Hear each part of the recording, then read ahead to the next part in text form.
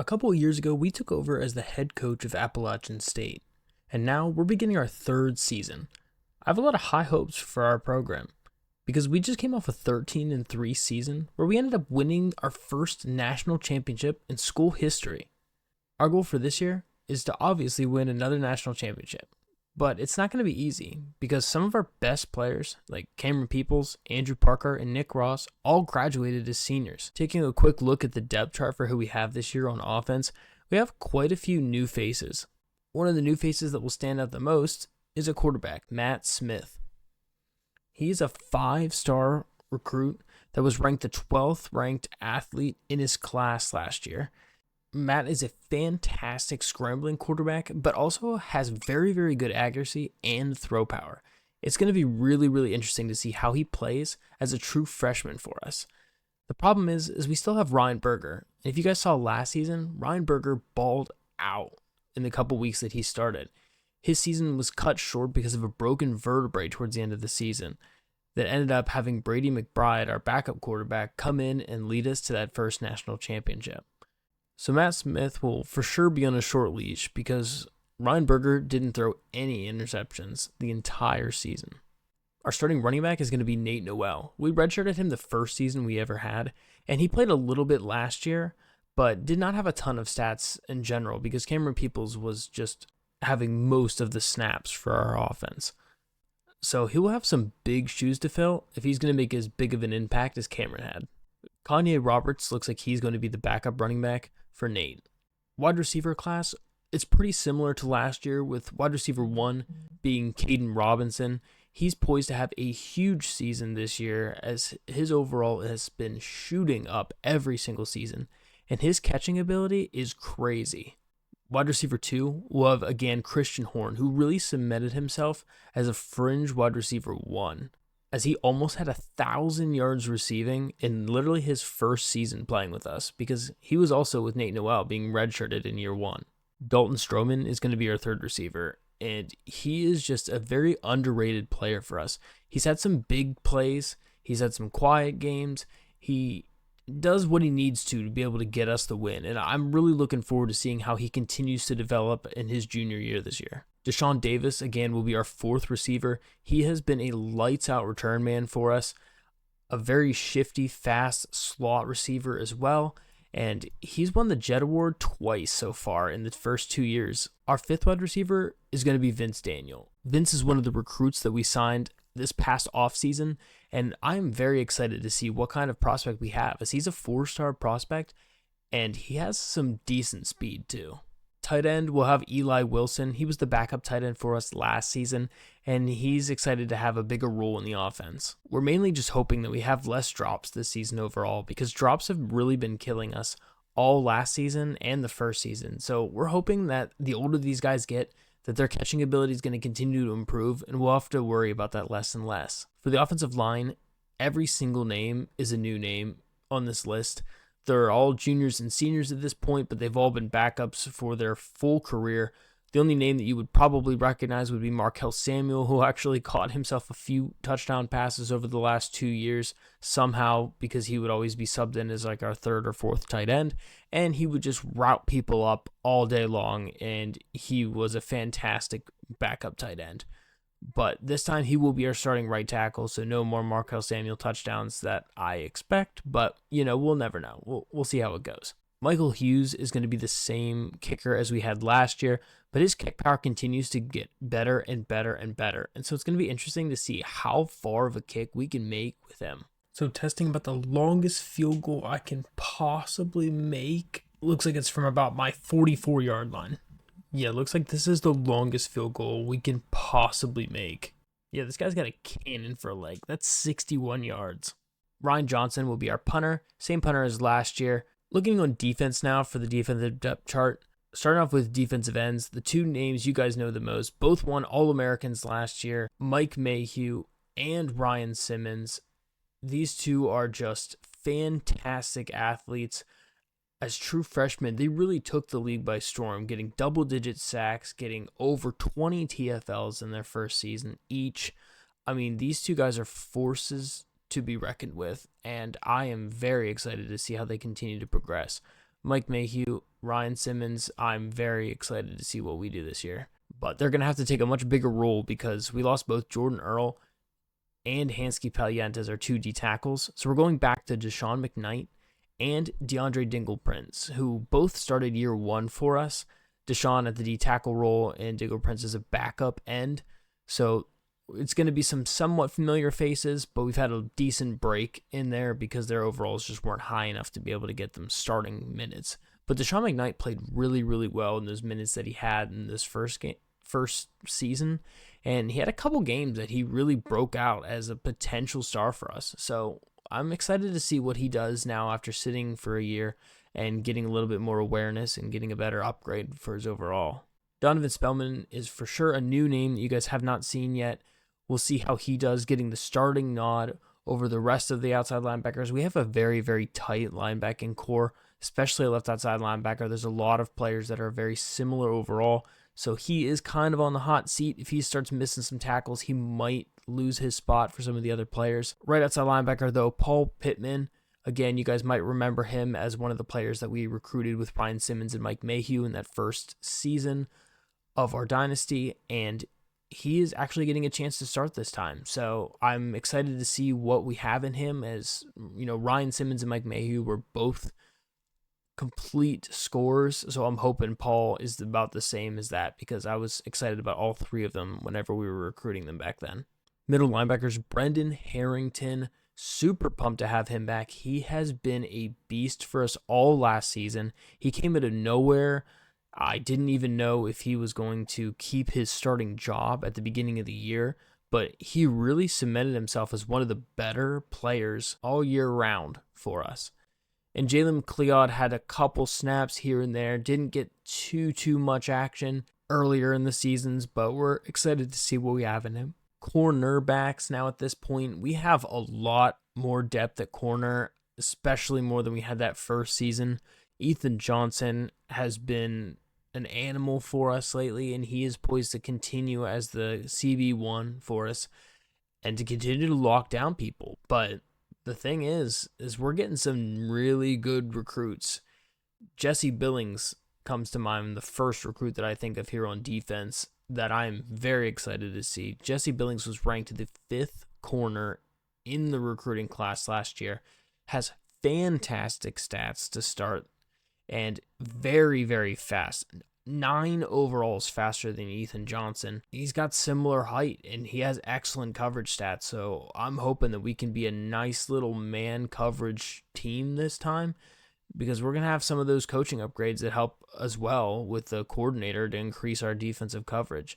So we should have a pretty solid 1-2 punch between Ethan and Jesse Billings. Milan Tucker is going to round out that slot corner or CB3. He has also been fantastic for us. You guys remember he was one of the guys who got the final game-sealing interception to win the national championship against Kansas last year, and he has just been clutch for us. The problem is he just doesn't always catch all of the interceptions, so hopefully putting him over here at this slot corner, he'll be able to maybe get some just diving deflections or something like that, and he had decent tackling ability, so I'm hoping that this is a good transition for him. Very excited, though, for the 2 other freshman corners. Joel Dowdle, he's 6'3", and he also looks to have fantastic stats. We're going to be putting him there at the 4th corner spot just to get him a little bit of playing time. I don't want to bench him for fear that he transfers out. So I really, really don't want to lose him at this point. We kind of restructured some of the other positions. You guys might have noticed that Amari Filia is not on this list. He did not graduate. He is a backup safety at this point. He's going to be taking over for one of the safeties when they graduate here pretty soon. But we could always sub him back in at corner. He's not gone. We still have him. Craig Henry is that 5th corner spot, another freshman, 6'2", just trying to get him some playing experience, trying to get him some playing time. He's kind of the most raw out of the corner class here.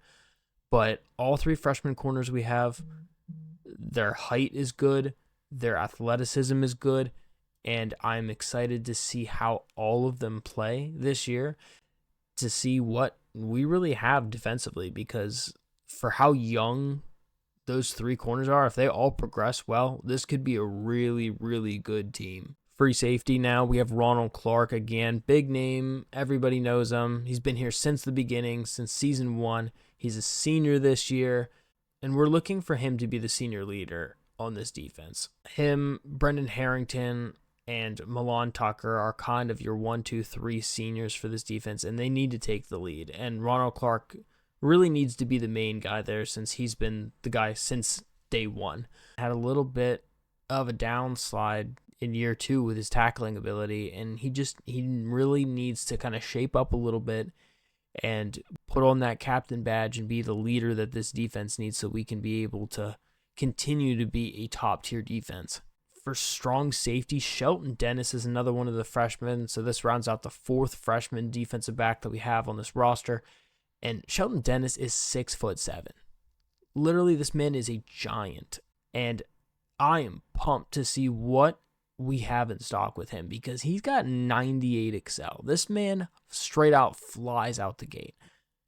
His top speed isn't necessarily the greatest, but it's not any worse than any of the safeties that we had previously. His top speed is faster than Ronald Clark, and he's 7 inches taller. So this man is just a freak of nature. He's also been recruited to play basketball for App State here, so he is going to be one of those dual athletes. And I'm just super, super excited to be able to see what he does for us. We are ranked 22nd in the preseason polls. 22nd. Didn't we just win a national championship? Why are we ranked 22nd?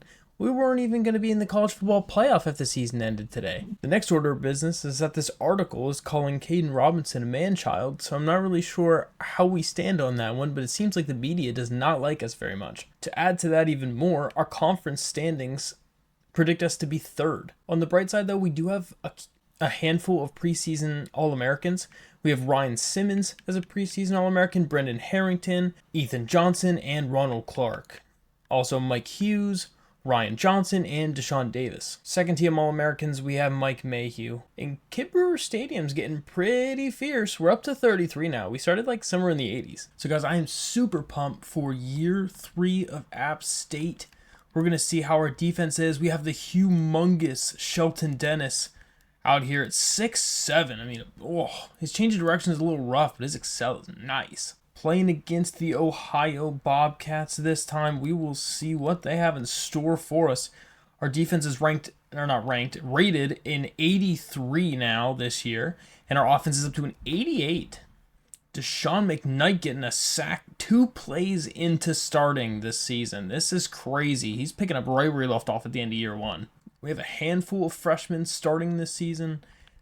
Shelton Dennis is one of them. We have 3 other corners that are going to be playing a decent amount of snaps, and that is going to be a good hit, and it's a sack. Ronald Clark is going to get in there for the sack. The quarterback was able to break the tackle from Mike Mayhew, but wasn't able to get away from Ronald Clark. So guys, here we go on offense. It is Matt Smith's first drive as an App State Mountaineer. We're going to see how he does on it, and it is just going to be a handoff, and they're not going anywhere, as Nate Noah's going to lose too. We're trying out a different playbook with these guys as quarterback this year. Dalton Stroman's going to pick up a nice 3 yards. We're going to try the Auburn playbook instead and be a little bit more pass-heavy, ideally. Main choice for being a little bit more pass-heavy is solely because of the lack of Cameron Peoples being the running back anymore. And we're just not quite going to pick it up. Jesse Billings is another one of those corners that we have as a freshman this year that we're expecting him to hopefully have a great season. What a run from their running back to somehow gain yards on that play. Going to see if we can kind of bring the house here a little bit, see if we can get him a little worried about some stuff, and they're just going to do a screen play, and it's a perfect opportunity for it. It's going to be 3rd and 1. Good play call. We just tried to rattle PJ Moore by sending a little bit of pressure there since we haven't done it yet, but he knew that was coming. And that is going to be a good little dump off and a nice tackle from Paul. But, that's a good first down catch. Try a little zone coverage here to mix it up. I think we're going to be majority of a man. Oh, good deflection from Shelton Dennis. His arms are so long out there at 6'7". Ethan Johnson, though, I'm really hoping he's going to have a great year as the kind of our junior leader currently. It's 1st and 10 for Ohio. Just seeing what they can do. Is they're going to try a draw play, and Clark is going to make the tackle, but they're going to somehow gain the first. I want to know your guys' opinion, though. Who do you think is going to be the biggest difference maker on offense and on defense this year? Do you think it's going to be someone who's been a difference maker before, or do you think it's going to be a brand new person?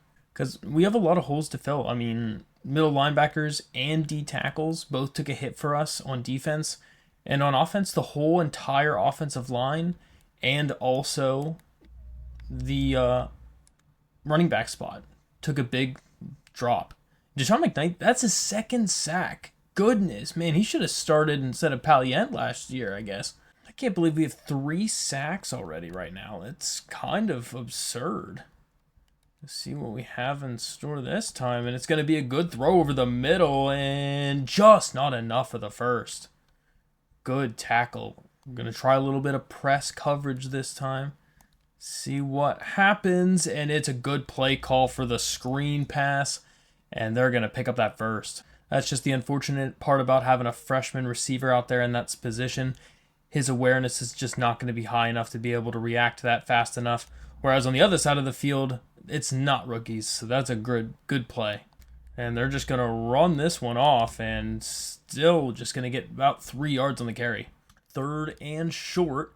Going to hand that one off, and it's not going anywhere. Everyone saw that one coming, and Spellman was there for the tackle. Donovan Spellman made a very, very nice impact for one of his first plays on defense to be able to keep them short of the first and call on the field goal unit, and he just booted that one. He's got a leg on him.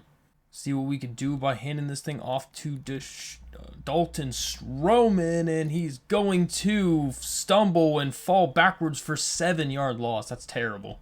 That is just quite rough. We'll see what happens, and they're just going to have to throw that one out of bounds. There's not anybody open.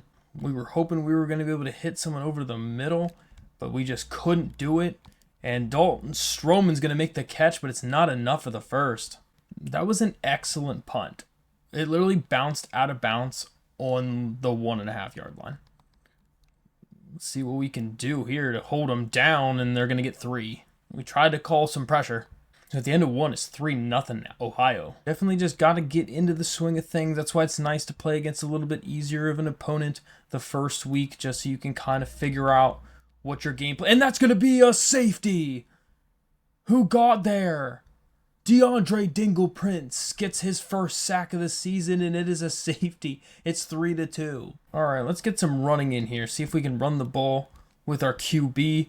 And he's going to get a decent amount of running room. He's going to fight for yards, and he's taken down after almost 30 on his first run. Good run for Matt Smith. I'm going to say he definitely feels nice to run with. And Noel is going to have a carry, and he's going to spin upfield for 3. 2nd down and 7. Use their aggressiveness against them, and Noel is going to gain only 1. He was just so slow. 3rd down and 5. Oh, we thought he was going in. That's terrible. And it's going to be an interception for Matt Smith to start it off. Thought for sure he was coming straight down the middle. We were going to be able to throw it by him. But that is just a bad rookie mistake from Matt Smith. It's a little bit too early to tell still if it's too early to allow Matt Smith to take over, or if we need to let Ryan come in here and get a little momentum first.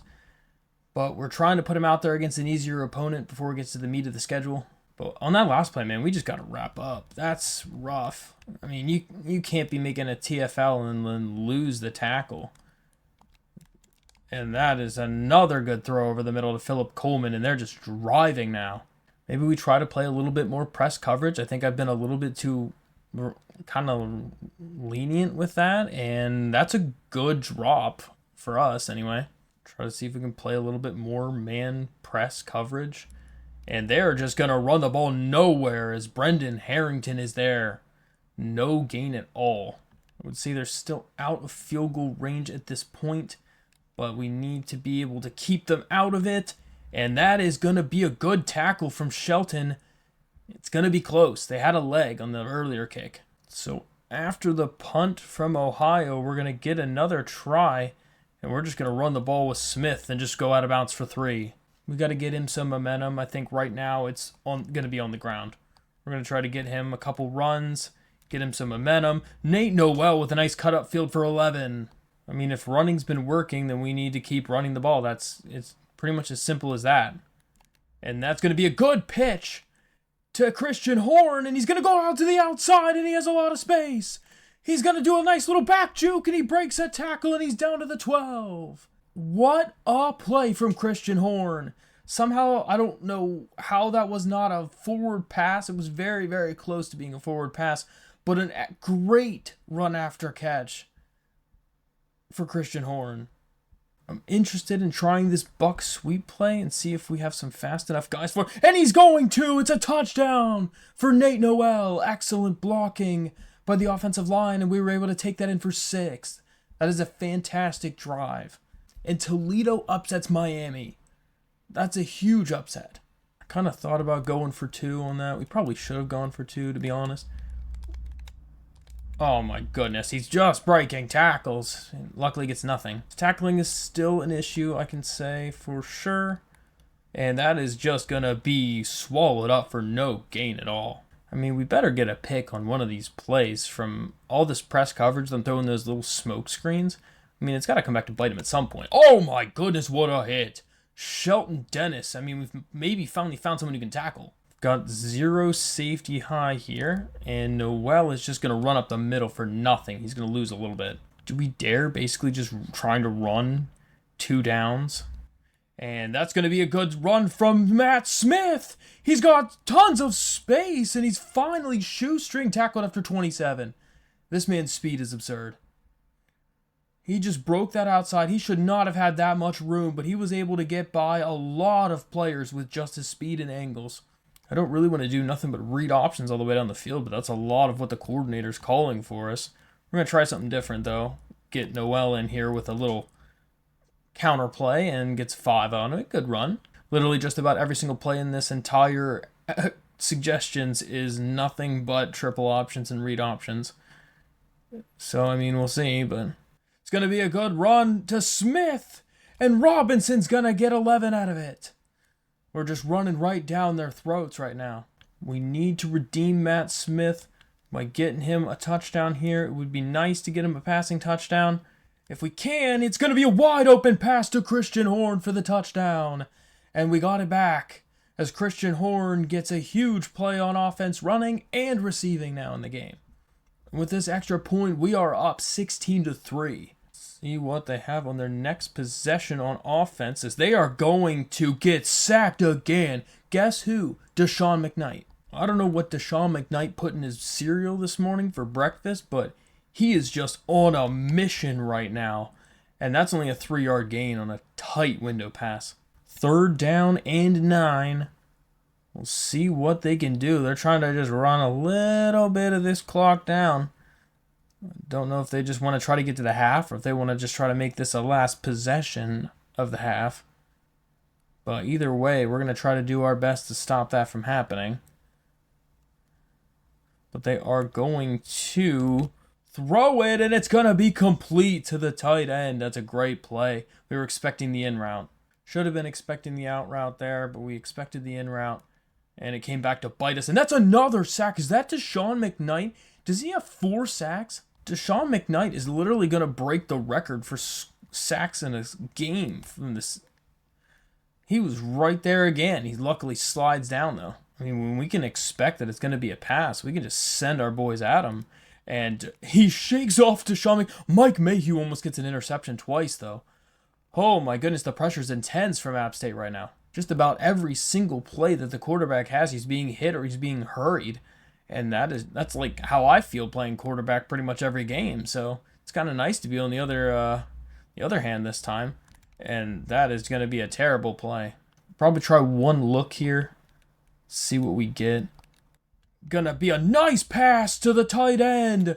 And we're going to call a timeout. We know we really only need a few yards here, but the offensive coordinator wants us to basically just run the same thing again, and it's going to be incomplete. We will have one more play, though. Like this play here. This could be perfect.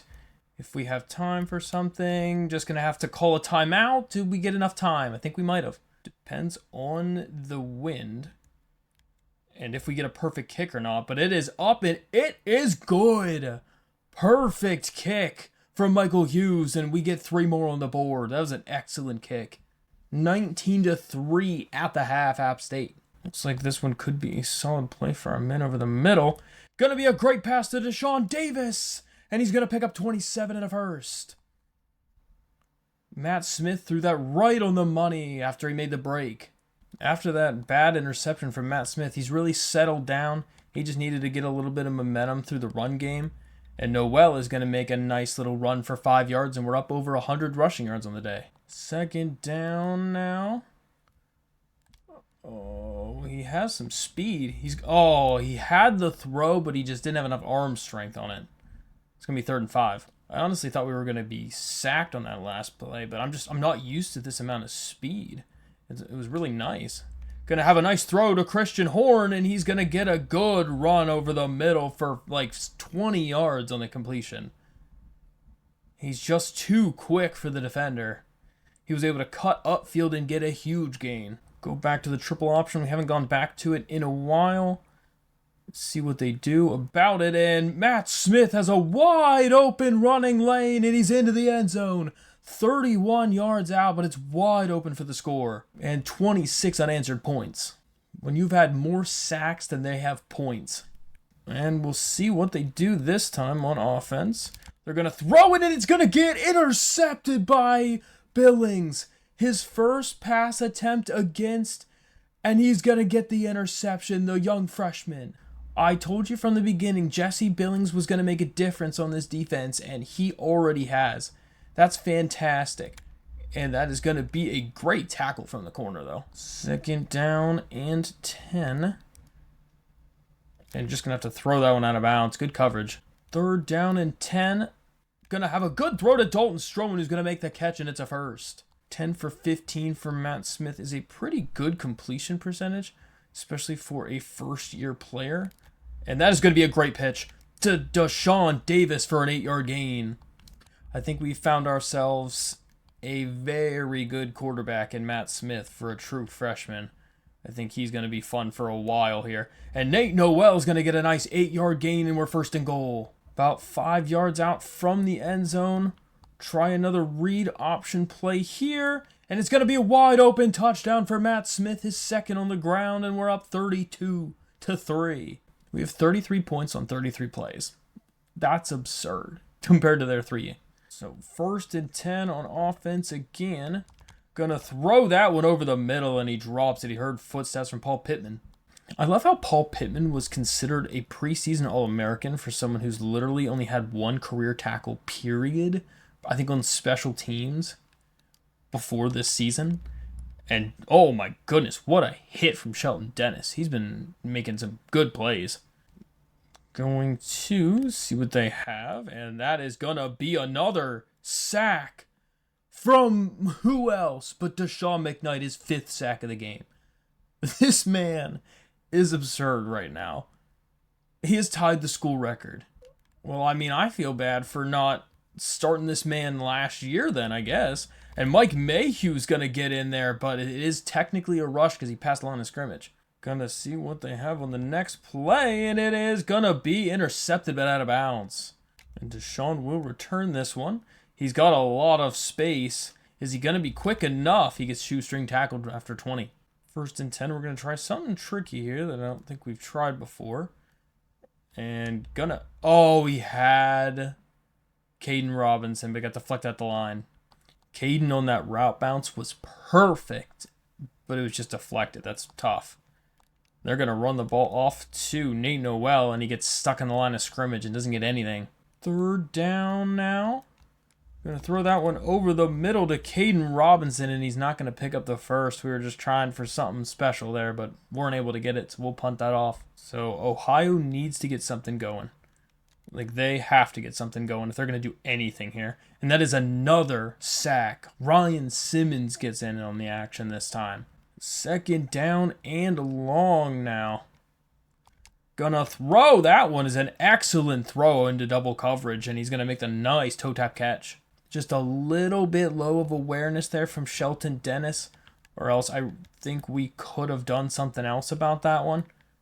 And that is going to be a little dump off, but a great tackle from Paul Pittman. He is making himself known so far this season.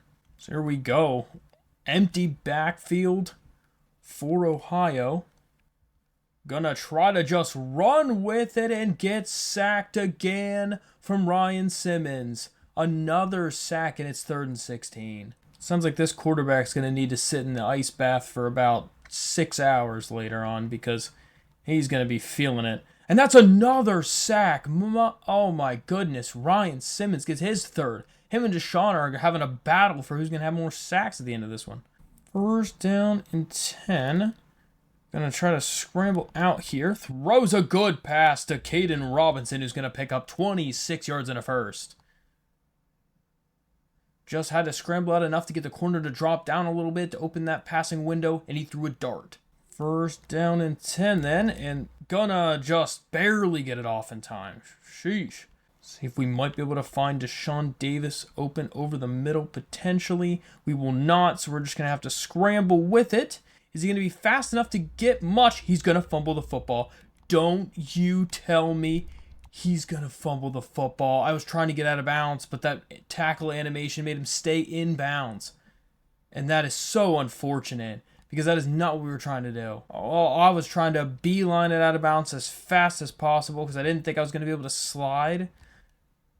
That's so unfortunate. Oh, that's such a great play from the tight end. He destroyed me on that one. Didn't quite have all my audibles set. They hiked that ball real fast. 1st and 10 then, as they've been getting a little bit more motion there. That's a nice drop for us. I haven't even really had to blitz in this game. We've been getting so much pressure from just not even blitzing that it's been fantastic. That's a good throw to the wide receiver on the left side of the field, and Roan is going to get 14 yards against the Rook. We'll try to blitz this time just because we haven't for a while. I'm still going to press. I'm going to try it, see what it does. But that's a wide open play. That's what you get for doing that. So start of the 4th quarter, it's 33-3. If they don't score on this possession, I might just be hitting some sim here, guys. 1st and 10 then. Gonna throw a good pass, and it's a wide open catch, and he breaks the tackle into the end zone. And they have their first touchdown of the season. So Deshaun will get a chance to return this one. Gonna have a good amount of space. Oh no, he might take that one. He's gonna take it all the way to the end zone. Deshaun Davis showing why he's the most electrifying kick returner in all of college football. Breaking his own record for the 3rd consecutive time in the 3rd consecutive season. Deshaun is an animal. 1st down and 10 for Ohio. See what they have here. And that's another sack. Deshaun McKnight with his 6th sack of the game. He breaks the school record from Rayford Cannon from back in 1986 with 5. It's now Deshaun McKnight's record. I don't even know what to say about this pass rush, guys. And another sack. Deshaun McKnight with his 7th sack of the game. He just broke Elvis Dumerville's record, and he now owns the NCAA record for the most sacks in a game. I don't even know what to say. I'm not blitzing. I'm not using him. The settings are the same. Nothing has changed. He is just having himself a day. And another sack. Is that him again? Oh my lord. Whoever the guard is on that side is getting the worst day of his life. Witherspoon is being eaten alive. Probably just going to end up putting the backups in and letting them kind of run this one out here just to not have a chance of injuring any of the starters. So we'll probably just end up seeing you guys at the end of this one because this one's a blowout. And that is going to end that game 54-10 as your final score as App State destroys Ohio in the end as we just went on a tear at the end of the game there. But an overall dominant performance by offense, dominant performance by defense. But Deshaun McKnight, legendary performance. 8 sacks. That's absurd. 8 sacks is what people get in a season sometimes. Oh my word. If he doesn't break the school record for sacks in a season, I'd be shocked. Overall, I think a decent showing from Matt Smith as well. He was excellent on the ground, had a little hiccup there in the air on that one pass, but other than that, I think he was pretty solid overall. And just having that threat of being able to run was really opening up both the run and the pass for us today. And Nate Noel did fantastic in response to having Cameron Peoples be, no longer in the college football. Looking at our player stats, Matt Smith was 13 for 20 for 235, a touchdown and an interception. Didn't take any sacks, which is probably the first time in all of App State history that we haven't had any sacks allowed. He was just too fast that I was able to get out of the pocket and throw the ball away. But Nate Noel ended on 113 yards and 3 touchdowns on the ground, only 16 carries. And Matt Smith had 9 attempts for 109 yards and 2 touchdowns. 5 rushing touchdowns on the ground and 200 yards between our two players running. Receiving-wise, again, as you would expect, Christian Horn, 87 yards and a touchdown. He has been our consistent, reliable receiver. And big thing to note, no drops. Defensively, obviously, Deshaun McKnight was player of the game. He had 8 sacks. 8 sacks is ridiculous. Ryan Simmons had 3. That's an amazing game. 8 sacks is absurd.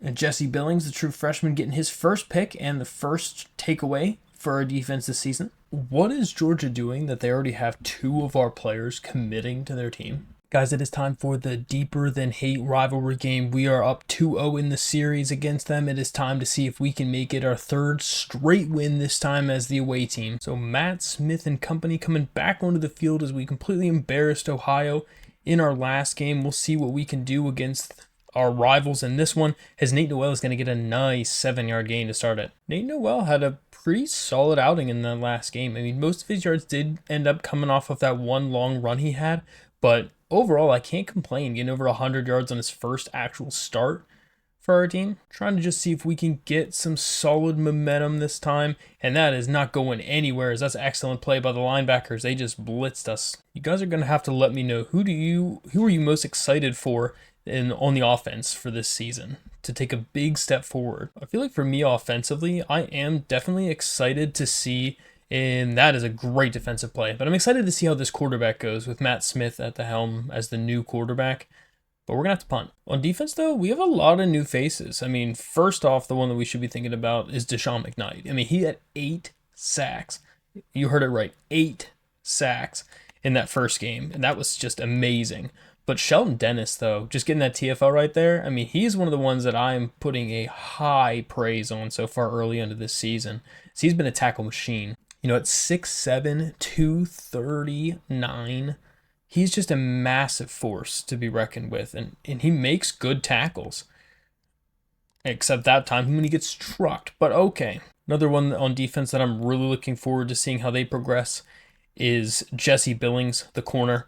He had a great game last game, and that was an excellent play by Ronald Clark. But he had a great game last week with that interception. Crowd is really going crazy right now. Good back juke from Nate Noel. He's only going to get a yard, though, but that was a good move to at least get something. Got to figure this Georgia Southern team out. See if we can do a little bit of motion here, get something happening there. That's a great play from the quarterback, and he's going to get a huge gain for 21 and a first. Matt Smith is just so fast back there with his 89 speed. That's just something we are not used to being able to have. That's going to be a good throw and not anything, though. He's just a little too slow. He's not warmed up enough to be able to break that one for any gain. 2nd down and 12. Going to see what we can get, and that's a great catch. Deshaun's going to hold on to that over the middle. Excellent hands from Deshaun Davis, the senior this year, as he's really looking to step up as well on offense. It's going to be weird to see some of these seniors leave at the end of this year, since we've been using them so much since the beginning of the dynasty.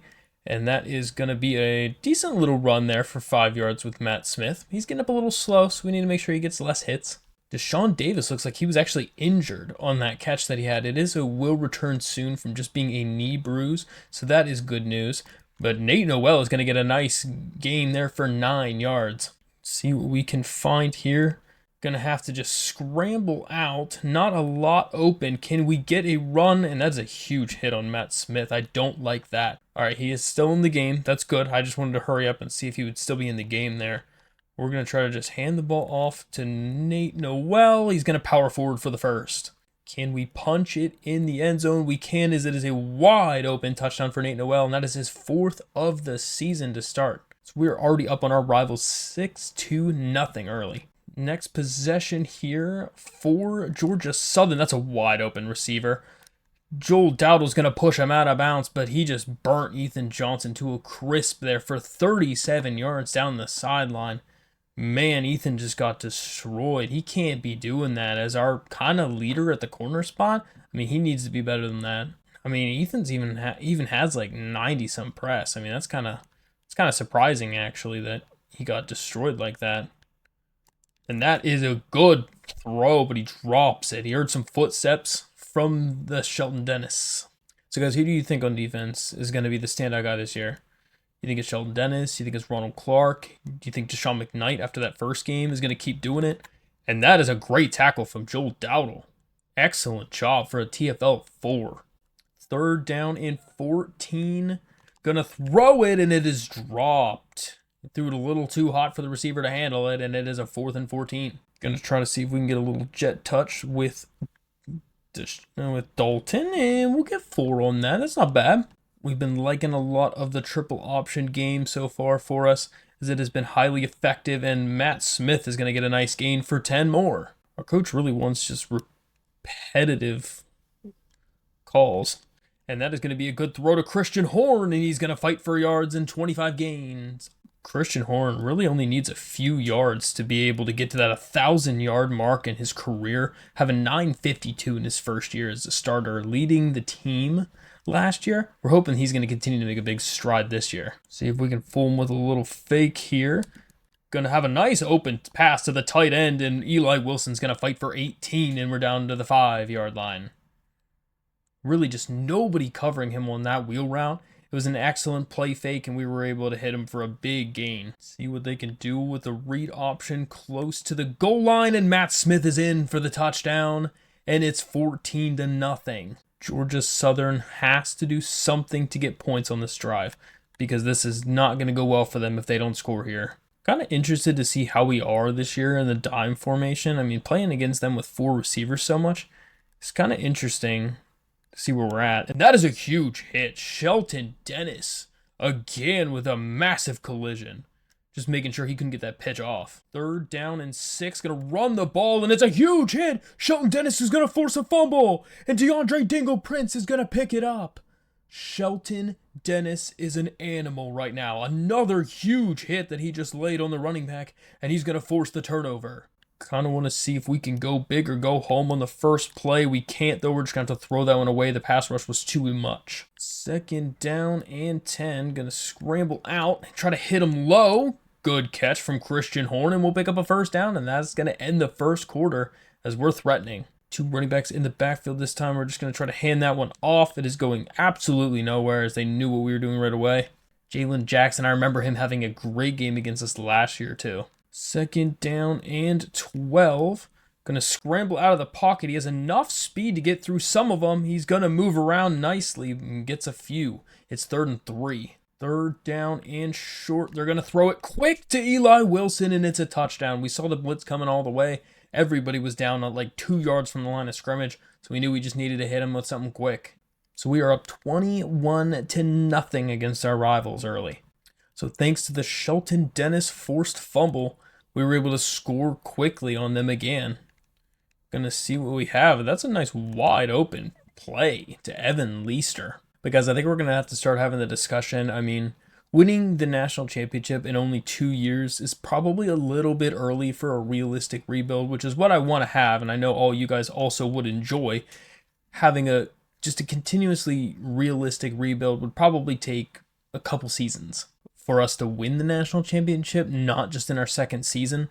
So I want you guys, to let me know in the comments. I want this to be realistic and enjoyable for everybody.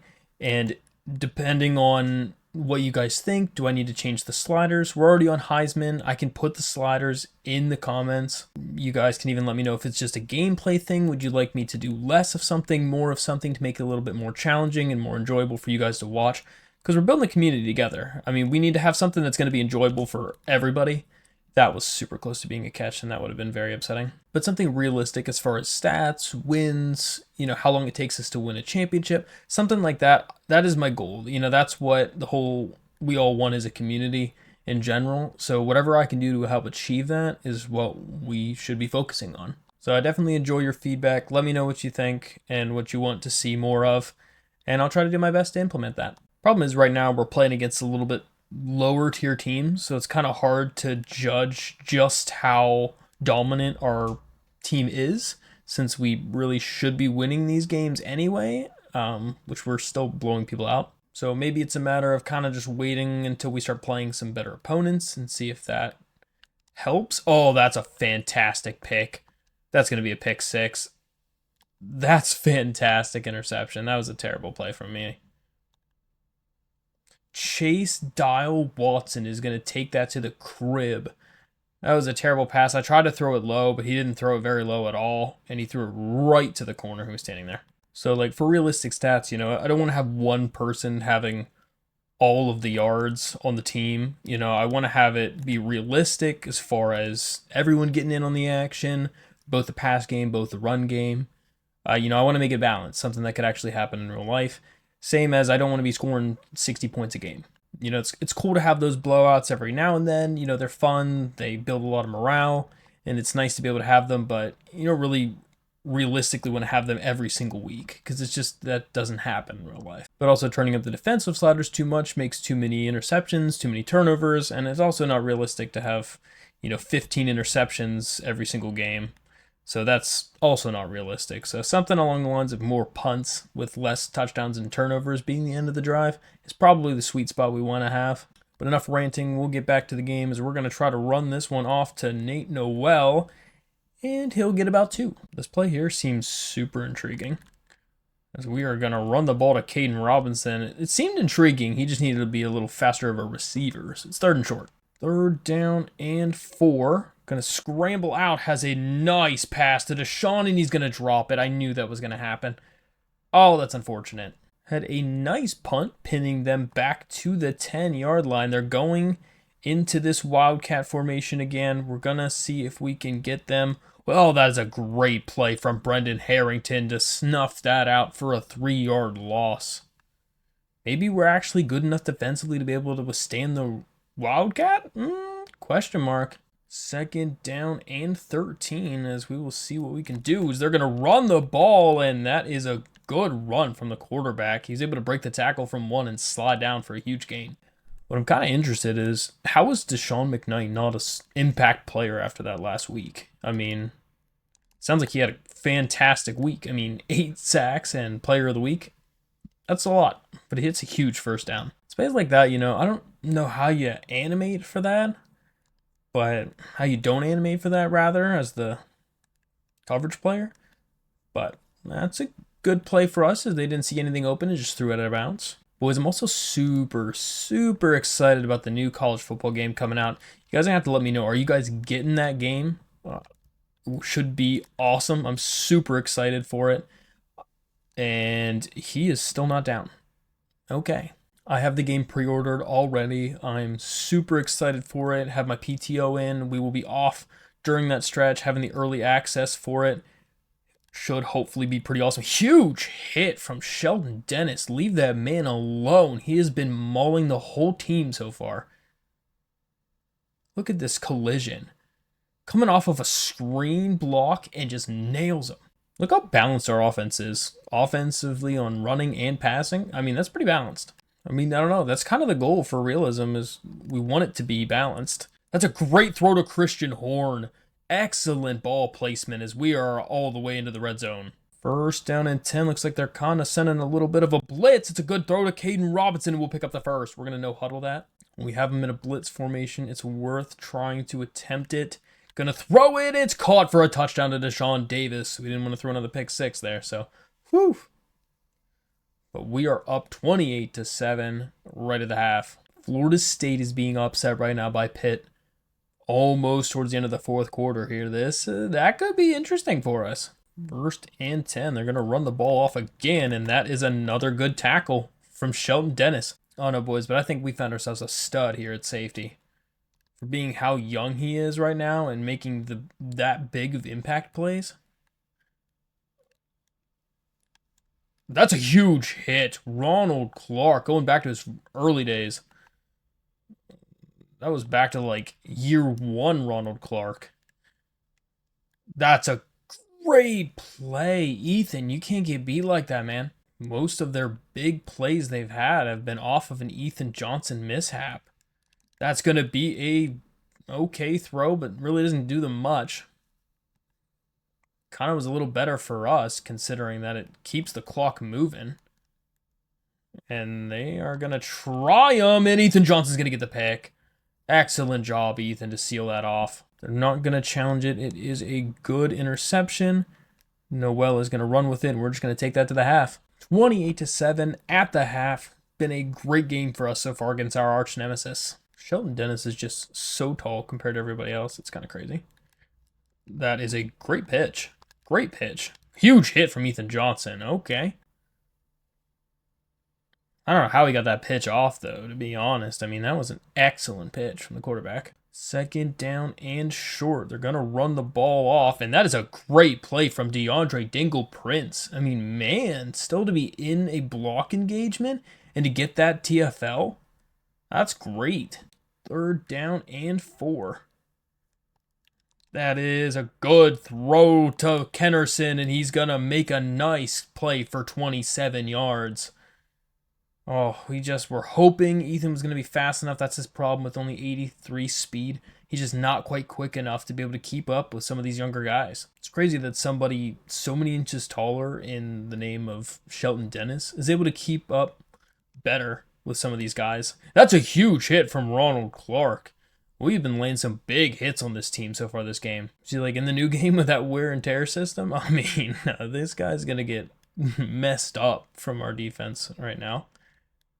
And that is just going to be a free sack for DeAndre, and that's going to take him out of field goal range. They're going to need to get back at least like 10 out of this if they're going to want to even have a shot at that. And Milan Tucker with excellent coverage, and they're going to have to punt that off. They're really crowding that box right now for Nate Noel, and he's not going to get much there again. They've been bottling him up pretty good lately. Only averaging about 3.5 yards per carry is not great. Going to see about a read option play with the quarterback, and he is going to get a nice gain of 12. OC is calling on a nice little 4 verts action here. I don't know what we have in store for us, but we're just going to go out of bounds. That's kind of a late hit there. I don't know about that, guys. Second down and 5. Oh, my word. What a play. Oh, my goodness. I don't even know what animation that was, because it looked like we beat him clean off of the cut. Like once he stumbled, he was going to be free. We tried to time that, and it was terrible. Man, guys, I got to stop trying to time things. I'm used to Madden where I can just kind of time the cuts, and you cannot do that in this game. You're going to get destroyed for it. That is another sack from Deshaun McKnight. That's his 9th sack of the game, ninth sack of the season. He needs 13 to tie the record for school sacks in a season for one player. And if he was to get 16 more sacks from this point on, he would be in very close company for breaking the career sack record. And Dennis is going to get a nice hit. It really looked like the left guard or left tackle or somebody just tackled him, though. Yeah, that sucks. That interception is terrible. I need to just stop throwing those types of passes. And that is another sack. Who got to him? Was it Mayhew? It was Mike Mayhew getting in on the action as well. DeAndre Dingle Prince drawing the double team and still getting through is absurd. So luckily nothing comes from that interception on the terrible pass, but oh, that's rough. We need to clean that up. Noel is going to get a nice little gain, and he will get 16 yards. It's one of his best runs of the season. Kind of want to try something risky that we haven't done before, and just going to dump it off to Stroman, and he's going to basically fight to lose a yard. Unlucky he had to run backwards a couple yards before he could just gently turn upfield. To be honest, I really thought that that was an option pass as far as like actually giving it to the receiver, not a fake. So that was on me then. Oh my word, where was that going, boys? I don't even know. That was to 81 back there. That was to the corner route. We need to stop throwing the ball like right now because we're literally going to throw this game away by just talking and throwing random passes. This is terrible. And yeah, that's awful. I'm sorry you guys had to witness that. Jeez. We got to stop messing around and just put these guys away. Because right now we're just kind of letting them play in the middle here. And that's another sack from Ryan Simmons, right? Yeah, Ryan Simmons getting in there. I don't know if there's a mismatch over there with Ethan Johnson whenever we press. But that's another sack. Who got in there? Oh my goodness. Mike Mayhew, another sack and we're out of field goal range. All right, maybe we can just stop turning the ball over. That'd be nice. And see what we can do instead. And the quarterback is going to get a nice little gain for a first down. Those read option plays are just so good right now. Our team has been working great at them and getting good gains. Noel's going to get a nice 5 yards. Second down and 5. They are blitzing there. Oh my goodness. Great blocking downfield, and Matt Smith might be taking that one all the way. Oh, he's down at the 1. A 61-yard gain for the quarterback. And Matt Smith is just taking over on the ground. So unfortunate he wasn't able to just punch that one in, as we're just going to have to run that with Noel, but he gets in and we're up 35-7. And that is it. Pitt did it. Pitt upset Florida State 28-23. Wow. We have 414 yards to their 125. If it wasn't for all the turnovers, this would be an absolute blowout. Kind of same as always here. If we're up 4 scores into the fourth quarter and they aren't scoring, we will be simming. They are going to try to do something, but gets pushed out of bounds by their own receiver. Wonder if we can try a little zone coverage here. See what happens. And that is going to be a good find over the middle for the first down. I don't think we're there for a zone coverage team. I feel like zone is tough to play in this game in general. Has been my experience so far. Well, Ronald Clark is going to be there, and he's going to drop it. Second down now. Gonna throw that again over the middle, and he gets a nice 7 yards. Sam Kennerson is just mauling us on this drive. I think this is what, 3rd or 4th catch? Try to do a little bit of something special, and no, that's it. Oh, it's a huge play. Connor Selesky is down 35-7 at the end of the 3rd, approaching the 4th though. It is 4th and 1. Can they go for something quick over the middle? And that's gonna be a great play. He just destroyed the corner. Try to play a little bit of line here, see if we can get a little bit more pressure on them, and they're just going to throw that away immediately. It is second down and 10 as they are threatening to see if they can get into a position here to do something. And Deshaun McKnight's going to lay a big hit, and he gets another sack. That's his 10th sack of the season. We might have to edit the slaughters for our pass rush. I mean, that's kind of been where it's mainly been OP right now. And that is another sack. Who got there? Mike Mayhew with another sack. Is it just that we're playing against some significantly lower tier teams? Like, is that why we're getting so many sacks? It just seems ridiculous. And, oh, Shelton Dennis laying another big hit, but it's enough for the first. Who else but Sam Kennerson again, dominating us. And Connor Selesky is out for the game with spasms. So that is probably going to, in a sense, kill the momentum for them, as that's an incomplete pass. Second down and 10. They're going to run the ball. That's a lot of wide open space. An excellent open field tackle from Ronald Clark to save the touchdown. First and goal. They're going to try to run with it, and it is a great broken tackle from Kyle Toole, and he is in. The first offensive points scored on our defense in this game, and it's the backup quarterback. Going to have a return from Deshaun, and that is a good move. He's got some speed outside, and he's pushed out of bounds. Pretty much a matter of running this one out at this point, and that is going to be a good run for Matt Smith for 12 and another first down. I think that puts him over 100. Oh my goodness, he's at 177. I forgot about that 61-yard run. He is a little bit over the yards he needs for that. And Nate Noel fights a lot for that 1-yard gain. Second down now. Oh, no. Oh, my goodness. I was not expecting him at all. That was a terrible idea. I saw that as soon as I threw it. I'm making terrible decisions right now on offense. Vince Daniel in there right now as that freshman, trying to see what he can do. That could be great, and it's just underthrown by a lot. And that is going to be a punt. We needed to see that play to Christian Horn a lot earlier, and it would have been fantastic. I think I'm going to turn up their pass blocking, and I'm going to turn it up to 50, and going to see if that makes a little bit bigger of a difference, because right now we're getting a lot of sacks. So it is not over yet. If they don't score in this possession, I think we can pretty much sim to the end of it, but we will give them one more shot. That is just going to be a throw out of bounds, nothing there. 2nd down and 10, they're going to run the ball. Ronald Clark is going to miss the tackle, but Milan Tucker is going to get a nice hit, and they're only going to gain 1. One of their last big attempts here, and that is almost intercepted. Good deflection from Jesse Billings. So we're going to sub in the second team offense and let them roll with it, and we will see you guys at the end of it. Shelton Dennis, guys, got his first receiving touchdown. It was a 3rd and long. We needed to see if we could convert, and he was completely wide open for a nice touchdown. So that is going to end the game 42-14. We ended up scoring one more touchdown after Shelton Dennis got his first receiving touchdown of the year. But overall, just completely dominant game. Again, guys, I think we're going to try to turn up the sliders a little bit. I'm going to tinker with those sack sliders because we are getting a lot of sacks, and it's kind of killing their drives. So I turned it up by 5. We're up to 50 now on that. I think I might turn it up again. If we end up getting a couple sacks early on in the next game, we'll go up to 55. But we'll start with that. You guys let me know what else I should change, and we'll see if we can make it better.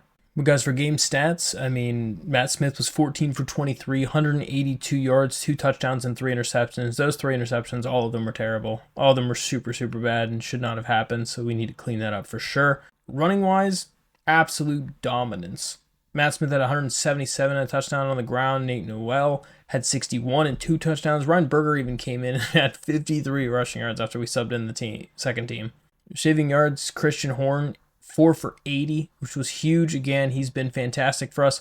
And touchdowns to Deshaun Davis, Eli Wilson, and Shelton Dennis. Defensively, Shelton Dennis with 10 tackles, 4 TFLs. Absolute beast. 5 sacks from Mike Mayhew, 2 for Deshaun McKnight. Ryan Simmons and Dingle Prince also got in on the action. And we got an interception from Ethan Johnson. So we ended up having a bye week the next week in week 3. So we simmed again to week 4. And we have a couple prospects visiting this week. Johnny Brown, Eric Sanders, and Justin Norwood. So we'll see what we can do against them. But so far, recruiting is pretty heated with some of these players. One of the ones we're decently looking forward to here is Scott Calvin, a 79 overall athletic player. Looks like we should be able to get him. He's got 87 speed. He's got good quarterback stats. He could be a solid running back as well. Maybe a receiver. Interesting to see where we would put him. One that I really, really want to fight for is this Brian Meyer, 79 overall D tackle. We're losing 35 a week on him. We are going to try to see if we can get our visit in there, see if we can use the break prospect a couple times, because this man looks really, really good, especially when we're going to be having our 2D tackles are both junior red shirts right now, so they're almost done, so we really need a backup for that. Another guy we are looking forward to here is Eric Sanders, 76 overall athlete player. We look like we are in a solid lead for him. He's got 92 speed, which is really nice. He's got some good route running. Looks like he could for sure be a nice little receiver for us. Potentially even use him as a running back if we need to with that 92 speed. And this Justin Norwood, 79 overall strong safety. Looks like we're leading in him quite a bit. This man has 97 press as a safety. I mean, this guy could be crazy, actually. But unluckily, he's a JUCO player. So he's going to be a little bit older to start. But still, I mean, 97 press to start is insane. Somehow this player has not been recruited by anybody yet. He's a 79 overall running back. And we're just like throwing a little bit of points in there and gaining quite a bit at a time.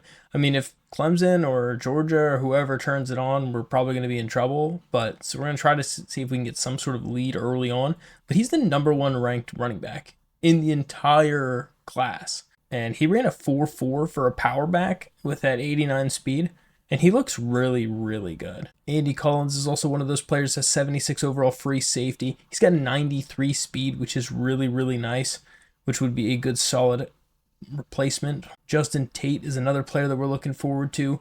at a 73 overall athlete player. He's got 92 speed as well, and he has 84 zone coverage right out the gate, which is real nice, especially because he can also play running back if we don't need the safety. And we're also hoping we can get this Christian Thomas. He's a 72 overall, and he's got 95 speed with 94 carrying and 89 route running. That's insane. 81 release. This man could be a problem for years to come. But we're ranked number 16 now after that win and simming to the next week. So this week we're going to be playing against Louisville. So we're playing against Louisville this week, as this is going to be our biggest test so far. They have a 92 overall defense. They're a 90 overall. They're rated better than us, projected to win this game. So this is going to be a real test for us to see where we are this year, as we need to continue to win. This is our first conference game, and yeah, this is a big game for us. I'm actually going to turn the pass blocking up to 55, now thinking about it a little bit more. We still got 2 sacks after I turned it up to 50 in like 1 quarter of play. So we're going up to 55. We're going to start there and try that. So they will be starting on offense first to see what it is like here at home against Louisville. They're going to have some motion coming over there, and that's going to be a great pitch to their running back or receiver, and that's a huge gain of like 30 yards to Kevin Coleman. Definitely something we're going to have to be a little cautious about is their run game if they're going to keep that up. That was a huge gain. And what? Ryan Simmons? What was that? I don't know what that was, but I feel like he ran into him and then just turned around and dove on the ground. That is a very big question mark. Well, guys, this is not a way we want to start this game. That is not good. That is a wide open run up the middle for 15 yards. They are unstoppable right now. We've tried a lot of things. We've tried man, we've tried zone, we've tried to blitz. See what we have here. And they're going to run with it, and that's a great play. Oh, I just could not keep up with him with the user, and Pierce Clarkson is in there for a touchdown. They're up 7-zip early. Another upset is Texas is upset at Alabama. North Carolina and Clemson do get wins, though. So Matt Smith needs to clean it up a little bit in this game because he was a little on edge last game, and it wasn't the best. So we'll see what happens this time, as he is going to take a run up the middle for 6 yards. We have a receiver coming this week, so we need to get 250 passing yards. We also have a cornerback, so we need to play good on defense, and we have a kicker coming up there as well. As we're going to run up the middle for 4. Going 5 wide here. So going to just throw it to Vince Daniel, and he drops it. That is a huge drop from the freshman, as we were going to pick that up. All right, well, we got to figure them out on defense,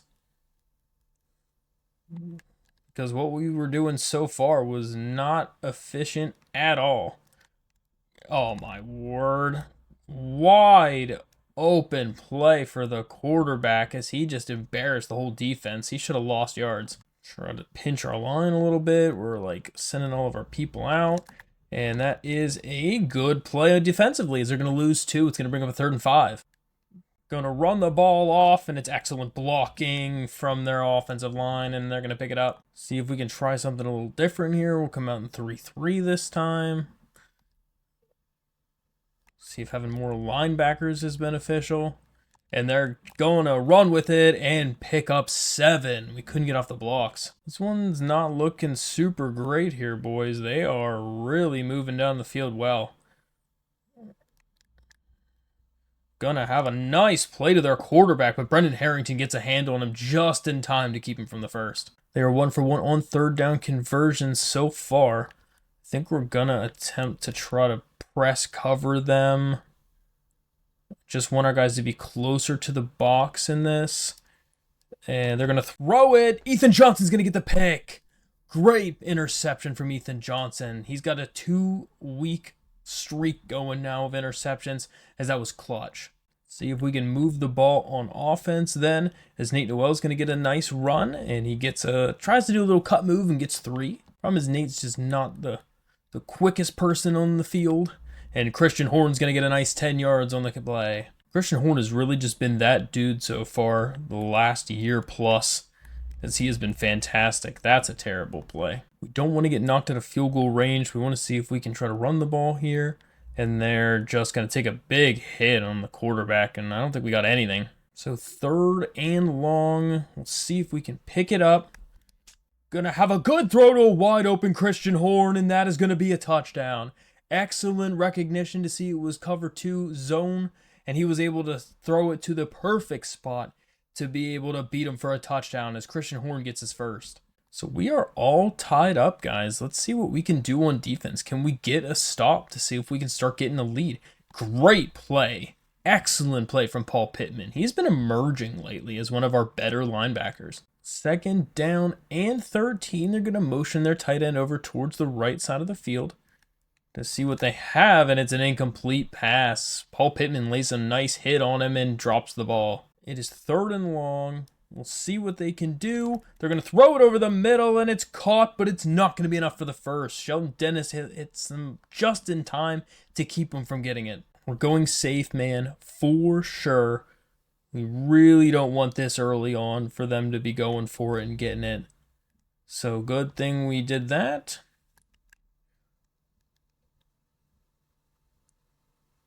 I went for a fair catch, and Deshaun Davis missed it. Deshaun Davis missed the fair catch. And they immediately get the ball again on offense. Are you kidding me? That is absurd. Oh, we can't catch a break apparently on that one. That's not good. This is excellent field position. And that's an interception from Alon Tucker. That's going to be a pick 6. I guess I spoke too soon and we couldn't get a break because, geez, Milan Tucker single-handedly just got that back for us. Great job from Milan Tucker. The corners are showing up today. Good work. Well, we already have the cornerback goal of getting the 2 interceptions. Now we just need the deflections for that one, so that's kind of crazy. We'll see what we can do again on defense, and that's going to be another nice play from Brendan Harrington. I feel like we just needed some momentum. I don't know why we started off so behind in momentum. They must have had that big play activation game or something. And they are all over it. No gain. Really, I guess a gain of 2, but not much. 3rd down and 9. Oh, no. What is that? Double coverage, and he beats both of them. Wow. I like it when we have 56 yards of offense in this game. That's, what you want to see. Got a couple guys in the backfield. We're going to try to just send the house here, and that is good. We had enough bodies down there, but they still got 4 out of it. This first quarter is winding down quickly. 2nd down and 6. They're going to run with it, and Sheldon Dennis is there again. He is an animal right now. But at the end of 1, we're up 14-7 in a weird game so far. We're coming out in 4 wide this time. Gonna guess pass and hope it is. That's a wide open receiver. Jesse Billings got demolished on the press, and Kevin Coleman burns us for 27. I guess it was not worth doing the press coverage. We were hoping that we were going to be able to get some pressure maybe or something with that, but great play from Ryan. 2nd down and long. They do have an opportunity to still get a 1st down depending on how they do, but that is going to be a nice run up the middle for them to make it a 3rd and manageable. They are going to hike that one and throw it to an open receiver, and he's pushed out in inches. That one probably could be challenged, but I'm not going to do it.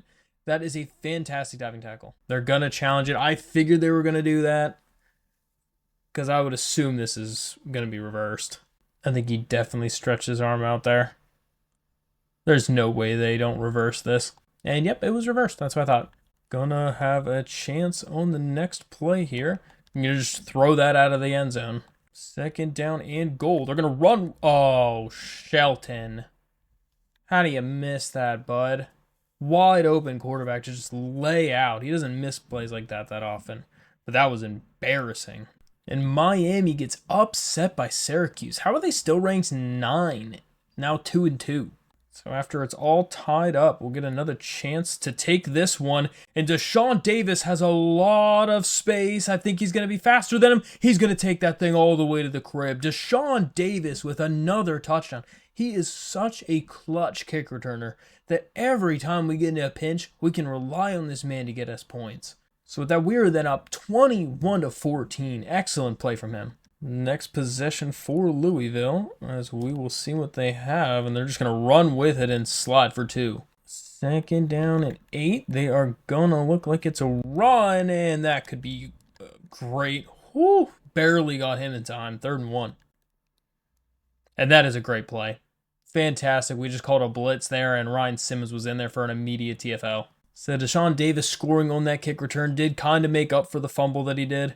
At least got the points back, which was good. But we're just going to run the ball here with Smith, and he's going to get 4. Second down and short. Scramble out of the pocket. Throws. It's caught for Stroman. I don't know if that was ahead of the line of scrimmage, but we'll take that. Excellent throw. They are not going to review it, so it looks like it must be a good play. First down then and 10. Going to throw a good pass to Caden Robinson, and he's going to get 24 yards in a first. Having a pretty terrific drive so far. Excellent throw. Christian Horn, touchdown. That's his 2nd of the day. And Matt Smith is on fire right now. That is such a good throw to Christian Horn. He threw that where only the receiver could get it, and a great toe tap for Christian Horn for his 2nd of the day. See how they can answer after the huge touchdown from Matt Smith and company. As it is a blitz and they're going down. Brendan Harrington is there for the sack. It was a great time to call the blitz because they were doing play action and they just did not have enough time to react to that. So we will expect some sort of pass here. It is an actual run though, and fantastic breaking tackles. Jeez, 3 broken tackles for a 15-yard gain. He was not going to be denied. Trucks Brendan Harrington, runs over Jesse Billings. Jeez. Gonna throw it, and it is no going anywhere there as they just snuff that out. Paul Pittman there on the TFL. They tried the screen pass, and everyone saw that one coming. That's an excellent job defensively. Louisville's defense is gonna have to step up here, as our defense has been stepping up so far. We're gonna get a nice run for 5 yards to Deshaun. Second down and 5. Gonna scramble out, throws. Oh, he had him if he would have been able to get it off, but I don't think we could have thrown that on the run. 3rd down and 5. Good throw to Dalton Stroman, and he's gonna pick up the first for 20 yards. Excellent throw. 1st and 10 then on the next play here, and he's just gonna scramble out with it and have to throw that one away because there's just nobody open. Try to see if we can run it on 2nd down to get a few yards. And we will pick up the first. Matt Smith gets 11. 1st and 10 then. Going to scramble out of the pocket and just have to run with it apparently. We were hoping the slant was going to run to the sideline, but he just stopped moving. 2nd down and 4. Throws a good corner route to Shelton Dennis to the 1. Oh, I don't know how he didn't get in. Straight up to like the inch-yard line. That's just super unlucky. We're just going to power that in with Nate Noel, and we're up another score. Right now, like, offensively, we're just tearing apart this Louisville defense, and they're supposed to be a pretty highly recruited defense, and they're just going to throw that out of bounds. For a 92 defense, they're really not playing like it right now, which is kind of surprising. I thought we might be struggling against them. And that is going to be a good throw right on the money to Kevin Coleman. 1st and 10 then for Louisville. They really need to get points. They absolutely have to get points. That's an incomplete pass as he drops it. I kind of hate to say it, but like if they don't get points, this game could pretty much be over at the rate at which we're putting points up. And that is a great pitch and catch to Kevin Coleman. He's the only one doing anything on their offense. They're going to throw this one, and it's dropped. Jesse Billings drops the interception. It was right there in his hands. I'm just going to need to pass the ball more often here. As they're going to throw that. That's a weird throw. As they still get 3 out of it, but it's not really doing much for them. It's only a minute left in the half. Louisville will then call their first timeout. So it is 3rd and 7. This is a big play for us. They are going to throw it, and it is dropped. Joel Dowdle drops it. There's a flag, though. There's pass interference on someone. It is on the offense. We're going to decline that, and take the deflection. It's 4th down. They surprisingly cannot kick a field goal from here, so we're just going to send the house since they're probably just going to boot it out of the back of the end zone anyway. We'll see what happens, as they don't quite, but we're just going to let it bounce out. We borderline have an opportunity here to be able to see if we can put up a little bit of points here before the half. Gonna throw a great throw to Deshaun Davis. That's a fantastic. We're going to call our timeout to get some energy, though. That throw on the run was absolute money from Matt Smith. Gonna scramble out of the pocket. Gets a wide receiver. That's a touchdown. That's a dot. Matt Smith just threw in 2 passes, went all the way down the field, and just absolutely lighting up Louisville in the first half. So it kind of looks like we're going to have to increase the difficulty even more somehow. I don't really know if I want to do the... That's almost intercepted. Shelton Dennis almost got his first interception. I could try to go down a little bit more on the passing stuff. I feel like we have a lot of incompletions because of bad throws, so I don't feel like it's necessarily amazing. And that's intercepted by Ronald Clark. I mean, we saw that from a mile away. This one is... Oh my, what a cut move from Ronald Clark. We're in position to score again. And we do hit him with a little play action, roll out, throws it to Stroman. It's a touchdown, and we're up even more. We're probably just going to end up simming this one, boys. This is lights out. And Matt Smith just broke the passing touchdown record. He just got his 6th passing touchdown. And Deshaun McKnight just tied the sack record for the season. He has 13 now. And so that is going to end it. This one is not even close. 76-14. Yeah, I think we're going to have to go up one difficulty. So let me guys know what you think I should do. I'll post the difficulty in the comments, and we'll kind of go from there, because Matt Smith just absolutely torched Louisville. He was 22 for 27, 407, 6 touchdowns, no turnovers, got sacked once. The 81% completion percentage is nuts. Running-wise, we didn't run that successfully, but he also led us in rushing with 55 rushing yards and a touchdown. Dalton Stroman, though, 113 yards, 3 touchdowns. Caden Robinson had 3 catches for 90 and a touchdown. Christian Horn, 5 for 77 and 2 touchdowns. Deshaun Davis at 72 yards. And then defensively, I mean, we had a lot of TFLs. Deshaun McKnight had 3 sacks, ended up tying the record for sacks in a season for App State history with 13, so he needs 1 to break that. We only got 4 sacks in that game, so I think that was probably better. I could probably turn it up 1 more on the sliders for pass blocking, but we'll see what else we can do. And interception-wise, Ronald Clark had 1, Milan Tucker, Ethan Johnson had an interception. And deflections, we did hit the goal. We got 4. Dowdle, Dennis, Billings, and Tucker. Look at that. 3 of our rooks. 3 true freshmen getting deflections in there. Way to go, defense. So after that humiliating demolishing of Louisville, we had 3 people commit to us already. Justin Norwood, the strong safety, that JUCO player, the kicker Johnny Brown, and receiver Eric Sanders all committed to the program. That's huge for us. So after having another bye week, the next week in week 5, we're going to be simming to play against Boston College, and we'll see if we get any more commits. But we are now ranked 11th in the country, and we're pretty much throwing just about everybody else onto the visit this week. So the people that committed to our program, Justin Norwood, that 79 overall, strong safety. He's got the 89 speed, 80 tackling. He has 97 press, which is just completely absurd for a JUCO player. He should be interesting for us to see where he fits into the defense. Eric Sanders is a 4-star athlete. He looks amazing at 6'2", got good size. He's got 92 speed. Not the best coverage by any means, but route running is in 77, which is great. But I like his spin move and ball carrier vision and carrying. I mean, he could be an awesome running back for us. And then we got Johnny Brown, the kicker. So guys, it is time for the next matchup against Boston College. And somehow Boston College has grown insanely. They're a 91 overall with a 93 offense.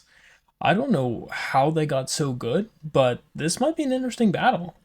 We're sitting atop first of the standings for the ACC, so this is another must-win so we can stay on top. I just also wanted to show you guys, I did end up changing the sliders before this game, just so you can see what the sliders currently are now. So I definitely decreased them quite a bit, especially for offense for us, And then on defense, I also made their running ability a little bit better as well. So we'll kind of see how this one goes. So this is definitely going to be one of the true tests for our team because we're playing a better opponent and we have the heightened sliders. So this will be a much better test for us. Second down and short. We're going to have a nice wide open Christian Horn. Gets a good step back move and he's going to get up to midfield. Great move after the catch from Christian Horn to pick up that first. Christian Horn has really been cementing himself as a great player for us. Oh, what a hit. Second down and 10. We're going to scramble out here. There's really nothing open. We're just going to dump that one out. See what we can do on third down. Gonna just try to run with it because we have some space. If we can get a block. We got multiple blocks, actually. Just going to go out of bounds because he was real tired there. I don't want him to get injured or fumble. But that's a huge pickup from Matt Smith. Really great job for him to be able to get a good run so we can keep the drive going. Nate Noel is going to have a nice spin upfield for 5 more yards. See if we can run up the middle again with Noel. And he's just going to try to dive forward for another 4. Third down and 2. Gonna have a good amount of running room and just barely picks up the first. Well done. This time we'll see if we can get Dalton Stroman involved in the action and he's gonna get a nice gain of 8. Good solid heads up running from Dalton. Just trying to be smart with the ball and put this thing into the end zone and Nate Noel's gonna power himself forward and get in. So we are up 7-0. Great job all around for this team, passing and running to get the lead. So we'll see what this 93 overall offense for Boston College can do against our defense that has been very hot late. They are just going to try to scramble out. Oh my goodness. Scrambling out with it wide open after the terrible misses as Thomas Castellanos gets a huge gain. I remember him last time we played against him. He just destroyed us on the ground last year too. So we'll just probably have to put a QB spy on him, I would imagine. And they're just going to throw that over the middle and he gets hammered by Karen White and it's incomplete. So second down for Boston College. They are just going to have to throw that one out of the way because there's nobody open again. I've been so proud of our defense so far this year as we've been really playing some solid ball. That is a wide open play from the tight end. I should have put my other guy in a purple zone there. I did not. That one's on me. First down then after the pickup. He is going to just have to throw that one away as well. Good coverage. See, they kind of had someone early though over the middle. Second down and 10. They have quite a few guys here. And that is somehow caught. Okay. Alex Broom just had a nice jumping catch. It is third down and 1. We are going to expect the pass. And that is going to be a sack. Mike Mayhew came in and gets the huge clutch sack on 3rd and 1. Excellent job. The kick is up and it is no good. He missed it right barely. Look how much he misses this kick. It's got to be by about a foot.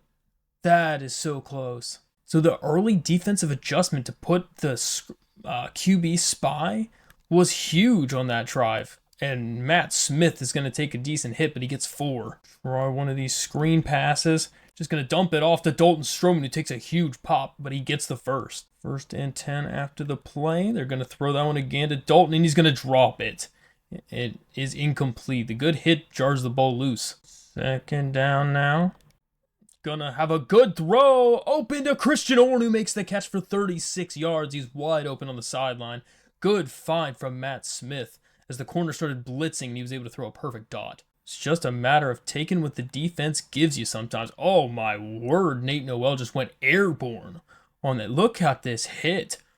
He got sandwiched in between the D tackle afterward. Oh, second down now. Gonna have a good run with Matt Smith, and he's got space, and he's tackled barely before he gets loose. But he's down to like the 7 or 8. First and goal then. See what we can do. And Noel is gonna take another big hit. Gets only 1. Change of direction was terrible there. Second down and goal. Oh man, we had someone maybe a little earlier, but that was a little risky if it passed that early on. Third down. Gonna throw it quick to Dalton Stroman, and he is in for a touchdown. We're up 14-0. So far, I mean, we are playing a pretty clean game, to be honest. And that is what's helping a lot, as they are going on the next drive here. And Ronald Clark's going to get a good hit on Lewis Bond, but they'll still pick up 6 on the drag. Joel Dowdle really got lost on that crossing route. Shelton Dennis is just having a really, really good season so far. And it's, oh my goodness, another hit from Ronald Clark. But it's just nice to see some of these freshmen really getting a lot of work in early on in the season. Because Shelton Dennis is already our team leader in tackles and pass deflections this early on, which is crazy. And that's going to be complete, but not enough for the first. They might have to punt that unless they're going to try to go for it. So on our next possession, we're going to try to see if we can do a little fake here with somebody. And going to have wide open throw to Dalton Stroman. And he's going to break a tackle. He breaks 2 tackles and he's down inside the 30. What a play after the catch from Dalton Stroman. I don't know if it's going to let me see this replay again, but he was completely wide open waving for the ball. They threw a great pass, Matt Smith did, and he was able to break a tackle with a truck move and get another 10 yards after the catch. Winding down the first quarter and just going to run with it. Matt Smith is just going to go out of bounds to save himself some hit. And we're up over 100 rushing yards already. So at the end of 1, we're up 14-0, and it's not looking close so far. Just going to try to run the ball simply here on the first play, and Nate Noel is going to get 3. Second down now. Going to throw it. It's a perfect pass to Eli Wilson for the touchdown. A great throw from Matt Smith to lead his receiver in the only spot where he could get it. He threw a dot right past the diving safety, but it was only where Eli could get it. So now we are up 21-0. Looks like another Wildcat formation this time. We're gonna run commit it, and he's gonna get 7, jumping over one of his linemen. 2nd and 3. Oh, that's excellent.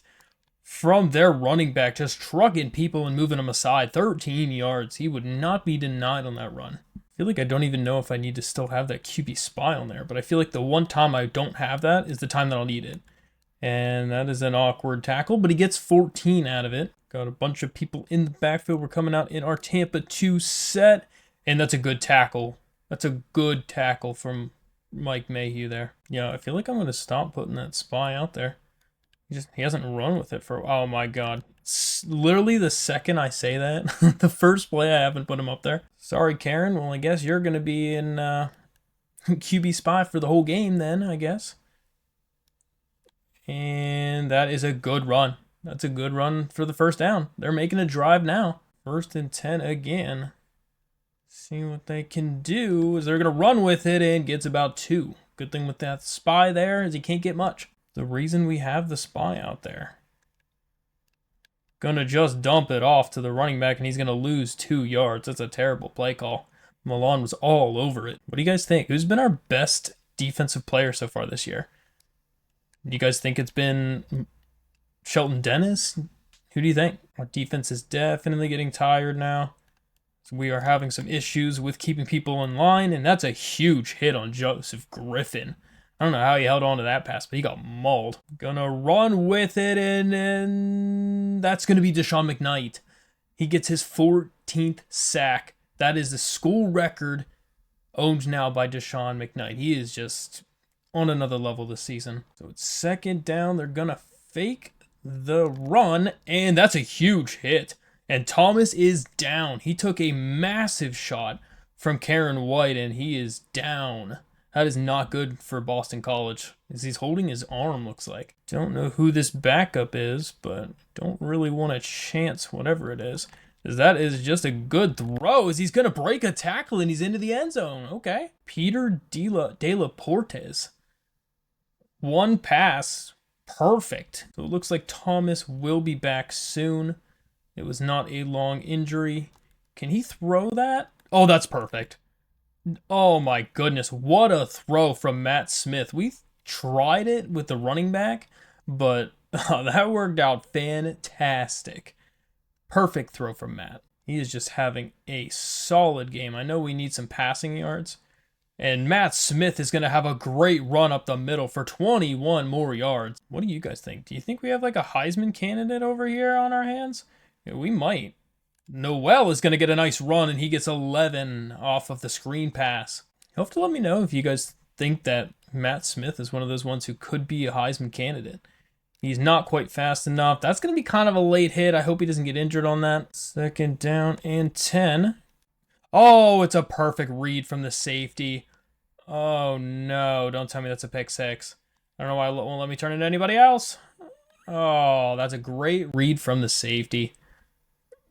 Receiver would have been open. That was a great break from Deshaun Davis, but an even better break from the safety. I did not see that coming at all. Great pick. So it said the injury for Thomas was a will return soon, just elbow bursitis, so he should be back in pretty soon.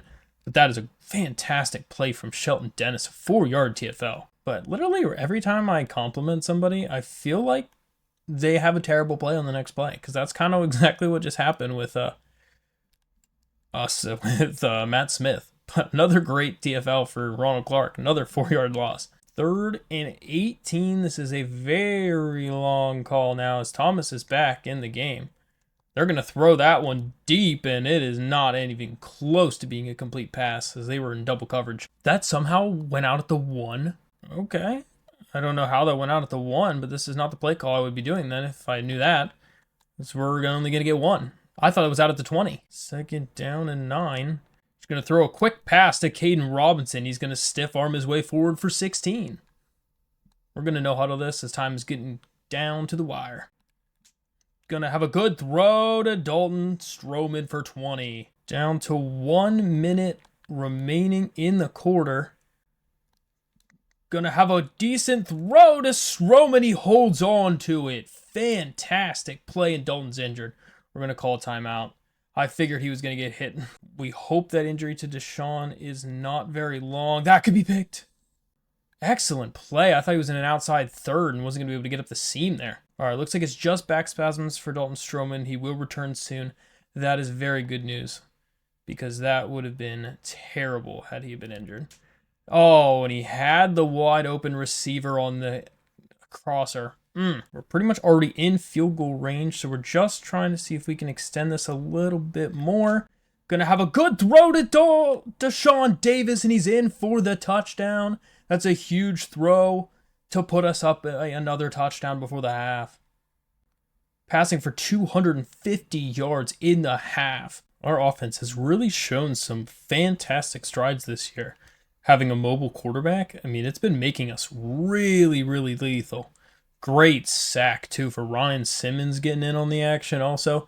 Ryan Simmons, Mike Mayhew, and Deshaun McKnight. I mean, are they the best defensive line combo you've ever seen in your entire life? I mean, they're ridiculous, all three of them. It's really such a shame I did not start Deshaun McKnight over Hansky Palient, because could you imagine they are going to hike the ball and try anyway, but they're just going to run with it, and Deshaun will keep them for nothing. 1st and 10 for Boston College. So they're going to run with it and gonna get sacked again. Ryan Simmons in there with his 2nd sack. I mean, even after increasing all of the sliders by a decent margin, I mean, we're still getting a lot of pressure consistently. But it's also that they're trying to run with it a lot. And that's a huge hit on their quarterback. I mean, he's already been injured this time. Like, you gotta save your guy, man. He just took a shot from Paul Pittman. I mean, we're at the point we know our defenders are better than their receivers, and so we're just eating it up here. As that's another hit. Ryan Simmons is going to put another hit on the quarterback as he's just taking shot after shot. Does Deshaun get a chance to return something nice here? It looks like he might. I don't know if he's going to have enough space for it, but he gets leveled by the punter. I don't think I've ever seen this play before.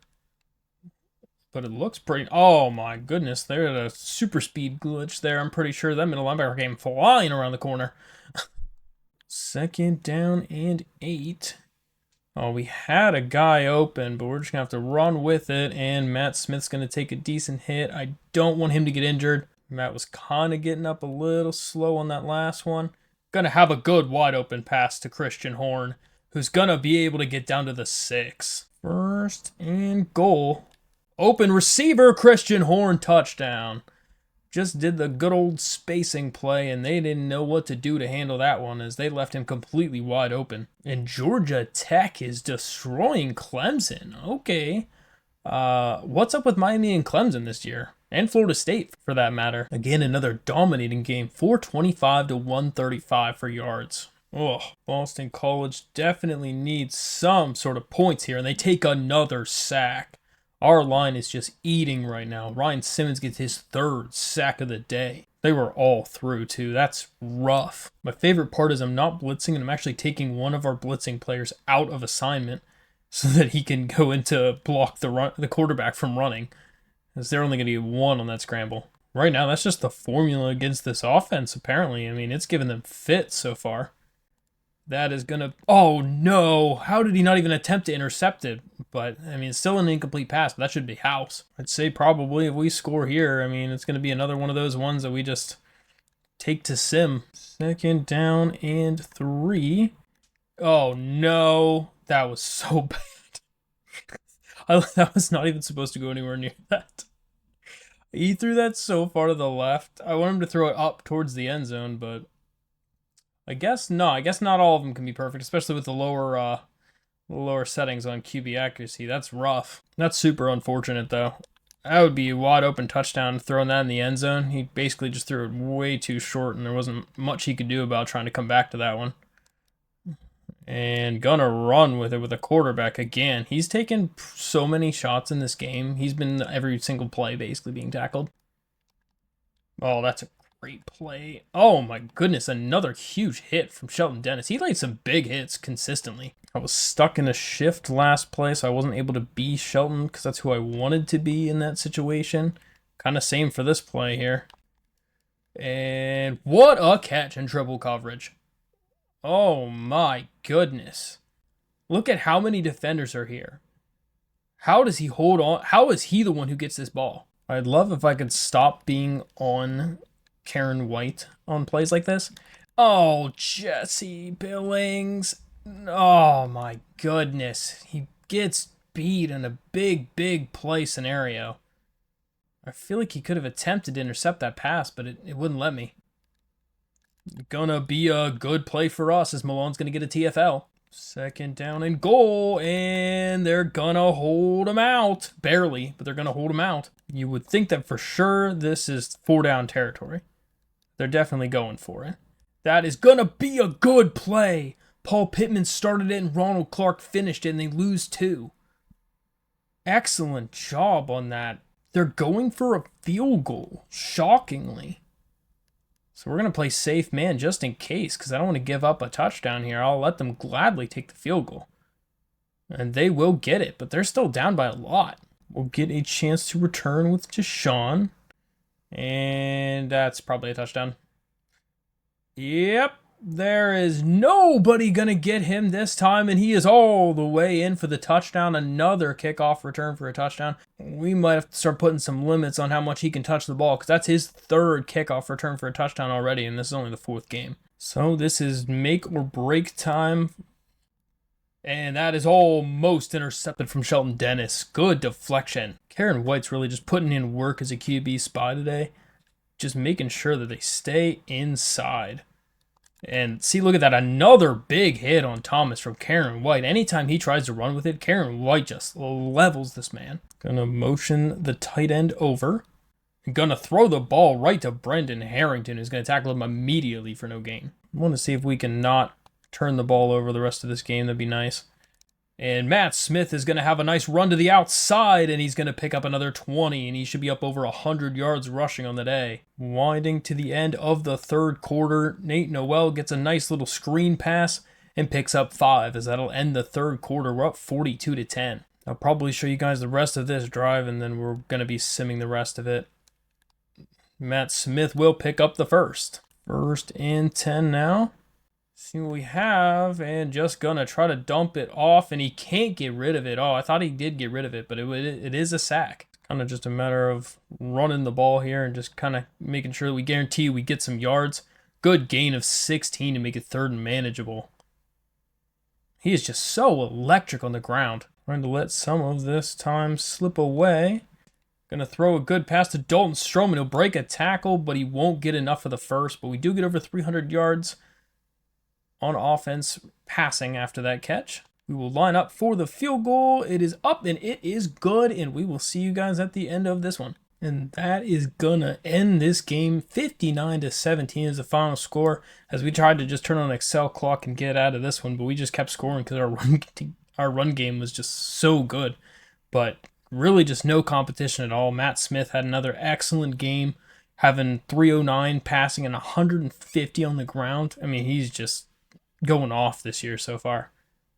He needs to definitely cut down a little bit on his turnovers. He gets a little careless with the ball sometimes, and I feel like at some point that's going to cost us, but right now our defense is just so elite that it's tough for the opponent to even stay in the game, let alone make a chance to win it against us.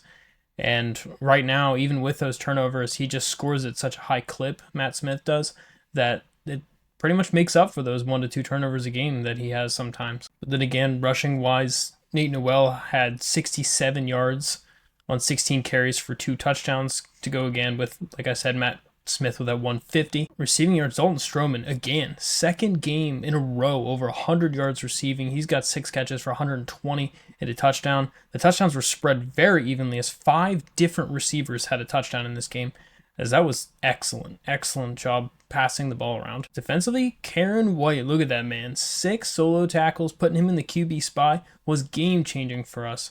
Couple TFLs with Ryan Simmons as well were huge with his sacks. And Shelton Dennis ended up getting his first interception so far of his career. So after simming to the next week, Scott Colvin signed with us. That's awesome. He committed to our team. He's projecting as a quarterback. I know he's an athlete though, so we'll have to see where he fits. So we're playing against Duke this week. They are winless, so this one might be pretty rough for them, but we gotta stay hungry and not be complacent here because we don't want to drop a game to a random team. But we're up to number 8 in the country right now at an undefeated 4-0, first in our side of the conference. So it's going to be another good game for us to continue to try to pad that win stat. I don't know if we've played at this stadium yet, at Duke Stadium, but it looks pretty sick actually, and I really like it.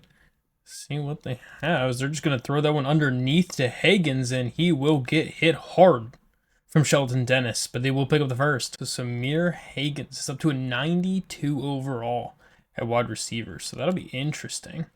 They're going to run the ball and going to get taken down in the backfield from Paul Pittman.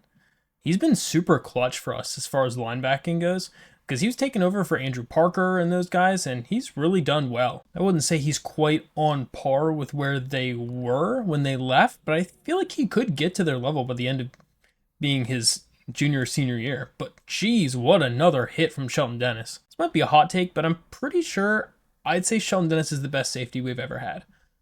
You guys are going to have to let me know if you think so. But I mean, it's still early. You know, I don't want to hype this man up too much because he's got a lot of career left ahead of him, but from just what he's looking like right now, I mean, this man looks different as far as a safety goes. And they are just gonna spike the ball. Proud is really into it in this game right now, as it is gonna make it tough potentially. Oh, that was a fantastic spin.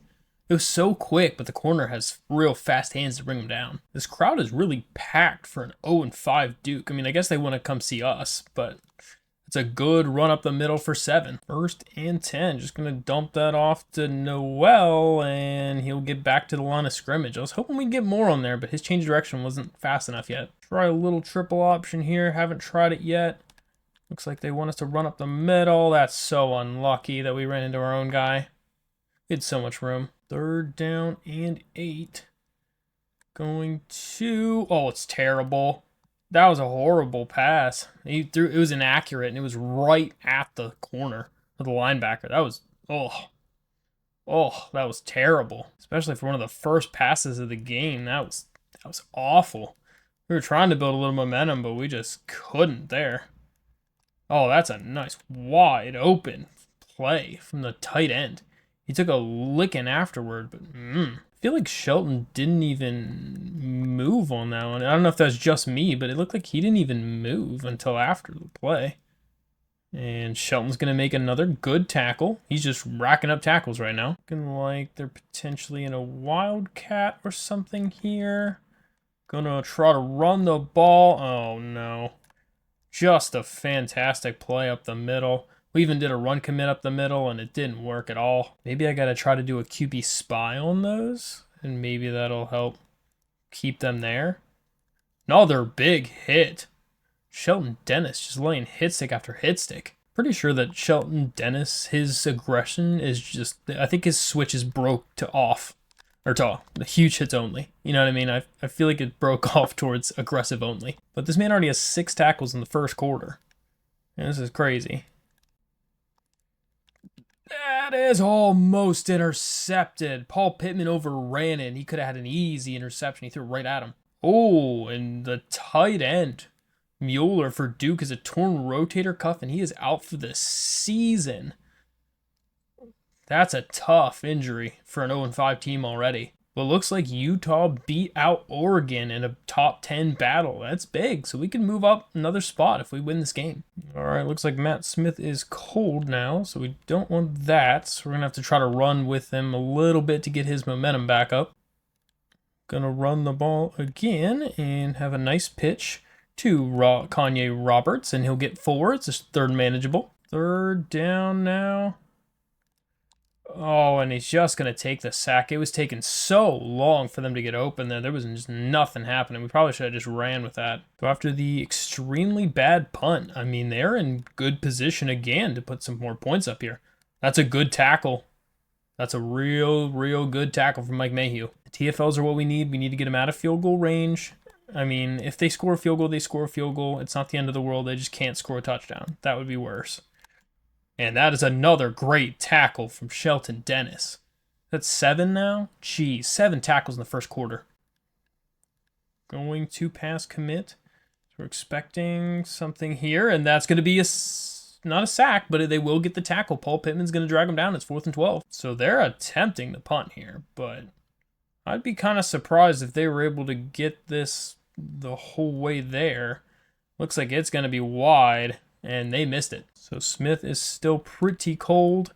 Going to run the ball to Nate Noel, and he's going to pick up a nice 7. They are really trying to make sure that Matt Smith does not get the ball. And Matt Smith is going to get some room, and he's going to run up the middle for 9 and a first down. Got to get the crowd out of this game, as Nate Noel is going to run up the middle for another 3. 2nd down and 7. Going to throw a good pass to Deshaun Davis, who will pick up a first down and a good 12-yard gain. Just got to get that momentum going, get Matt's head in the game. Having him start the game cold is just not a great thing. And we're going to go up for another 6-yard gain to Nate. 2nd down and 4. Going to have a throw, and it's just underthrown. Oh, that's so unfortunate. He definitely had him. That definitely was a riskier pass. Probably should not have thrown that in that situation with him being cold. But, we'll see what happens. Gonna scramble out here and just try to get the first, and he's going to get it. He'll fumble the ball out of bounds, which doesn't matter, but he's able to just truck him for the first. That was all we really wanted, was just to get the first down, so it didn't matter if he fumbled it. But definitely hurt his confidence, though, which is not ideal because he went back to being cold again. 2nd down now. Dump it off to the running back. Is going to get a couple yards, and it's 3rd and 1. 3rd and 1. Important play, and he diving swats that. Excellent coverage. Offensive coordinator wants us to go for this. I'm not sure how I feel about it, but we will see. Looks like we're just going to run right up the middle and get 7. That's excellent. Nate Noel has been fantastic for us so far in this game, and he is gonna get into the end zone. Nate Noel gets rewarded for carrying us so far early into the game, as he's been the only one who's been able to get anything going. I don't know about the receivers, but I mean, right now Matt can't get the ball to him. 1st and 10. They're just gonna scramble out here, and he's gonna take a decent hit. Doesn't get much of anything there. 2nd down and 9. Gonna motion one of their players over. It is a run, in fact. And he's gonna pitch the ball, and Milan Tucker single-handedly gets an amazing play. There was no one else there. It was probably a touchdown if he doesn't make that tackle. It was even legit almost a fumble, the way he waited so long to pitch that. And that's a great catch. Double coverage and everything, and Samir Haggins just holds on. I mean, really, the quarterback threw where only his receiver could get it. Look how close this pass was. Oh my goodness. Duke is threatening again. They are going to run with it, and he takes a massive shot from Shelton Dennis. This man is just putting some punishment on the Duke offense. I mean, their quarterback's got to be gassed right now because he's taking some shots. Having to try to run the ball so much. That's another good tackle from Shelton. He's getting closer and closer to 10. That's 9 tackles in the first half. I feel like I wonder what the tackle record is for most tackles in a half. And that is going to be a sack. Mike Mayhew's going to get a huge sack on 3rd down to bring up a 4th down situation. That was such a clutch play from Mike Mayhew. It's going to be a fake, and they're going to get it. Oh, I was not expecting that. One time I'm not even basically holding my controller, and they go for it. That's unfortunate. And that is going to be a good tackle. It's 2nd and 7. I mean, they're really trying to win this game. That is an overthrow, as the receiver did have a step. Really don't like how much Ethan Johnson gets beat over the top like that. Like, not a big fan of that. And, oh my goodness. Stinking drag route. He's so much faster. He's able to turn around and get upfield. Defense is getting gassed now. So this is a big situation, and he just throws that into the dirt. It looks like another Wildcat spot here, as they will run with it and only get 4. So we will take that. They're really just running the clock out in this one, making it tough for us to build a big enough lead to keep them out of it. They're going to run with it, and he gets by 3 people to get to the first.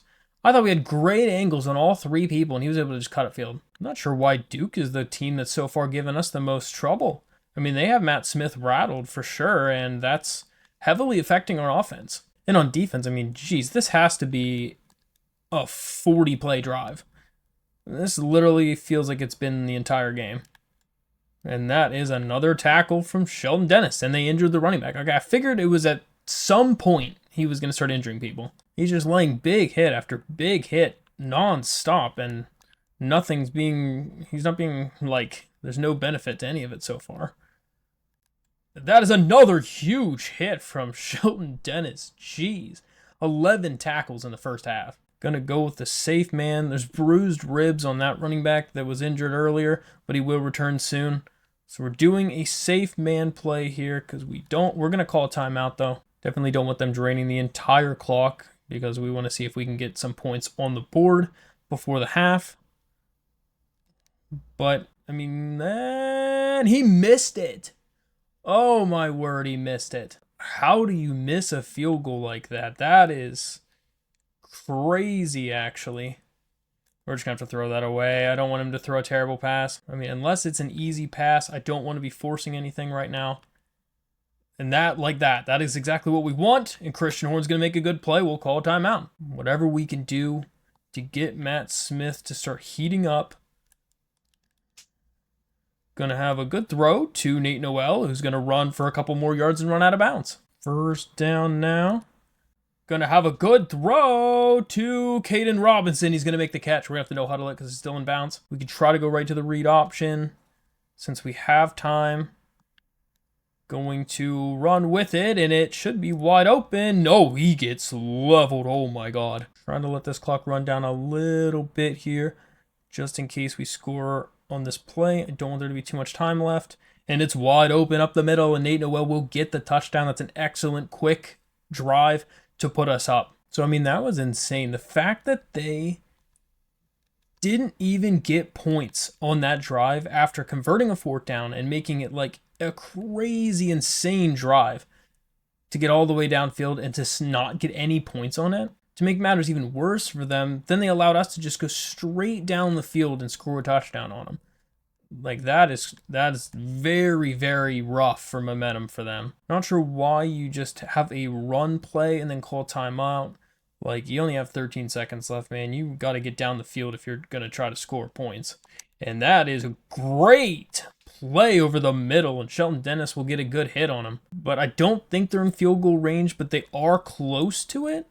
I think if they were to complete a pass, they would probably be in it. And that is going to get intercepted by Milan Tucker. Excellent play. Is he going to be able to take that back? He cannot, but we were able to keep him out. So at the half, we are up 14-3 in our closest matchup yet against the winless Duke. Wondering what that composure system is going to be like in the new game. Has me thinking about it now from the composure issues I've had in this game with Matt Smith. But that's a good run for him. But I'm wondering kind of how that works, if it might be more worth it to be receiving the ball if you have a bad or a young quarterback. Receiving the ball is in like on the initial kickoff to see if you can go down the field and just get some points up immediately so that you don't allow yourself to be behind by 7 points and potentially get rattled from that. Because I have a feeling that composure system, if it's enough of a difference, it might actually change the way that we end up playing the game.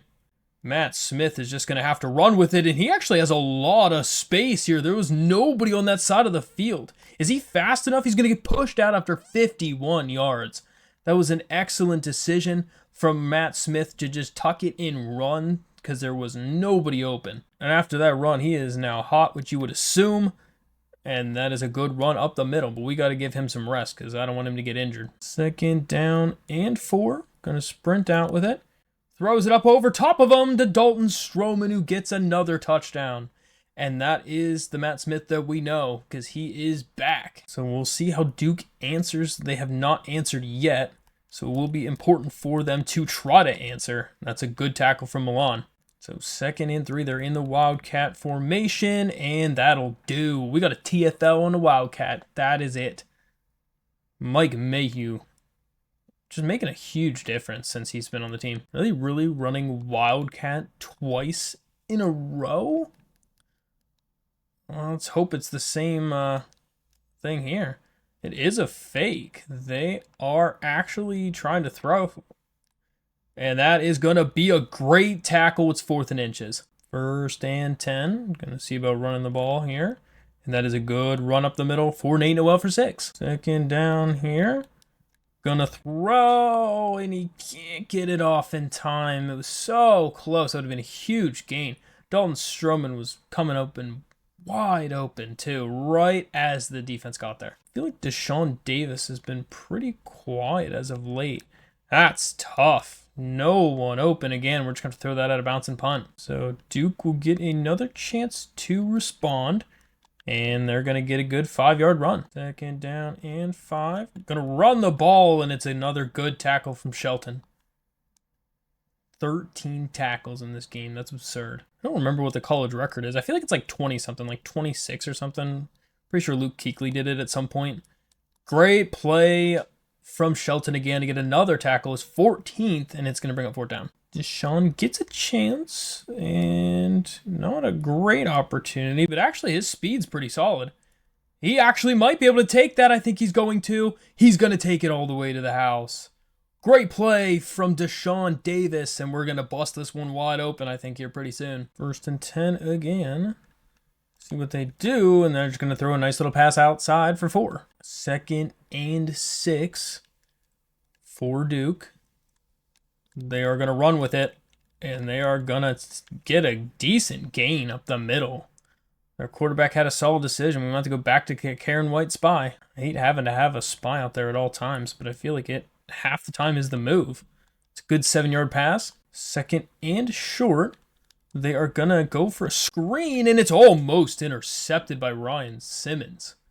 That was excellent. 3rd down and 3. They're going to run with it, and it's going to be 4th and 1. Great tackle from Shelton. I feel like Deshaun Davis and Caden Robinson have kind of had some sort of a downside lately. That's a good pass. That's a perfect pass right to Deshaun Davis. That crossbody is not ideal, but look how wide open it is. It's just one of the ways he gets yards for free, basically. And they are going to just give him too much space. And that's a good move from Matt Smith. And he's going to stiff arm his way down for a 32-yard gain. I think he might be injured. Oh, and here is the backup. Ryan Berger is in. That is not what you want to see. Let's hope this is not a bad injury. Okay, just a will return soon for an abdominal strain. Whew, you got to hold your breath every time something like that happens because you just do not want to have that happen to us for the 2nd time in 2 years. Right now, we're kind of just able to just power this thing forward, and Nate Noel gets his 3rd rushing touchdown of the day. He's having a great day on the ground. Duke really needs to respond on this drive. Like, then they're going to get sacked. Another sack from Mike Mayhew. So 35-3. If they don't score on this drive here, I think we're going to be simming this one as well. Gonna throw a nice little outside pass for 7. 3rd and long. This is a big, big possession for Duke. They're going to just throw this, and it's going to get caught. Ethan Johnson just didn't even do anything on that play to react to it, and that's a huge gain. Kind of doomed if you do, doomed if you don't thing. I feel like if I don't turn into him, he doesn't even animate whatsoever, and if I do turn into him, he probably still doesn't animate, but at least there's a shot that he animates. And oh my goodness, another hit from Shelton Dennis. 17 tackles in this game. Again, the one time I don't have a QB spy out there is when he goes off again. Need to have a QB spy on every play, apparently. That is a good throw, but Paul Pittman, excellent coverage to jar that loose. That was one of the best covering plays I've seen, especially from a linebacker. But that looks like maybe some false start. Yeah, here we go. Gonna throw it, and it's a good catch. Wide open play on a nice diving catch. So it is 1st and 10. Duke is threatening to get their first points of the game, and they're not going to get much there as Ronald's going to drag them down for a gain of 1. 2nd down now. They're going to play action this and throw it to the back of the end zone, and he didn't get a foot in. They might challenge that, actually. They're not going to challenge it. Okay, well, I mean, I'll take it. I don't know how that would have fared if they actually did, but they're going to run the ball then and not going to get much as Jewel Dowdle's going to make the tackle for only a gain of 1. Going to pass commit here for a 4th and 8. Going to throw it, and they are going to fight and not get it. Barely not get it. I don't know how he rolled over 3 people, but that's a good defensive stand. And we're pretty much just going to send this. And so that will end it. 49-3 is the final score for us, as it was just another dominant performance, especially towards the second half of that game, as our defense just really came to play today. And Shelton Dennis just leading the charge, but Deshaun Davis, 2 return touchdowns in this game. That's insane. But glad we were able to pull that one out because, I mean, through the first quarter, it didn't really look like it was going to be an easy one. Matt Smith started off real cold. He threw that early bad pass, which led to an interception and rattled him for a bit. And it took us the better half of a full quarter to a quarter and a half to get his momentum back and get him back onto a hot streak. But once he went back onto that hot streak, then it was kind of lights out from there. And our defense really just has been top tier all season. But so game stats, I mean, Matt Smith was 10 for 15 for 193 yards, a touchdown, and a pick. Running-wise, Nate Noel had a great day, 15 attempts, 78 yards, and 3 touchdowns. And Matt Smith had 136 on the ground as well, as he's been just balling out as far as running goes. And just, would you look at this guy? 18 solo tackles, that's ridiculous. Having 3 TFLs on top of it. Mike Mayhew again, making a contribution with 2 sacks and 4 TFLs. 2 of our corners, Jesse Billings and Milan Tucker, getting picks. And you guys can't tell me there's a better defensive line in NCAA history. Look at this. We're the top 3. But guys, look who just made it to the Heisman race. Matt Smith is now 5th in the Heisman after he's just having a fantastic year. So after simulating, we are now looking at some of the recruiting for us this week, as Brian Mayer, that D tackle that we really, really want. I mean, it's not looking fantastic right now, considering we already did our bye week. We already did our visit. So it looks like they're probably all going to pass us pretty quick here. We're hoping that we honestly get knocked out of consideration so I can use my break prospect to get right back in and be pretty close to them by the end of the offseason. That's kind of my goal. That we could just basically just dump a bunch of points into this guy because he looks really, really solid. Andrew Lowe, the strong safety that we were looking at with the 95 Excel and good coverage stats. It's looking pretty good for him, to be honest. It's looking solid. I know ECU just used that break prospect to get into it currently, so I imagine they're going to fall off pretty quick, and it should only be maybe 2-3 weeks for Tennessee to fall off, which should be before their visit, which would be perfect. Somehow, Dwayne Rollins, he's just going to fall completely in our laps at this point. I mean, he is literally the number 1 running back on the board, 5-star Dwayne Rollins. And he looks incredible. He looks absolutely incredible, and literally nobody wants him. So we're getting 900 apiece on this man, so we've been just maxing it lately so we can get as much of a lead as possible. I mean, we have a stinking almost 3,000 point lead on second place. So we scheduled a visit for week 12 too. I don't think anyone's even close to being able to have a chance to even offer a visit at this point. So hopefully we'll be able to just sign him quick and he'll be our new running back. Andy Collins is that super fast free safety with 93 speed, which would be incredible at 6 foot for a 3-star. But the problem is we're not gaining or losing anything against South Carolina. So at this point, it's going to be South Carolina's going to have their visit at week 14, and it's going to knock us down a peg. I would assume, hopefully, it just keeps us tied, and we'll head to the offseason almost for sure with this guy. Justin Tate, things are looking pretty good. It's unfortunately not going to be enough to be able to sign him before Michigan State has their visit, so that might be an off-season game as well. Stinks because he looks real solid with 92 speed. He has 84 zone and 84 press, so he looks like he could be an amazing safety. But he also has pretty good running stats, so he was going to be like a potential running back if we didn't get Dwayne Rollins, but it looks like we're for sure going to get Dwayne Rollins, so that'd be nice. But Christian Thomas has 95 speed. We're hoping this is going to be the Deshaun Davis fill-in, because he's got 89 route running, though. 94 carrying, 95 speed. He looks like an amazing return man. He's got 81 release. The problem is he just can't catch to save his life, but hopefully that will increase. And we're gaining a little bit. So, our goal here is we see NC State's probably going to get knocked out of the race this upcoming visit or this upcoming week, which is great. Then it'll be just a 2-man battle with South Carolina like we are in some of the other guys. But our visit's first. So hopefully that 15 a week can kind of get us close enough that no matter what happens, we'll take them to the offseason. And pretty much the next multiple guys here were the next 4.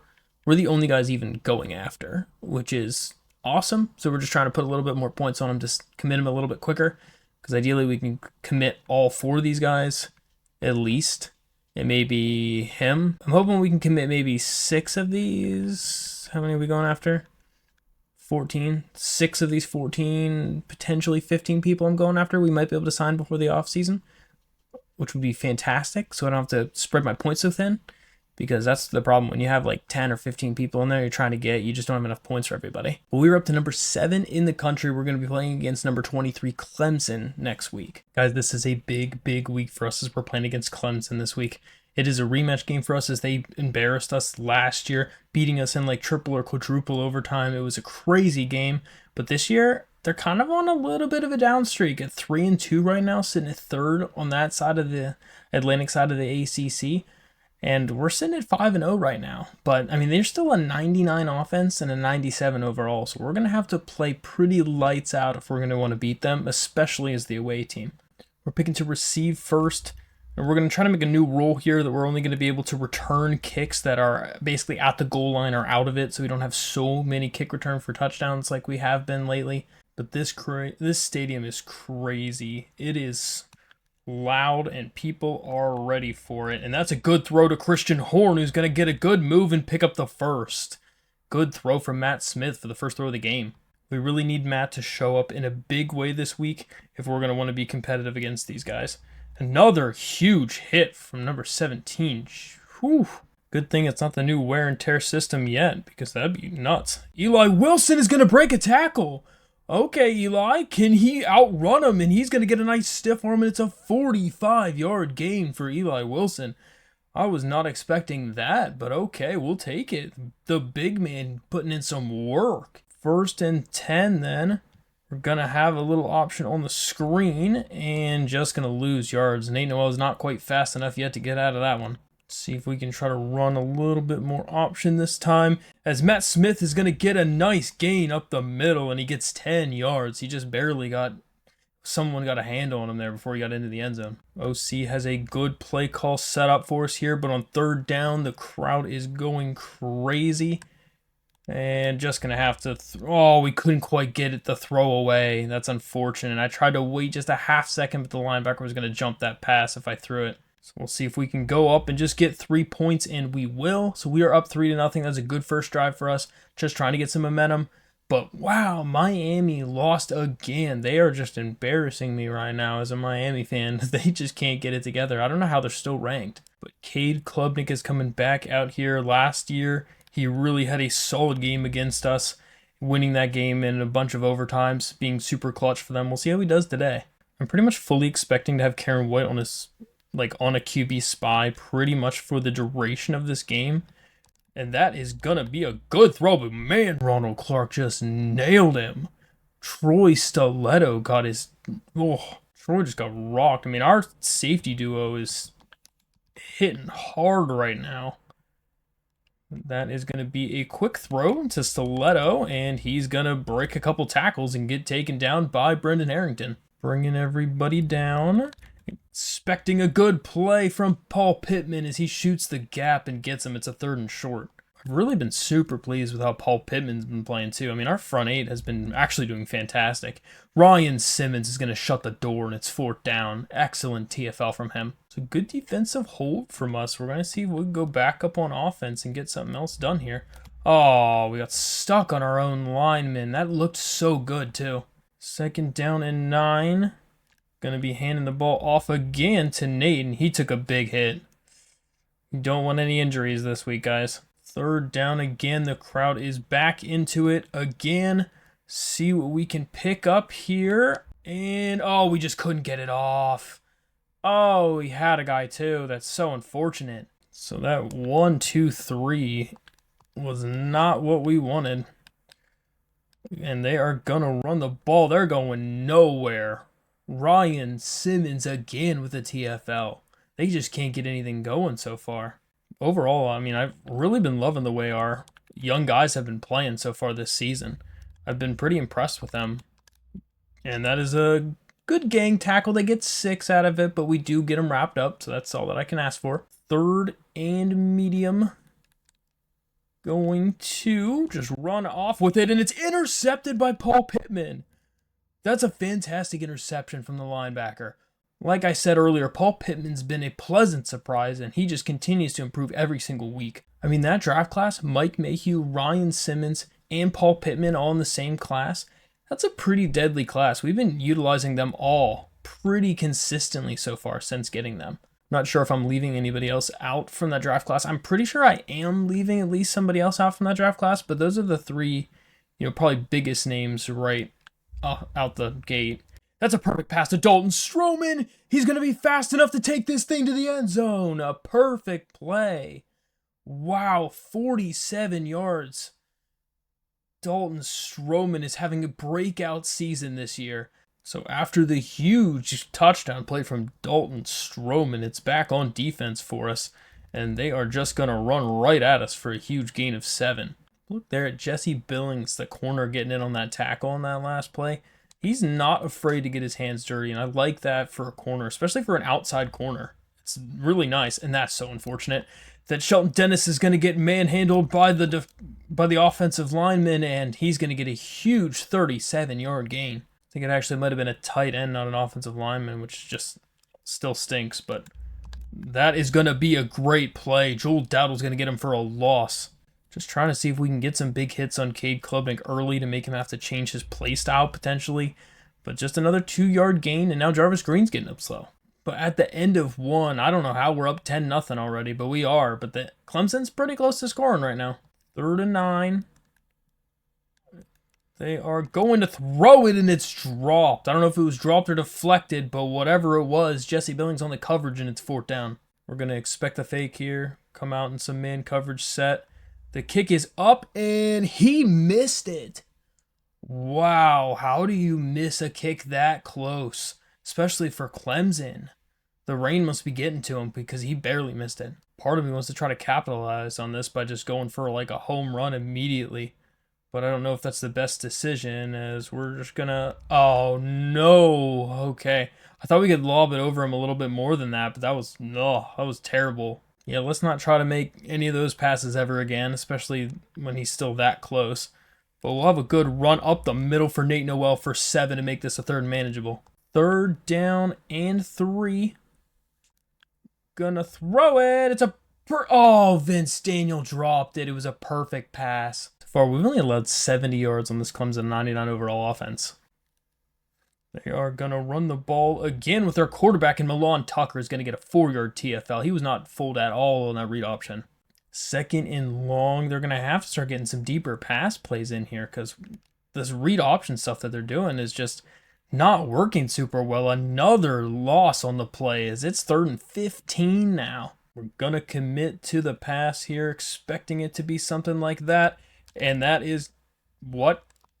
Guys, how did you both miss that? I want to see that replay again. Did they not even attempt to make a tackle and they both ran into him? Apparently not. Okay. I'm just completely speechless from that one. I don't know what happened. And they're going to get another 5 yards. Jarvis Green's getting up slow like the whole game. He's taking some hits. Coming out in some sort of wildcat here. So we're coming out in our Tampa 2 coverage style with a QB spy.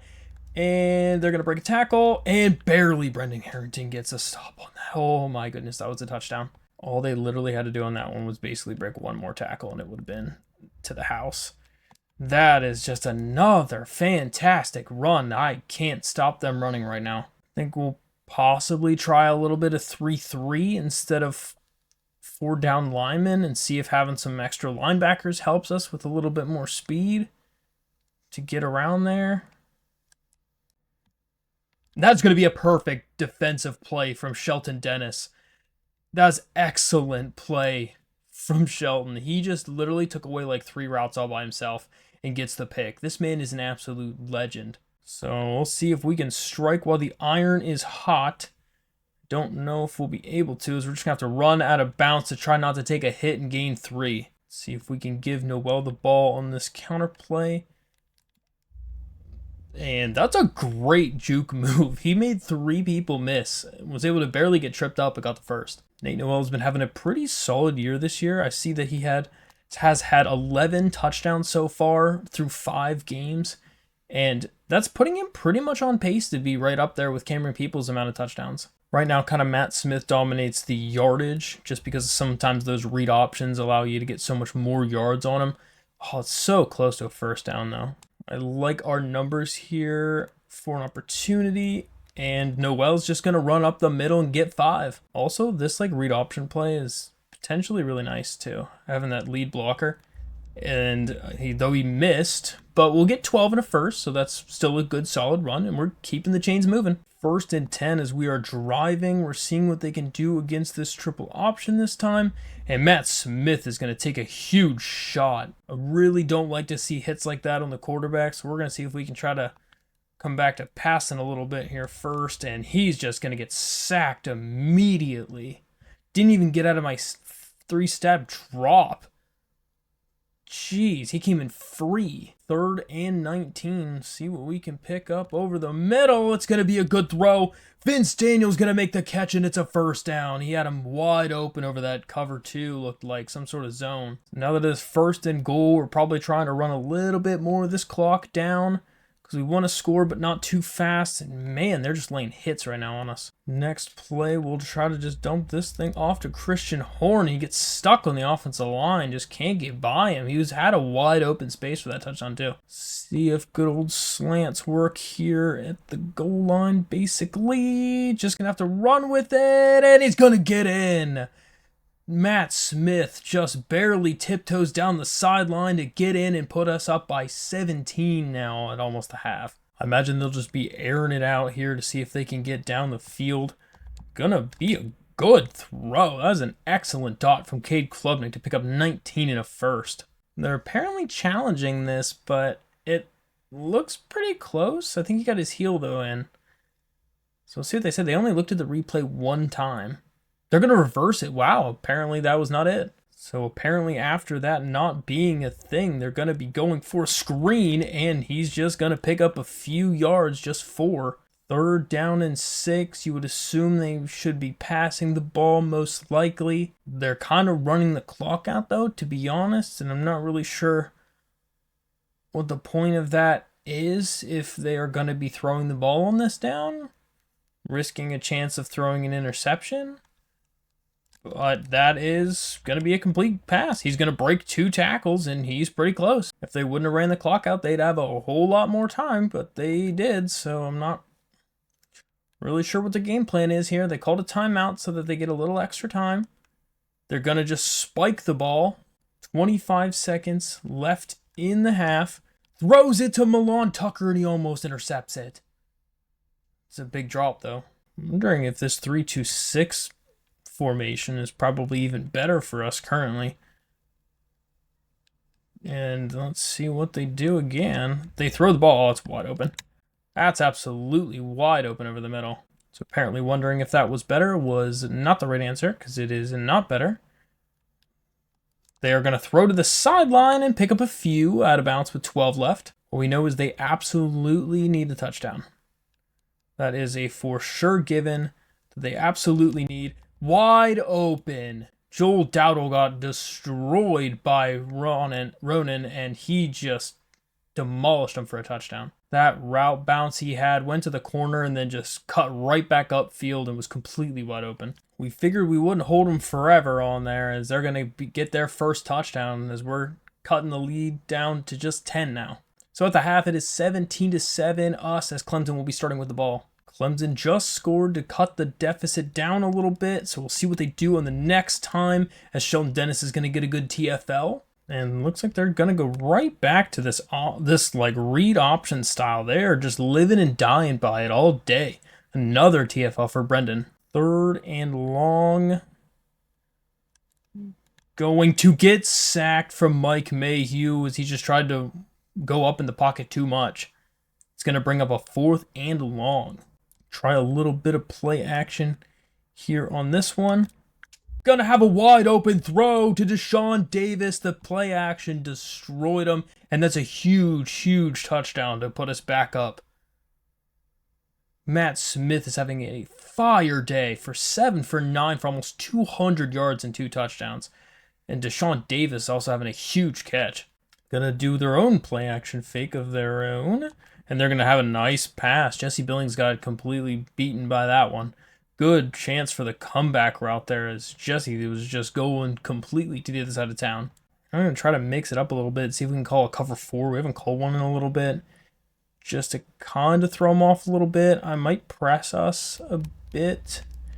But Mike Mayhew's going to make a great play on the ball. 2nd down and 7, as they've just been living and dying by the run pretty much today. As they're just going deep, and Jesse Billings is going to drop the pick, as that could have been another interception for him. 3rd down and 7, you would assume they're going to be passing the ball here. Going to be having a great throw, actually, and that's a good pickup for the first. Antonio Williams, that's his first catch? Yeah, that was his first catch that we allowed now. Antonio's rated their #1 wide receiver right now, so I'm kind of surprised it took him as long as it did to get his first catch. We've just been playing pretty good on him defensively, I guess. Another good tackle from Brendan to save a much bigger gain. Might be kind of fun calling a blitz here, just to kind of see what happens. And that is a good time to call it, as they tried to run with it and didn't get anything at all. Lost a yard from Paul Pittman. If it wasn't for that like 50-something yard run earlier, we'd kind of be bottling up their run game. But they had that one good run, and since then, we've been kind of bottling them up. Another huge TFL, and it's 4th down. Not sure how Matt Smith is not hot currently. Don't know if they're just so good at their crowd that they're able to... Oh, that's a good play to Caden Robinson, but their crowd noise just must be so good it keeps resetting them. But that's a huge play for 17 yards on 1st down. See if we can hit him with another one of these read option plays, and just gonna take a hit, so we'll just try to go right on, take the contact so we don't get leveled. 2nd down. Gonna have to run with it and just gonna probably throw that out of bounds. I don't want to take another shot.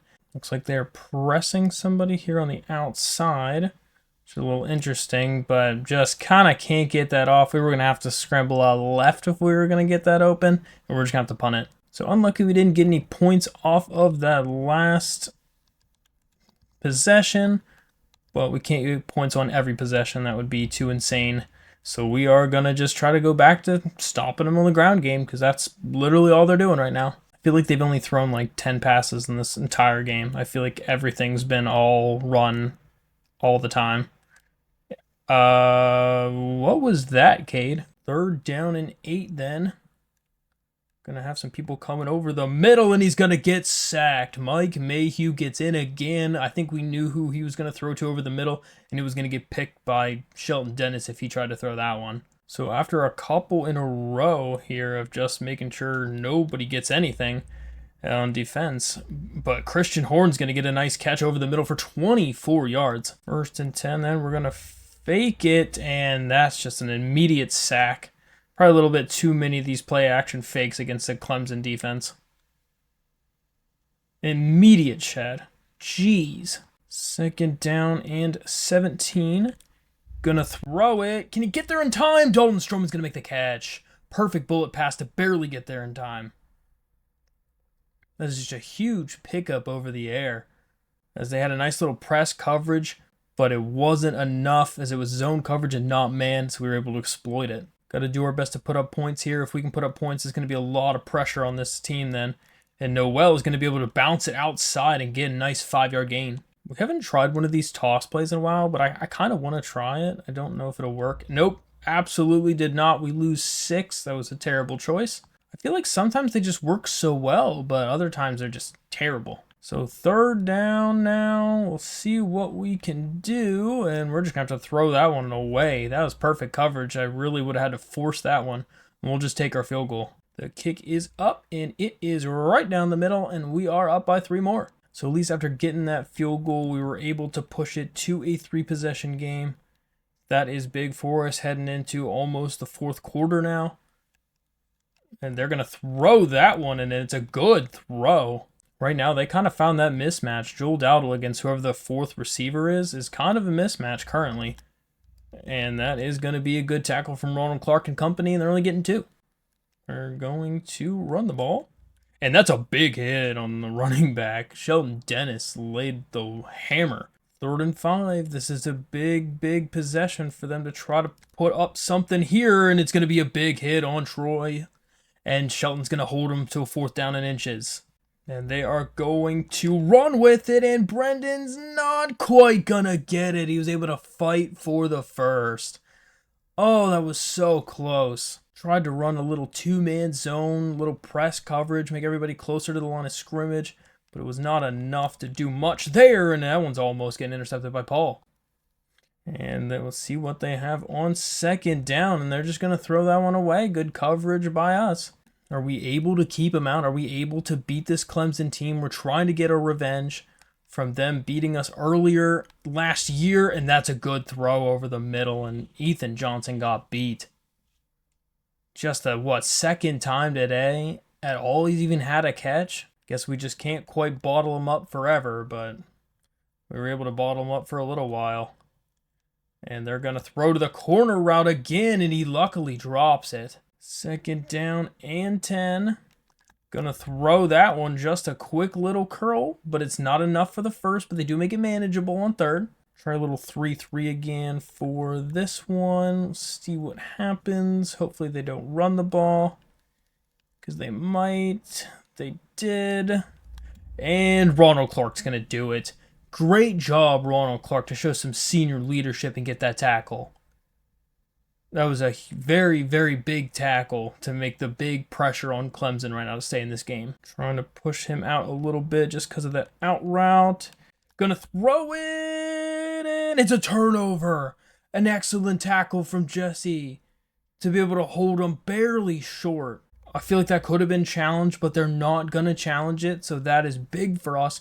We're going to try to just see if we can hike this one quick so that they can't challenge it, and we're just going to power forward for 5 with Nate.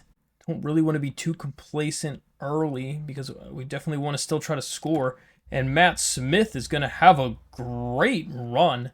The spin move might have been a little bit early, but he's able to get the 1st down. We're going to have to start seeing if we can run some of this clock down as Nate Noel is going to power forward for 8 more. Excel clock has officially been turned on. See if we can get this one out of here.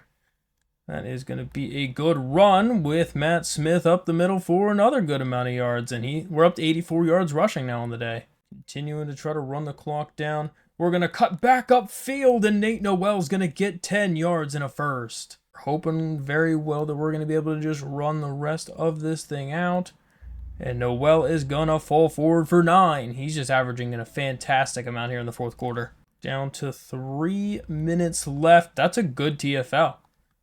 That's a real good TFL from Wade. I think if we get this first, we should be able to run the rest of it out. But not gonna be able to, and it's 4th and 2. Gonna run it down a little bit and then try to kick our field goal, which we will make and push the lead to even more. And we'll see what they have in store. And okay, that was probably the best throw of the day. Cade Klubnik just straight through a laser right over top of a 6'7" safety. And that is going to be another sack. Is that Mike Mayhew again? Mike Mayhew with his 3rd sack of the day. Excellent. And they're going to try again, and it's almost intercepted to Joel Dowdle. 3rd and 18 now. Pretty much the whole ball game here, and they are going to pick it up. Troy Stiletto has been the man for them today on offense, as he has been the main reason they've been even moving the ball, period. But I don't know if Clemson just did not come ready to play today or what it was, but they just did not seem to have the same fight that we had. And that is going to be a great play to who else but Troy Stiletto again for 34 yards. Troy is averaging almost 17 yards of reception, which is ridiculous. And they're going to just throw that into super tight coverage. That's a bad throw. 2nd down and 10.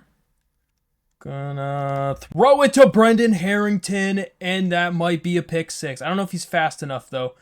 Cade Klubnik is extremely fast for some reason, and he is going to catch him, but that's going to end this one right here. A terrible throw from Cade Klubnik as he throws his 3rd interception of the day, and especially in the red zone when they're trying to have a chance to come back. So that is going to end it after the turnover. We're able to just run the rest of it out, and we beat Clemson 30-7. It was pretty tight for most of it, but they just couldn't score, and they just couldn't keep us from scoring enough points to be able to steal that win, I guess. But it just seemed like they weren't prepared for that game. They weren't ready to fight against Matt Smith, as he was able to kind of tear him apart through the air, and then we were able to just kind of run the ball and play safe the rest of it since we had built a lead and weren't really threatened by them scoring offensively. But game stats, we literally only threw 14 passes, but had 235 yards and 2 touchdowns. Then on the ground, Nate Noel led with 61 yards, and Matt Smith ended up having only 23, mainly because he got sacked a handful of times, and that kind of depleted his yards. But Dalton Stroman, again, he's having a solid season. This is probably his breakout year right now, as he had 76 yards and a touchdown, and Deshaun Davis had that nice 53-yard bomb as well. Brendan Harrington showed up today in the tackle sheet, and Mike Mayhew and Ryan Simmons, as always, showing up with the TFLs. But Mike Mayhew added 3 sacks. He's only got any sacks today, but got 3 of them, which is nuts.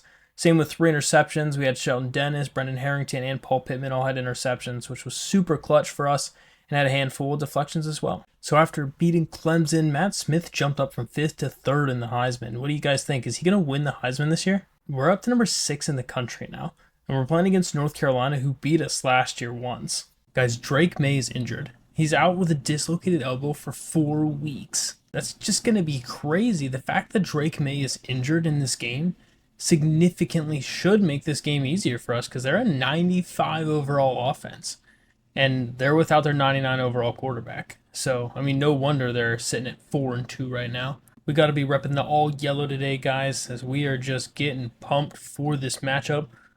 Going to get up against number 19 North Carolina in this one, and we are just going to run the ball up for a few yards to Matt Smith.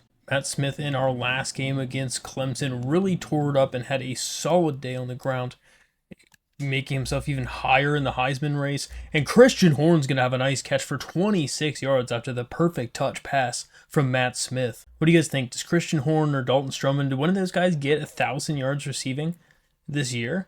We have not had a 1,000-yard receiver yet so far in any of our seasons, let alone this one right here. So, we have 2 guys that might be able to do it. But Matt Smith had a nice gain there on the triple option. This time we'll let Dalton Stroman get a shot at running here, and he just takes 2 up the middle. Second down now.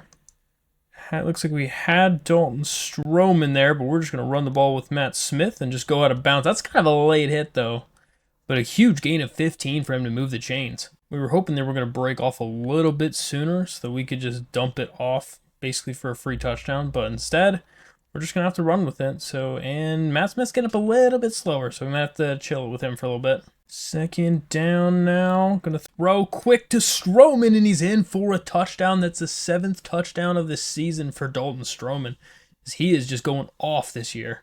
So it's time to see how this backup quarterback for North Carolina does. I don't know if we fought against him yet. Simpson. It's going to be a quick pass that's kind of terrible. Ty Simpson just threw that into like double coverage. Good thing it was incomplete. We have a couple of recruits coming to this game. They are mainly concerned with our offensive stats. We have an offensive lineman, we have a tight end, and we have a quarterback coming into this game. And that should be a penalty. Yep, I was going to say, he basically came out from their sideline. So we'll accept that, and they'll be back more yards. So far, Ty's decision-making has not been the best decision-making for him to see what kind of offense he's going to have, and he's just going to get sacked. Needed to get rid of that a whole lot sooner, and Deshaun McKnight's going to get another sack. I believe that's his 15th sack of the season. So you have mainly all offensive players that are here currently visiting in this game. So hopefully we'll be able to tear him up offensively. Second down and 6. Come up with a play action fake. And nope, just going to have to dump that one off as he is not fast enough to get past the corner. And we're just going to take the incomplete. I feel like we've been using this double pivot play a whole lot less this year. And wide open Christian Horn. He just left him there completely wide open. So we'll go ahead and take those 20 yards. See if we can beat somebody here on a corner route. Looks like we will. And it is first and goal. And on the next play here, we'll throw a nice little corner to Christian Horn. He drops it in the back of the end zone. Oh, that was a good throw too. Second down and goal. For the quick throw to Deshaun Davis, and he's in for the touchdown. We saw the blitz coming, and we just needed to buy enough time to get the pass off, and we were up by 2 scores early. I don't know, guys. This team might be one of the best teams I've ever constructed in my life. And that is going to be a 2-yard gain as he breaks a tackle, but not enough for more. I'd be interested to know what weakness you guys think this team has. I think it's just too many turnovers we occasionally have, but that is a massive shot. Shelton Dennis just demolished that man. But yeah, I'd be interested to see what you guys think is one of the weaknesses of this team. Because, I mean, it really is just the inconsistency with throwing picks. But other than that, we just dominate on both sides. I'd say our defense has really come alive the last, couple weeks for sure, especially even into last season. It's been just a big, big difference as we've been locked down. Then, we added some young guns and Jesse Billings, Paul Pittman, Shelton Dennis. We've added some star players that really, really also help. And that is an interception from Paul Pittman. Can he get an interception for a touchdown? He's going to get a pick 6. Paul Pittman, who I literally just mentioned, was breaking out. Just got a pick 6 against the young Ty Simpson, and this game might be blowing out immediately. So after the huge pick 6 from Paul Pittman, I mean, this game could potentially be not great. That is going to be incomplete. Milan Tucker barely got there in time to knock that one loose. So far, I've not been super impressed with Ty Simpson. That is going to be a good throw, but he dropped it, and it's incomplete, 3rd and 10. Guys, Ty Simpson's a 95 overall. I mean, apparently this guy is not a scrub. I don't know why he's playing like he is right now. Our stadium just must be fierce for trying to not, allow any points. Our crowd just must be going crazy. So 1st and 10 back on offense again, and we're just going to have to run with it. As Matt Smith has a lot of room, and he'll go out of bounds after 15 yards. They just had everybody in man coverage, and no one was looking at the quarterback, so we'll just take that all day. A lot of times it's just a matter of taking what the defense gives you, and if they're going to give you a free 15 yards, you take that free 15 yards. Noel is going to get a good run up the middle for a good 6 yards. 2nd down and 4 then. Oh, we just have to throw that one away. Just barely got that one out before we got sacked. Try a screen pass here on the next play, and they read that one from the beginning, and it's going to be a punt. It really looked like the D tackle was going in, but he fooled me bad there, and I was able to just dump it off in time for them to make a TFL. We have only allowed 11 yards so far at the end of almost the first quarter. So after the nice punt, we get them to the 10-yard line to start their next drive, as their pressure really needs to be on because they need to be doing something here if they're going to do anything here.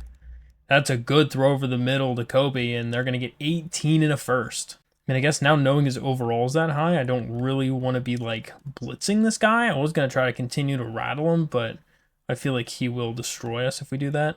That is going to be a huge interception. I've never seen that interception animation before. Did he just one-hand intercept that? Ronald Clark just read that like a book. Yeah, he got a one-handed toe tap. That was smooth.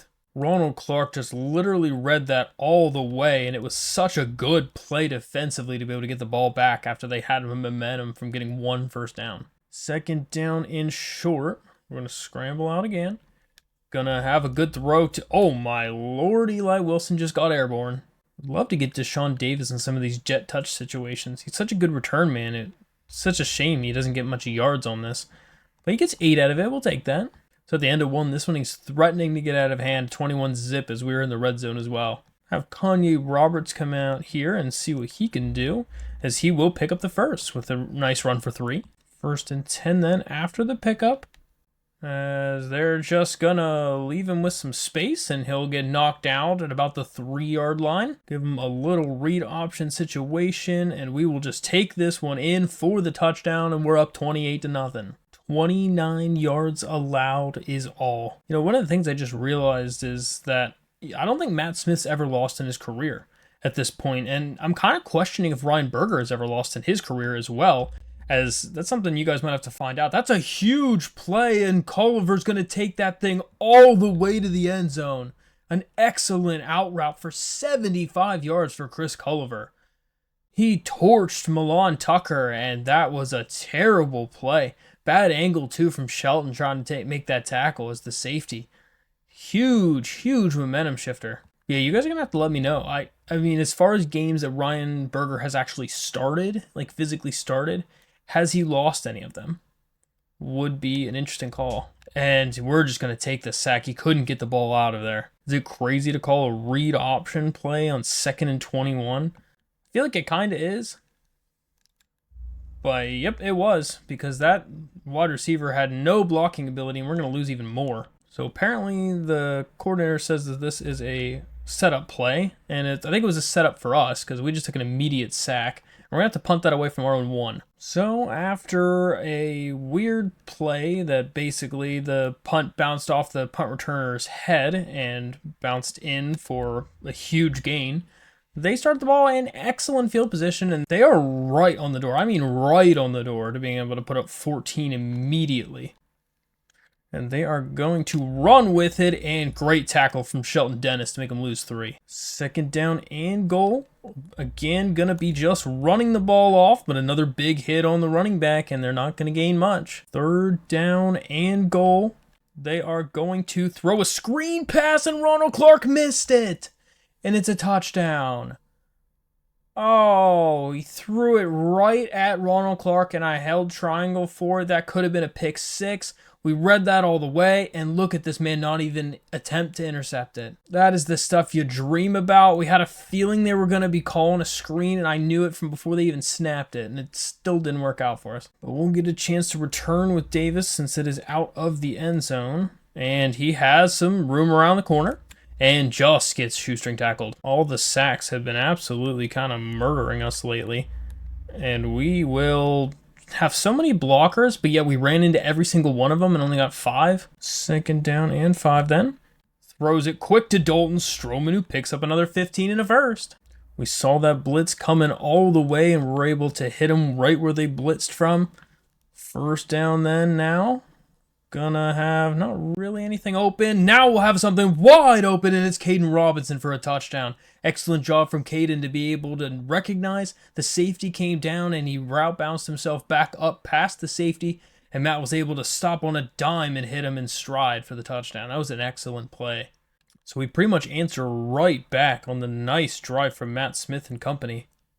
And that is going to be a good throw over the middle to Brantley, the tight end, and he gains a huge, 30 yards or so on Paul Pittman. Oh my gosh, Paul just got embarrassed. So unlucky, because every time I play on one side of the ball, it's the other side of the ball that's what needs help.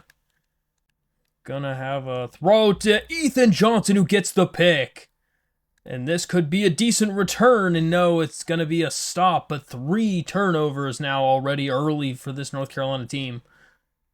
As Ethan Johnson holds on to it and just blanketing the receiver. I have a feeling they're going to try to blitz us on first down just because of that turnover. And they do. Oh, it stinks. It was press coverage, so they were still on the line. I couldn't do a quick throw. I like that we even knew what it was and still weren't able to beat him on it. But Eli Wilson's going to get a nice gain, and he breaks a tackle and gets the first. Eli Wilson's having a pretty solid game. He had a nice game last week, too. And only gets 2 there, but all right, we'll take it. Second down and 8. Just kind of can't do that. I'm just going to have to run out of bounds for nothing. We were kind of hoping on that last one that the safety was not going to go low enough there, but he stayed in pretty good coverage, so we weren't able to do much. We'll just have to throw that one away again, as there's just nothing happening. Their blitz pressure is crazy right now. So North Carolina has another opportunity to do something, and it's going to get intercepted by Brendan Harrington. Oh my goodness, 4 interceptions before the half. And then we'll see what happens on the next opportunity for us. Gonna have a nice open receiver to Nate Noel for a huge gain, and we're into the red zone. He was kind of one of my last reads there. I didn't really even expect him at all to be open, but he just kind of made his own route there, and that worked out for me. So 1st and 10 then. Gonna throw a good pass to Vince Daniel, and he drops it. The freshman drops a touchdown there. It's kind of one of those just unfortunate events right there. So you don't want to see that. Matt's going to have to run with it, and he'll just get pushed out of bounds for 3. I kind of like this play call here, but I don't know who we have even open. Not much. So we're just going to get pushed out of bounds for nothing, and it's going to be a field goal. The kick is up, and it is good. This is just a super high-scoring half. I mean, when's the last time both of us have scored this many points in a half? It's kind of a ton. And that one is almost intercepted from Shelton. We read that all the way as well, and that could have been another pick 6. I don't know why we're in this man's head so much, but we are really in their head, trying to continue to pump up the crowd. Just going to throw that one away. Good decision, because I was going to get picked. Going to guess pass again on 3rd and 10. Looks like they're doing the same thing again, but that's going to be a great play from Chris Culliver, as he's been the only one that's been torching us so far. I like how he only has 8 completions, but yet it's for 183 yards because of some of those insane ones. That is going to be, just a step faster for Dennis, and that could be a pick. They have the light of fire skill active now, so we'll see what that does for them. On 2nd down and 1. Could see them running this. They do run it. And it is going to be, for some reason, whatever that tackle break animation was, made 3 people not be able to even touch him. I don't know if was it just getting some sort of quarterback that's mobile, basically was the difference in making us a powerhouse immediately. You guys have to let me know, what do you think changed? Because, I mean, we've increased the sliders to try to make it more difficult. We moved to the ACC to make it more difficult, and we were struggling in the ACC at the beginning of last year, but still ended up being able to win the Natty. And that is almost an interception from Ethan Johnson. But it seems like pretty much anything we do at this point is borderline successful without having to put too much effort into it. That is going to be thrown and almost intercepted from Joel Dowdle. Kind of surprised that they're actually going for this here.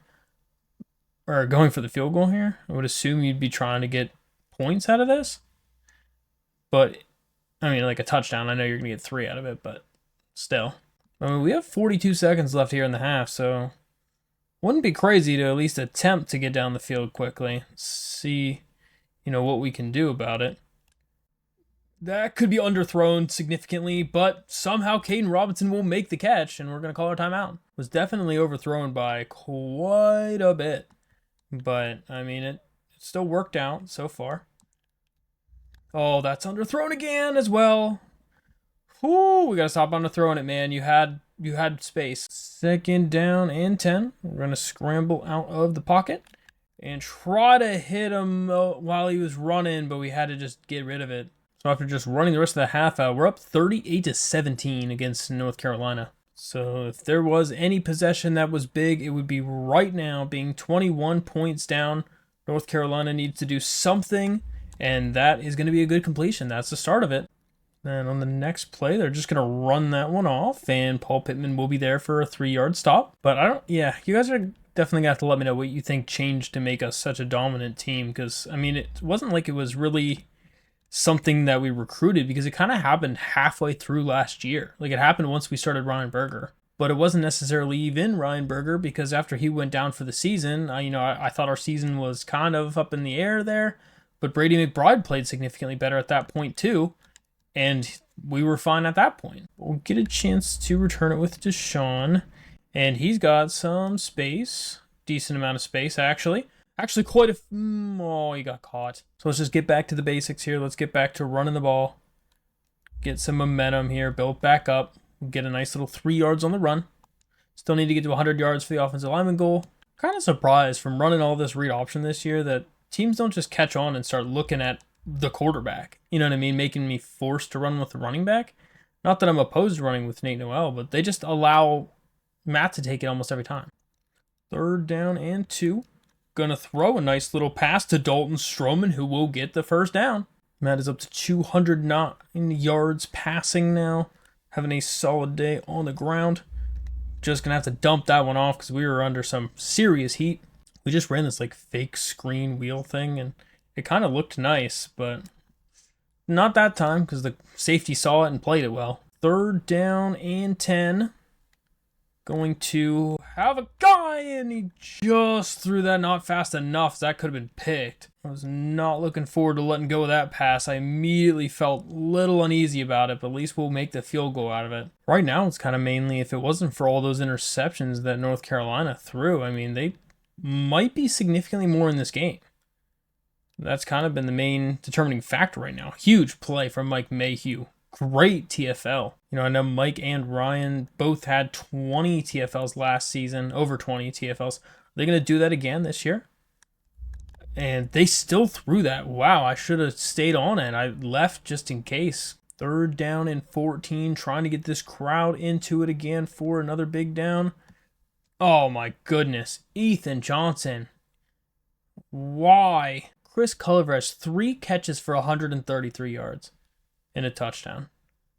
That's an insane game against our number 1 corner. That is not what you want to see. I'll say that much. That is not what you want to see.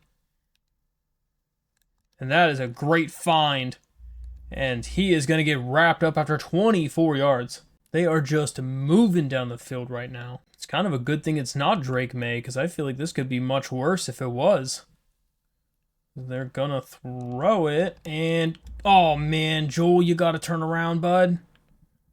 Gavin Blackwell is down, taking 2 big hits in 2 different plays in a row. We will expect a pass on this one. It is not a pass, but Ryan Simmons has it all by himself anyway, and that's a 4-yard loss. Ryan Simmons is just excellent at the option by himself, the speed option. He does a great job of putting his hand on the ball to keep the quarterback from being able to pitch it. We'll expect another pass. It is a screen, which we weren't quite expecting, but it's a good tackle from Karen White to keep him from the first. I mean, how much do they think field goals are going to continue to keep them in this game?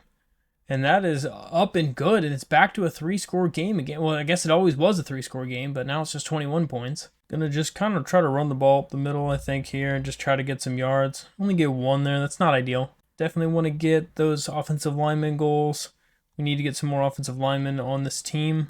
And that is a good run from Nate Noel. He's going to fight and get that burst. See, like they're finally looking after the running back instead of the quarterback now. And then a huge play again.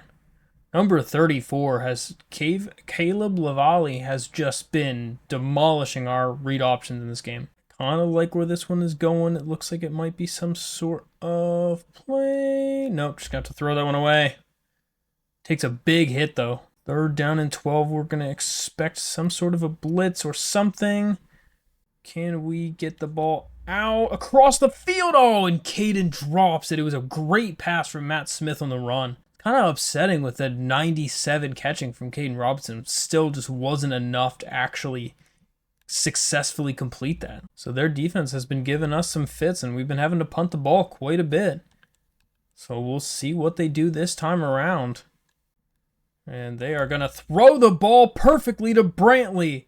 And is Shelton Dennis going to be fast enough to make the tackle? We will, but it's a 59-yard gain to the tight end.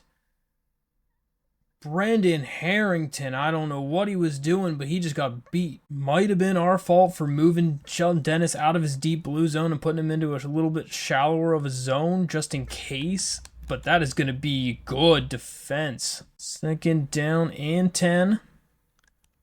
They're going to throw it, and it's almost intercepted again from Joel Dowdle. He just needs a little bit better hands there to catch off the tip. I mean, I'd rather him have just better coverage in general, so we don't have to worry about him having bad hands in the first place. But, you know, I guess I can't be too picky. And they'll just throw it off to Milan Tucker, and oh my goodness, what a hit. What was that? Is it going to show us that replay? No, I'm going to have to look at that replay again. Just going to throw it off to the receiver, and then he just did like a straight up backflip for Milan Tucker. Oh, 4th and 1. Big important down here, and they're going to have a wide open person over the middle for Kobe for 11. Try to do press coverage and see what it would do to help us out. But it didn't do much. They're going to have a screen play. That's a great call in that situation. I was not expecting that at all. And we had everybody pulled back out of coverage and had nobody on the running back. So that was a fantastic call for them. Definitely took everybody away that could have possibly do anything there and changed their routes to something else. Or coverage assignments, but blah. So we pretty much allowed more points to North Carolina than we've allowed to really anybody in the last couple weeks. Matt Smith gets leveled after the spin move. Oh, goodness.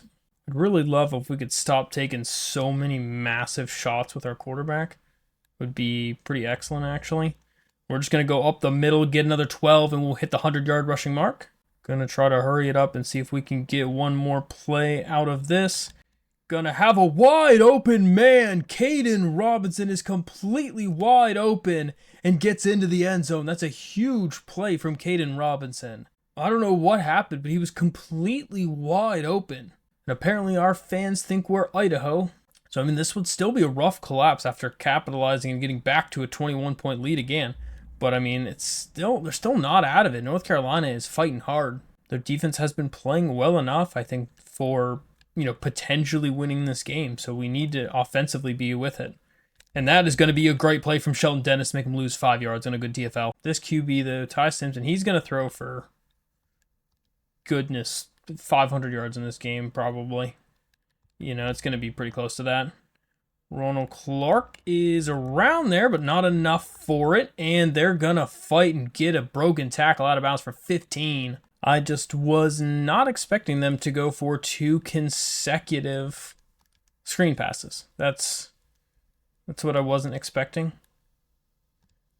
And they're just going to have to throw that one away. It was good coverage that time. Just like after throwing like those 4 interceptions, he's kind of tightened up a little bit, shown a little bit more that he's a 95 overall. Not enough that I would say that for sure he is, and that's going to be a pick 6 from Jesse Billings, most likely. Maybe not. No, he's going to shake off the QB, but he didn't quite get the pick 6. But that was a terrible pass. Literally right as I was saying, he was cleaning up his work too. 5 interceptions is rough for anybody, let alone a 95 overall. That's terrible. And Nate Noel is going to power his way in, and we're up by 28 now. Man, I'll probably give them one more drive here since their offense has been, up and down. If they score again here, we can continue this, but otherwise it'll probably be one of those sim games. And that is Chris Culliver. Oh my God. This man has a second 75-yard touchdown of the day. One on either of our corners now. Oh my goodness. Chris Culliver alone is just a problem. We're going to probably try to run some clock, I would assume, here to try to just get out of this one. Good spin from Nate Noel. First down. Really, the only thing that can beat us right now is too much time on the clock, basically, as that's going to be another good spin move and another first down for Nate Noel. So if we can basically get this thing to under 3 minutes left, something like that, this could be another story. Down to under 5 minutes now in this one, and just going to kind of run around here and get just suction cup to the back of his center. But we'll pick up the first. Just trying to continue to run the clock out. And Matt Smith will get a nice little broken tackle and pick up 4. So far, a solid drive for us, knocking down more than 2 minutes so far on this clock. Noel will get a spin, and he's going to fumble the football. And he fumbles the football. Was it Caleb Lavalley or whatever his name is? Lavalley? Oh my goodness. Nothing I can even say about that. Just a fantastic individual effort from him. Oh my word. Wide open. Come on, Joel. And that is it. Oh my word. I knew it was going to go to Chris Culliver too.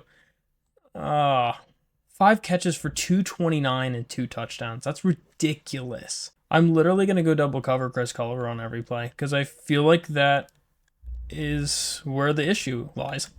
And that's a huge hit. Pick it up. Oh, the offensive lineman got it. Oh, and John Sparks bails him out. It's a nice hit from Brendan Harrington to force that fumble. Second down and 13. Gonna run with it. And he just going to take another big hit. I mean, this is risky on their QB. Doing 2 in a row like that. Going to have a man there. And that is, Ethan almost got there fast enough with this reaction time. Trying to put up another score here on it. And that is a good defensive play from Sheldon Dennis. Going to expect a pass. See what they have. Going to throw to the corner, and Milan barely got a hand on it, but I feel like that could have been picked. I feel like that definitely could have been something there. Going to throw it, and it's almost intercepted by Ronald Clark. 4th down now is the last opportunity. They'll throw to the corner, and it's complete. They get over 500 yards passing, but it's a turnover. I don't know what this play call is. I'm not sure if I enjoy this or not, but we will get a nice little gain. Good defensive hold for us there, basically to pretty much end it. So I'm just going to be running the ball out, and I will see you guys in the next one. So that will end it 55-34. Good defensive game, even though we allowed a ton of points. We were just clutch when we needed to be. But they beat us for a lot of deep plays. So more the defensive backs that were kind of being a little bit too aggressive there on the quarterback, trying to jump some routes. But all in all, a good win. You know, we're not going to be able to keep down this 95 overall offense from scoring points in the first place. So, but Matt Smith, another great game for him. 15 for 28, 285, 4 touchdowns, no picks on the ground. Him and Nate Noel both over 70 yards and a touchdown. Caden Robinson, first time him getting over 124 yards in a game, plus had 2 touchdowns on top of it. Dalton Stroman had a nice outing as well with a touchdown and 54 yards. Sheldon Dennis again leading the team in tackles and TFLs, and we only had 1 sack, surprisingly, with Deshaun. But we had plenty of interceptions to go around and plenty of pass deflections as well. But this is one of our most interceptions and pass deflections games probably in the whole series. I mean, it was tied, I think, but it was pretty solid. So after simming the end of that week, we have a couple more commits. Andy Hill, the QB, and James Clark, the corner, as well as Josh Parham, the center, also committed to our school. Looks like we had at least one person be locking us out, though they were only 66. We probably don't really care about that one, but we'll see what the rest of the recruiting looks like. So as we're getting closer to about a little over halfway through the season now, we are ranked number 6 in the country. This is kind of looking at the rest of the teams above us right now. Memphis surprisingly at 7, Utah there at 8, Oklahoma State. See Syracuse is up there at 12, which is kind of crazy. Northern Illinois, Rice. And look at that, guys. Matt Smith is now number 1 in the Heisman after his 5 touchdown performance last week. So looking at the recruiting, some of the players that we got last week, we got Josh Parham, the 3-star center. 68 overall, doesn't look spectacular, but he'll just be redshirted, and hopefully he'll improve during the offseason. Andy Hill, though, we're super excited about. A 4-star, 6'2 athlete He only has 83 speed, which is a little bit on the slower side. Doesn't super look like a defensive player. He more looks like he could be some sort of a quarterback. He's got solid quarterback stats. He also has some decent running stats, just on a little bit of the slower side. And has okay catching ability as well. Potentially wondering about maybe like, I don't know, maybe a tight end thing, maybe a slower running back, fullback, something like that. But probably just a backup quarterback, I would assume.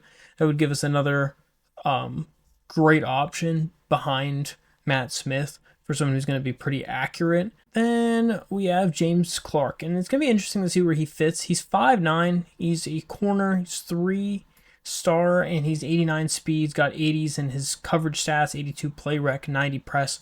Looks like he could be a pretty solid player. Probably for sure going to be a redshirt the first year to see if he can improve, get a little bit faster maybe. But overall, looks like he might not be too bad. Then just for a sneak peek of some of these other guys, looks like we're probably going to be getting the fullback this upcoming week when they lose another 380, which would be perfect. We'll actually have a legit fullback on our team. Not that he's fantastic, but at least actually have a true fullback. Looking closer and closer to being able to get this Patrick Mathis, especially once we hit that visit. Same here with Matt Miller, getting closer and closer to being able to get him. And for some reason, we're just going to straight up steal this man. Dwayne Rollins, a 79 overall. Nobody even is going for him. Everyone is down. 4,600 points is the nearest person. Plus, we have a visit already scheduled on him. And I mean, he looks pretty spectacular, I would say. And he's a 5-star running back, the number 1 running back in the entire recruiting board. So, I mean, that's gonna be awesome, for sure, for next year with Nate Noel. And we should be pretty soon getting this Andrew Lowe as well, the 78 overall strong safety. Not extremely quick, but he should be very serviceable. He's got the same speed, just a little less excel than Shelton Dennis has. So these guys could be the two guys for a while back there. Guys, I am super excited. We're playing against Georgia Tech. See how our defense does against them, as we have been just playing lights out this season. Still undefeated. Let's see if we can keep it up. So another conference matchup. We're playing away at Georgia Tech. This crowd is going absolutely crazy right now. We're just going to try to do something to get them out of the crowd. And that's a great run from Nate Noel to start it out.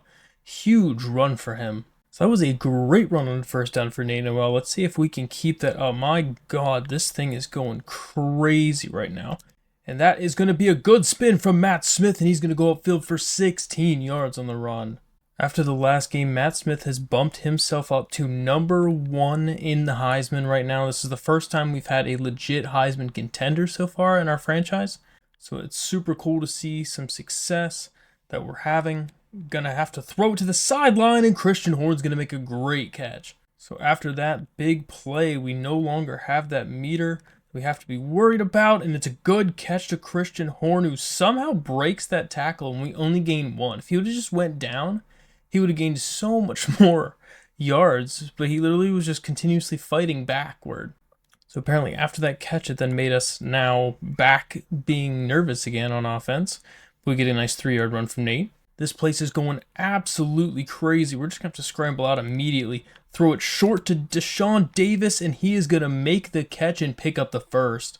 Really an excellent job from Deshaun on that play. And Matt Smith is going to have some good speed as he's going to get back up and get down at the 5. Matt Smith would just not go down on this run. He was able to use his speed to get past the linebacker, basically fell on one of the other linebackers, was able to get back up and get finally drugged down at the 5. We're trying to heat this man up without injuring him, ideally, and that is, oh, that's just so good by the corner. Is he injured? That would not be ideal. Yep, Ryan Berger is in right now. Well, let's hope that is not a long injury. I thought that was going to be a free touchdown, but I guess not, because we're going to lose a yard. All right, so 2 quarters is what Matt Smith is out for. We're just going to have to live with that. That is going to be okay. You know, it's not ideal, but we can live with it. Going to be able to throw it to David Larkins, who gets in for the touchdown. Ryan Berger gets us up on the board, and it's going to be a nice little day to have Ryan Berger be the starter for a little bit. And unbelievably, Washington has been upset by Cal, 27-10. I mean, this is going to be an important game to see where we're at. I mean, we want to not go too crazy with, putting in backups here because we still can't be complacent. We definitely got to keep fighting and keep making sure we get wins because, if we think this is going to be too easy, this might be the team that rolls us.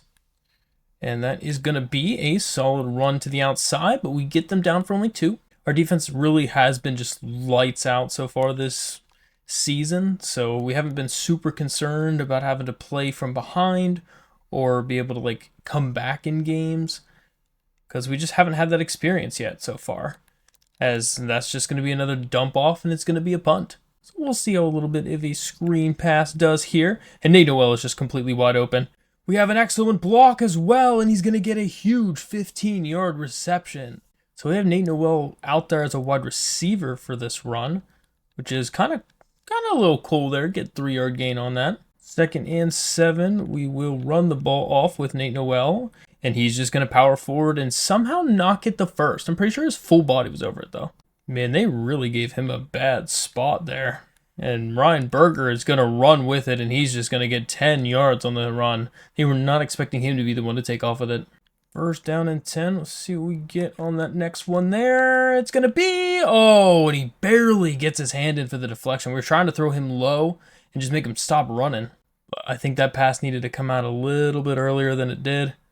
Well, that's unfortunate. We're just going to have to throw that one away. We should have thrown it a little earlier as well, and it is 3rd down already. 3rd and 10. Back to the old double pivot play. Great pass to Deshaun Davis. He's faster than everybody else, and that is a touchdown. Huge play from Ryan Berger to hook us up with our 2nd touchdown of the day, and we're already up 14-0. And so Georgia Tech's going to have to get back in on the action on this one. See what they can do. It's just a throw over the middle. It's incomplete.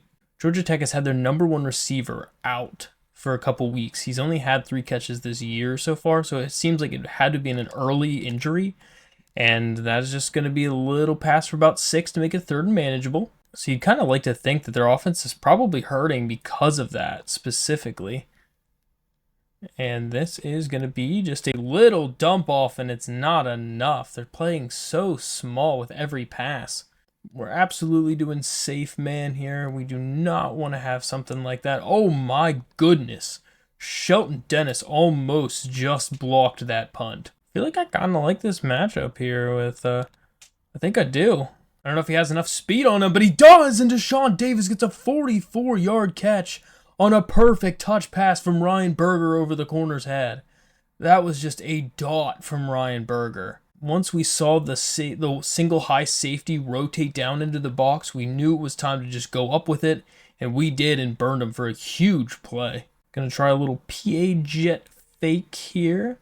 See what we have. Not really anything open. Ryan Berger is definitely faster than this guy, though, and he's gonna get a lot of space, and he's taken down at the 5. Ryan Berger is also just fantastic out here. Looking like a Heisman quarterback himself, and he gets another 4-yard gain. We need to calm down on him a little bit, though. Well, I definitely didn't realize this was a quarterback-designed run, but he will go right up the middle for the touchdown, so that's fine. I didn't look like it was a quarterback-designed run, but we didn't even have a running back there, so that worked out fine. So, I don't know, we have 210 yards already, not even through the first quarter yet, but they really need to get something going here on offense. And that is just a perfectly placed ball right between Shelton and the corner. But at the end of one, it's looking like a blowout over here, even with our backup quarterback in. The good old Wildcat. Let's see what happens. We're going to press, and they're going to get excellent blocking. Shelton Dennis, though, gets up fast enough to get a hand on him. That is excellent because he even got leveled. Look at him in the background getting leveled by that wide receiver. I mean, that shouldn't happen for a 6'7" guy, but okay. So after the big run from their running back, they're going to have another run, and Ronald Clark is going to trip them up, and they're going to get 3. This is really the Georgia Tech offense I'm used to playing against, as they're just going to drop that off and lose 2. I'm used to pretty much every time I play against these guys, they run for like 500 yards on me. So it's kind of nice to not have to have that happen one time, and that's going to be an incomplete pass. Good hit from Jesse Billings to jar that ball loose. So back on offense again, as we've had some pretty successful drives. Nate Noel is going to get a good run, and we're already rushing for 100 yards on the day. Let's see if we can get Caden Robinson involved here on the triple option. Running with it, and the quarterback is going to pitch that one off. Caden will get a good 10-yard gain on that one. Let's see if we can look at Dalton Stroman here. Guess not. We have a wide open receiver, though.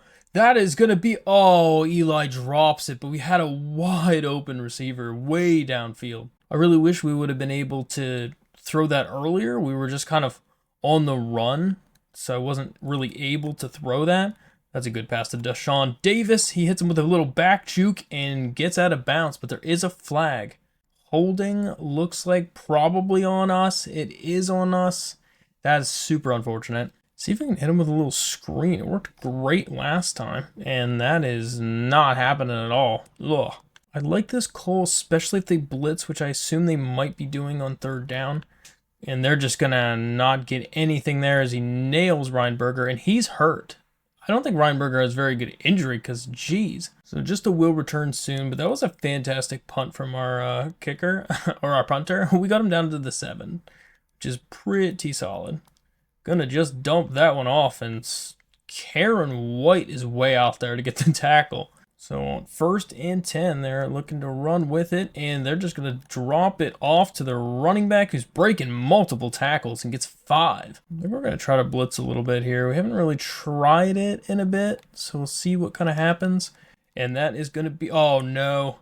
I don't know if Ethan Johnson's fast enough. That's going to be a touchdown. That's terrible. The one time we called a blitz was the wrong time to call a blitz, as they get a huge touchdown run. Ethan Johnson took the absolute worst angle you possibly could take. Shelton Dennis did what he was supposed to do and just get the quarterback, but Ethan Johnson absolutely messed that play up. So we'll get a chance to return then with Deshaun, since it is out of the end zone, and he's got a lot of speed, but 18 does too. He makes a man miss, and he's going to take that thing all the way to the crib. Deshaun Davis is going to get that momentum all the way back. As soon as we let that big run out, we didn't even let our offense get back on the field as Deshaun Davis capitalizes on it for his 4th kick return of the year. So definitely an unfortunate event there with the huge touchdown run. And they're going right back to it, and they're just going to get gang tackled down for a gain of 1. I'm pretty sure I just saw in the ticker that number 1 in the country just got upset. So that could also be pretty big. And that is great blocking. Goodness, their quarterback's breaking off a 20-yard run as well. Right now, we can't stop him at all. Maybe we'll try to call a zone blitz. We'll see what that does. And they're going to just basically dump that off and get a huge gain because there's nobody in the vicinity. Right now, the play calling for Georgia Tech is just on point right now as they are making us have to work for it. Great job, Paul Pittman, though. Great job, Paul. He's coming up super clutch with that TFL. I feel like I just basically want to press. And that is going to be another tackle from Paul. They're just kind of eating right now with that short little curl. 3rd and 6. They are going to run it off. And he is going to fight for it and gets in. After like the 3rd or 4th contact, he finally finds a way to power forward. So 1st down again. They're going to run the ball off. And it is a wide open running lane for Jamie Felix again for 15. Don't really even know what to do at this point. I'm not pass committing. I'm really not doing much of anything to be able to try to prevent that. And that's... Whoo! That was close. Let's see what happens. They're going to run the ball, and it is a great play to hold them down to only 1. Going back to our Tampa 2 style defense. They're just going to try to do a wide receiver screen, and he's hit as he throws, and it's incomplete. The question is, do they actually go for the field goal here? Somebody jumped on the line. I hope it was on the offense. Looks like it is a false start. So that false start's going to make it a little bit harder now for them to make that field goal. We'll see how it goes. as the kick is up and they missed it. So just because they were a little bit further back was the difference between them making and missing that kick, because they barely missed it. So Ryan Berger is back in the game. We don't want to take too many hits with him though, so we're going to keep just trying to slide because we do not want to get him injured and have to go to our third string. Second down and short, we can go for a little bit of a play here. We'll just throw that away. We don't want to take a hit with him. We tried to take a little bit of a shot play on second down. It did not work in our favor. And Larkins is going to fight for yards, but he cannot get the first. He had a terrible route on that. David Larkins was 100% supposed to run further than the first down, for sure. But he did not, and it kind of really cost us there. That is gonna... Oh, no. Oh, my goodness. How do we all miss that? That's the roughest part about that. We had 3 or 4 guys over there, and nobody could even lay a hand on him until after 40 yards. I feel like we're almost cold right now, like completely on defense. This has just been a little tough.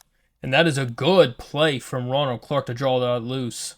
I'm really just like continuously pressing. I want to try to get some sort of animations that they don't enjoy. That is a great play, a great find. So pressing is not working in the slightest. We're just going to go back to regular coverage. Try that for a little bit. That is an open throw, and he caught it. He caught it off his own tip because he did not catch that at first. I don't know if he only caught it because Ethan Johnson hit him, but this was a drop. Yeah, he was dropping it until Ethan Johnson hit him. I almost wonder if Ethan wouldn't have hit him, if that would have been a drop. That was just absolutely insane. So we'll get another chance, and oh my goodness, Deshaun, is he going to do it another time? And he can't, but he's all the way down to the 20. I literally can't, I still cannot even believe that last touchdown play from them. Just complete insanity. Second down now. Let's see what we have over the middle. There's not much. We're just going to try to run with it. With Ryan Berger, he's going to fumble the football.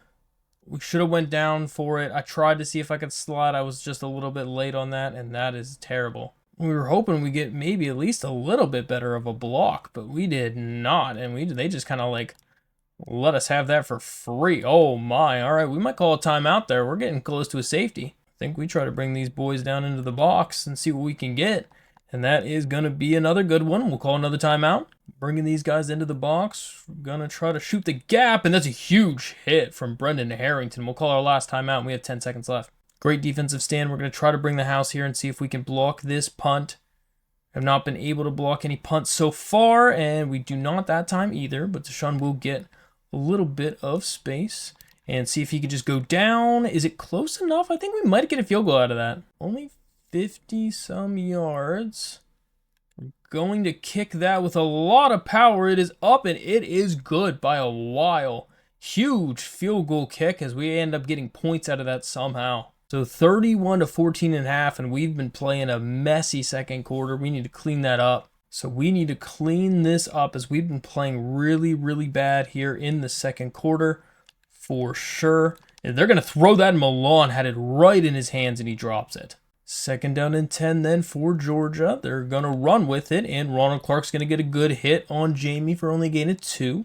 Come on, guys. We need to continue to stay hungry out there on defense. We cannot be letting them score points. That is just going to be a good find and a nice throw over the middle for a huge gain in their midfield. Their pass game has really been what's just beating us right now, as they are going to run the ball, and that is going to be a good run for 9 yards. Jamie's absolutely killing us. Second down and 1. They're going to go a little play action that time, and it is a good find again, as their receivers are just dominating our corners as of the last 10 minutes.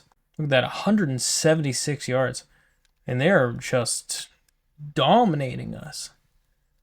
Someone needs to put some little spark into our corners.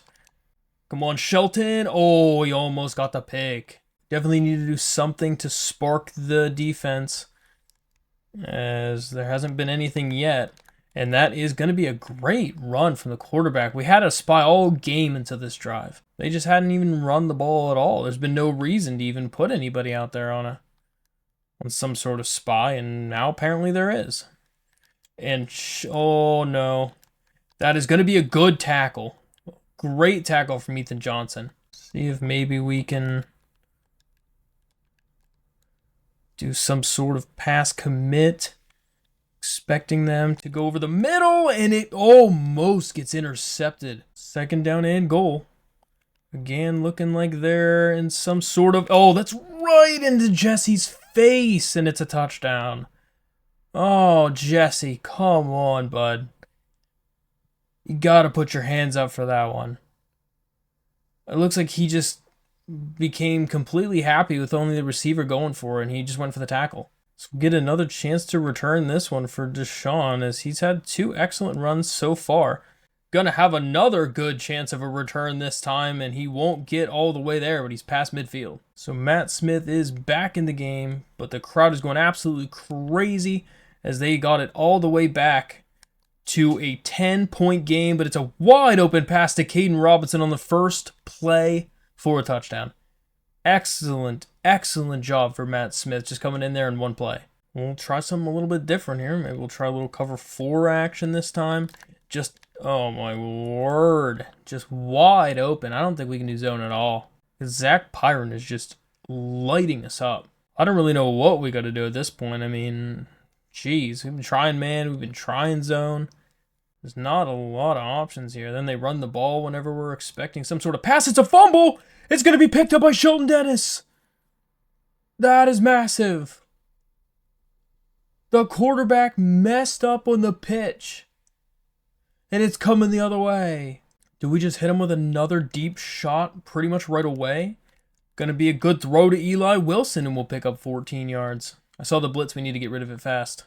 Try another option here to run the ball, and Nate Noel will get a good gain of 5. I'd like to see if we could get Dalton Stroman involved on the play, as Matt Smith just has a lot of space, and we're going out way early. Don't want to take any shots with him. Thought about dumping it off to the tight end on that last play, but I know half the time whenever he's standing like completely still like that, they will run backwards for 20 minutes before they even attempt to start running forward. Second down and 10.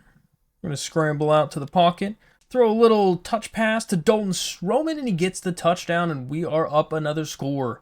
Matt Smith leading some solid drives. So Georgia Tech needs to answer because they are getting beaten down right now, and they're going to take a nice little run for 1. Our defense is just really taking it to them as of the last, or not defense, I mean our offense is really taking it to them as of the last couple drives. And that's like wide open for our defense. We have not been playing well defensively against them. I just don't know if the move is, I don't know what the move is as far as defensively. And that is just excellent. Oh my gosh. Brendan barely gets him to step out. Maybe we try to go to 3-3-5 instead of just regular nickel and dime packages. We'll try that, see what that does. It is just an incompletion. Mike Mayhew did some decent coverage there. Definitely for sure, man, coverage has been about the only coverage we can even pretend to run against them.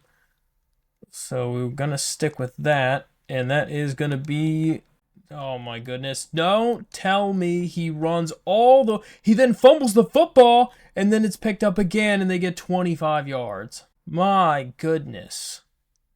Literally, we had him in the backfield. Then this man breaks so many tackles, he gets it 25. I'm expecting some sort of screen pass here.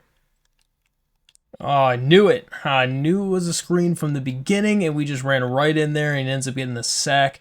Karen White gets a sack. I don't know if that's his first sack, but I don't remember seeing his name up there before. Man, we just know the offense's play, apparently. We've just seen it so many times.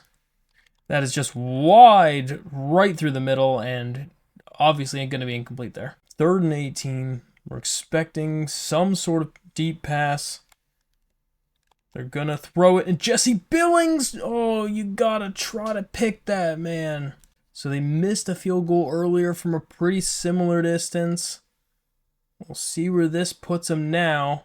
That is up, and it is no good. They missed again to the other side this time. I mean, we got to keep trying to take it to him here, I think. Going to scramble out to the side. He has a wide open Dalton Stroman, and he's going to get a huge gain of 31. Had all day to throw that ball, and another complete pass from Matt Smith. Our coordinator is literally just calling as many deep shots as possible in this. We're just going to throw that out. Didn't really want to chance that. We had a guy open in the middle, though. 2nd down and 10. Try to kind of scramble out there. Going to be able to dump it off to Nate Noel. That's an excellent find from him, and he gets a nice little 18-yard gain just being elusive out there. Great awareness from Matt Smith, being able to just dump that off before going past the line of scrimmage. He's been doing fantastic since coming back in from that injury earlier.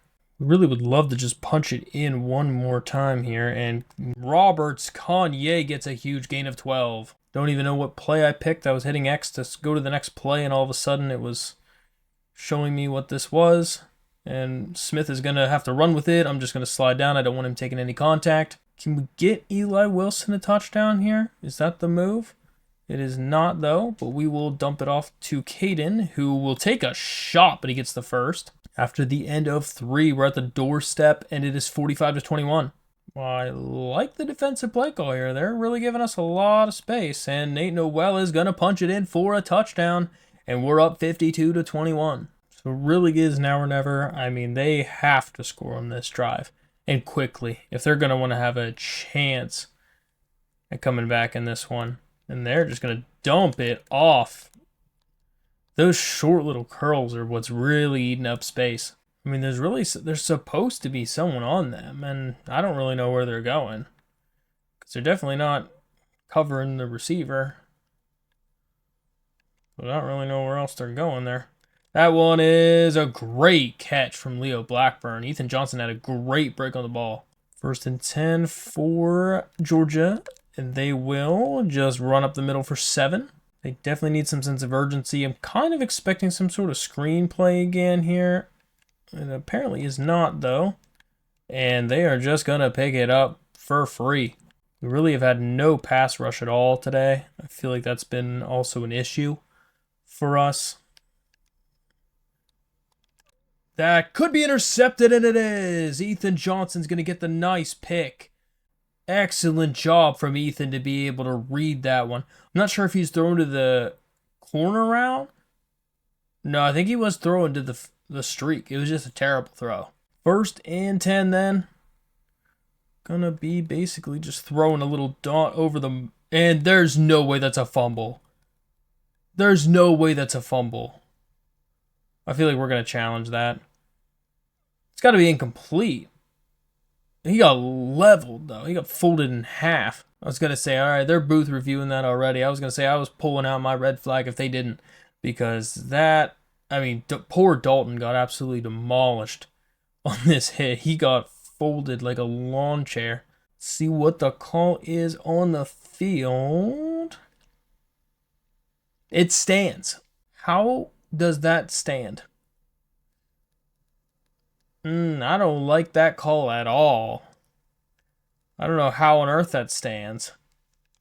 That, oh my goodness. I feel like that could have been picked as well. How does that play stand? How is that a fumble? Whew. That's rough. And that is a touchdown. That is an excellent dot to James Blackstrain. Oh my goodness. That was a laser from Pyron. Ethan Johnson's been being torched all day. He gets 1 pick so far, but he's been torched for probably 200 yards himself. All right, so geez, can we just hold on to the ball in this one? We've been fumbling like maniacs out here. And that is a good 10-yard gain. Probably going to start hitting that Excel clock. Great spin move by Nate Noel, and he gets 18 yards. Definitely turned on Excel clock now, trying to just run this thing down. And then Nate Noel's not going to get much on that one, and he is injured now. Man, we are taking some shots today. So we'll try to have Kanye Roberts come into the game this time. And Matt Smith is going to get swallowed up for a 3-yard loss by Eddie Kelly. He just blew that up himself. 2 quarters for Nate Noel, so it's fine. He'll be back for us. in the next game, which is good to see. Oh, when he had him open, he just didn't have enough time to get rid of that pass. And we're going to have to punt that. You know what? I don't think we have to punt that. That's actually only 47 or 57 yards. I feel like we have this. Let's see, though. It's 4 yards back. And we made it. Okay, I was going to say we had 4-mile-an-hour winds coming back towards us, but he's got quite the leg on him. So 1st and 10 for Georgia Tech again. Good tackle from Ryan Simmons. I really don't know why they're doing a draw on this drive right now. Karen White is going to be there, and Brendan Harrington's going to be there, but he breaks both, but still loses 5. 3rd and very long. Going to be dumping it off, and they're not going to get enough. It's going to be 4th and medium. So apparently they're just going to actually punt this away, so they must be done with it. They're apparently not expecting that they can come back from this one. And they're just going to punt it off to Deshaun Davis, who's going to get a chance to return. And hits him with a nice little back juke, but doesn't get much. So we'll basically just be running this one out, so I'm probably just going to see you guys in the next one. And so that is going to end it. 55-28 is the final. Georgia Tech definitely gave us a scare there for a little bit, but we were able to pull it together, withstand the injuries, and that was a tough one. We really just couldn't keep rolling as we wanted to, but we were able to kind of gut through injuries. We had enough depth that we were able to still find key players and key moments to be able to make the scores that we needed to win it. So that was just, I'm super proud of our boys to be able to pull that one out, but defensively, we really need to get it together. I mean, we allowed 34 points the week prior. We allowed 28 this week. We need to stop allowing this many points or it's not going to end well for us in the postseason. Well, player stats, I mean, we had a pretty split even ways there. I mean, Ryan Berger had 11 attempts, Matt Smith had 13, but we threw for 163 and 2 touchdowns with Matt and 90 and 2 touchdowns with Ryan Berger. No picks on either side of it. Ryan Berger did not have the greatest completion percentage, whereas Matt Smith threw 84%. But overall, they both did really, really solid.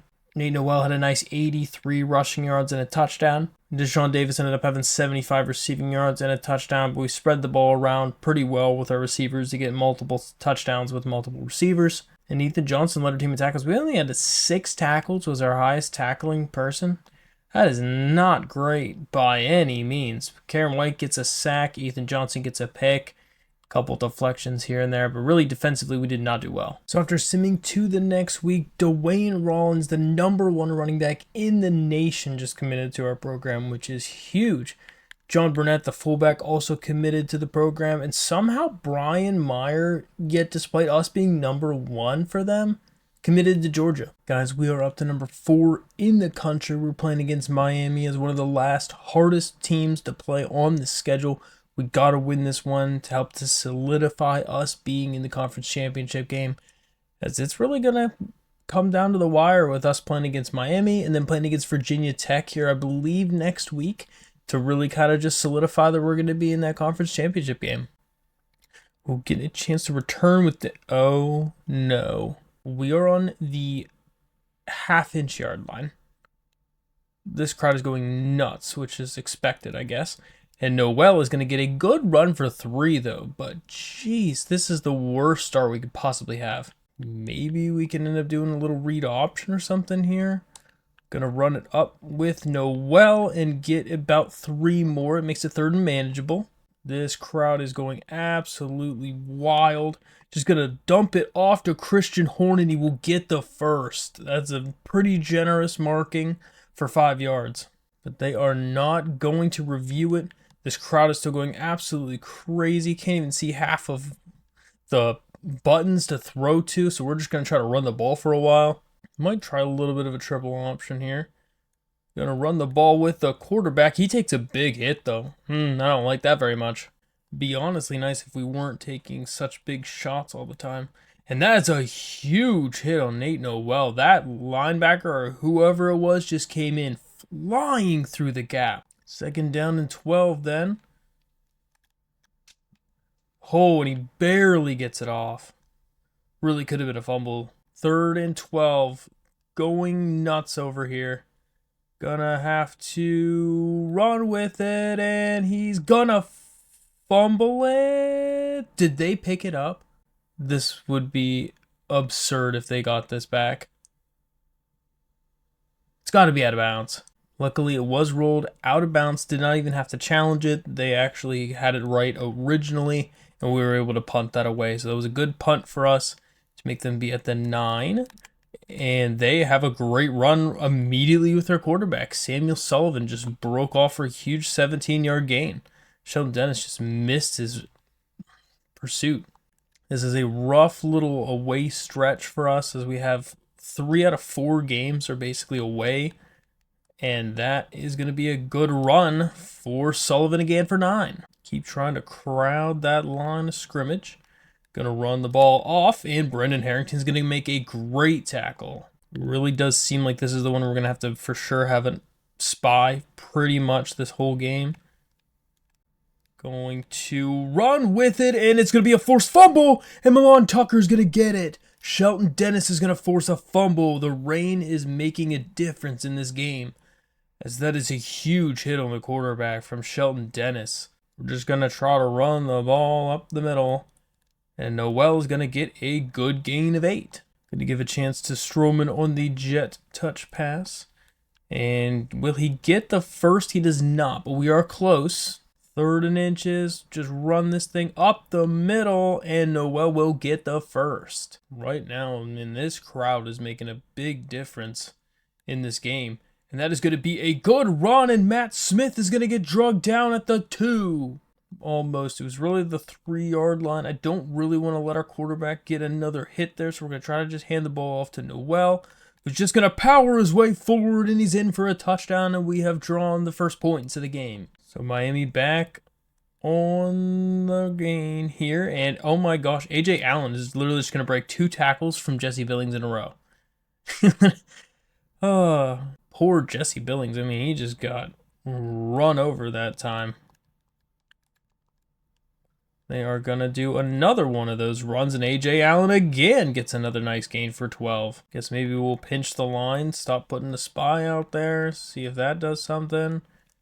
And they're just going to throw that one out of bounds. Nobody open.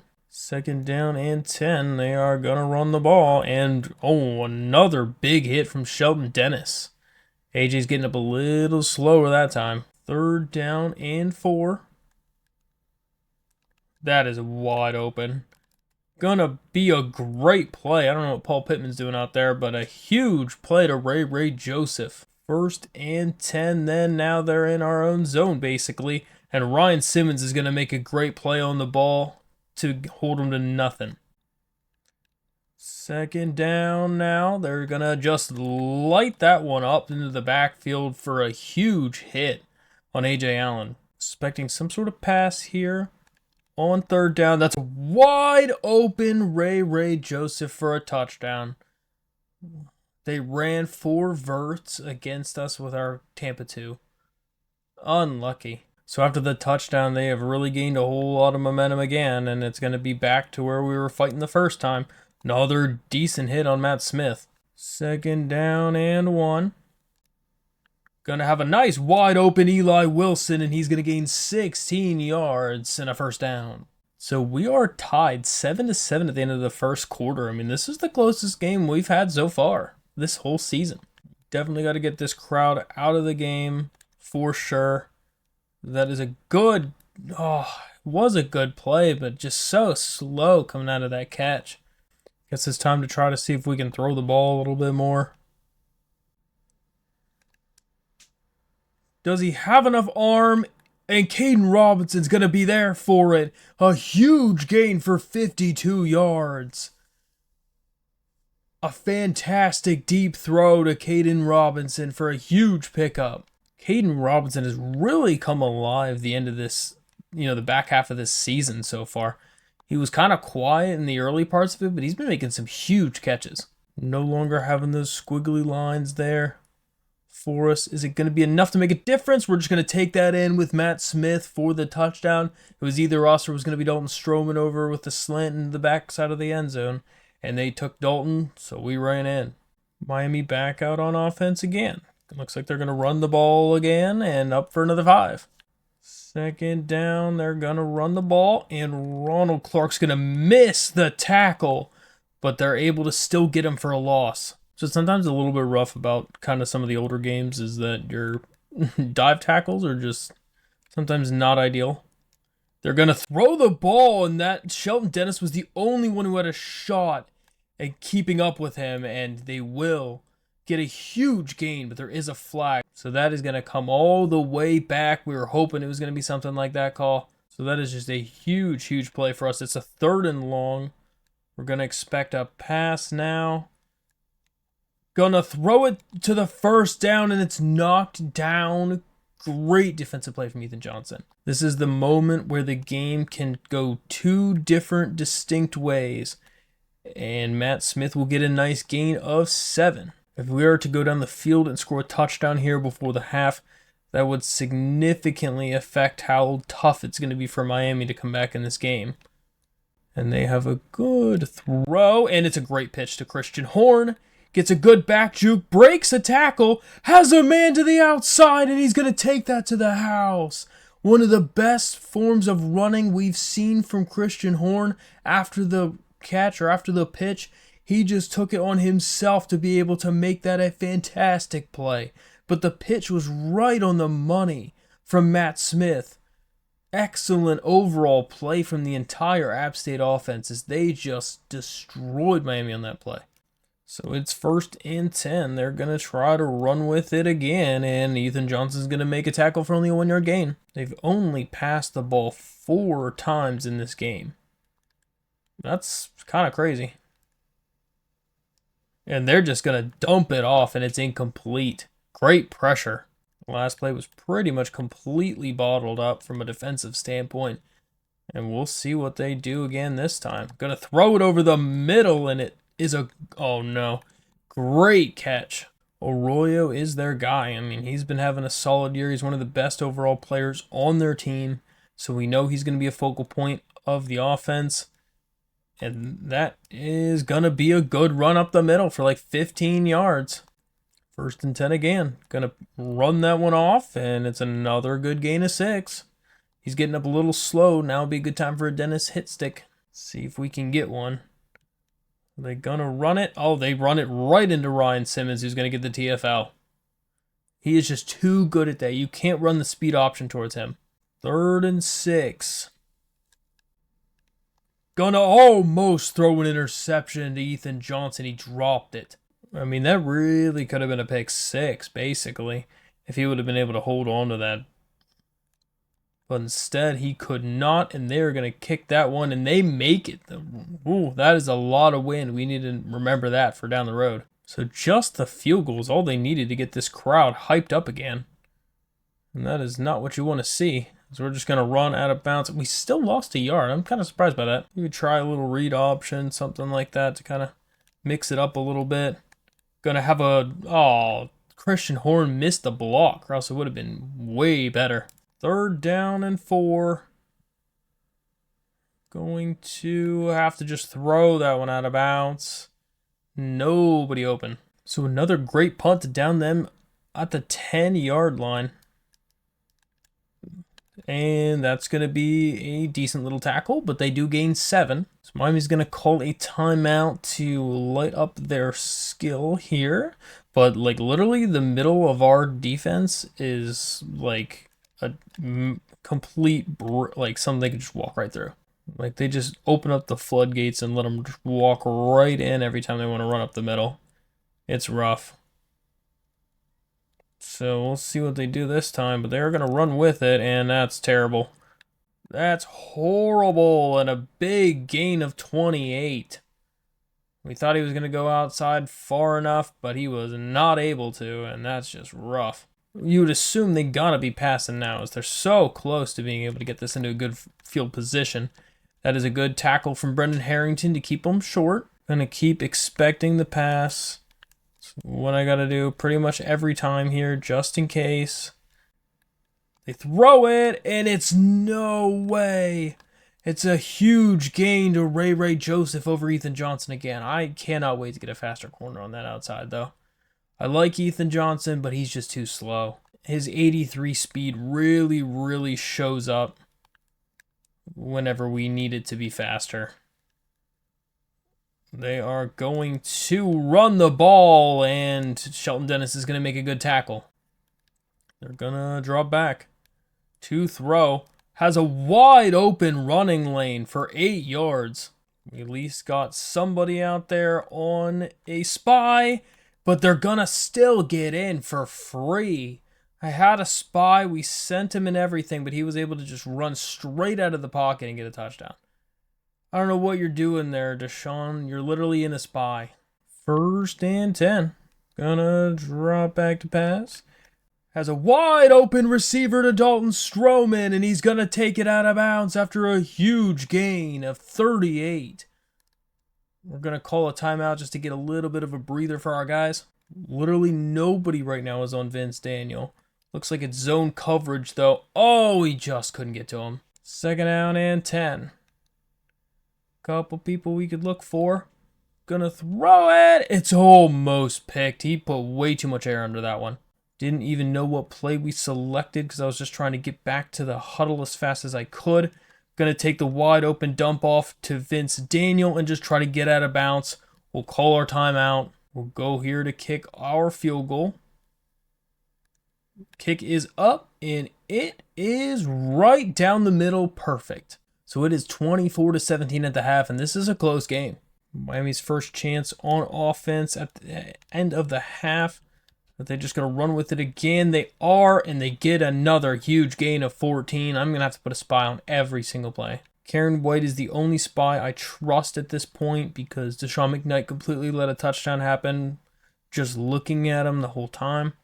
So we don't like that at all. And Karen White missed. He absolutely missed. And that's an 18-yard run. He is literally doing everything for this Miami team. I will literally put 2 spies on the field against this man.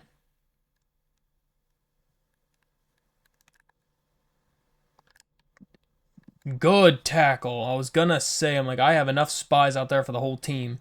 I'm literally doing it. We're doing double spy the whole rest of the game. I think I can get enough of a pass rush from just Ryan Simmons and Mike Mayhew. That is going to be solid. All right, good help tackle. It's his 3rd and 1. 3rd and 1. Going to run the ball, and he makes the first. Brendan Harrington's got 10 tackles in this game. All right, I'll go back to 1 here and just see what happens. Great play from Ryan Simmons and another TFL. You can't run the speed option to his side.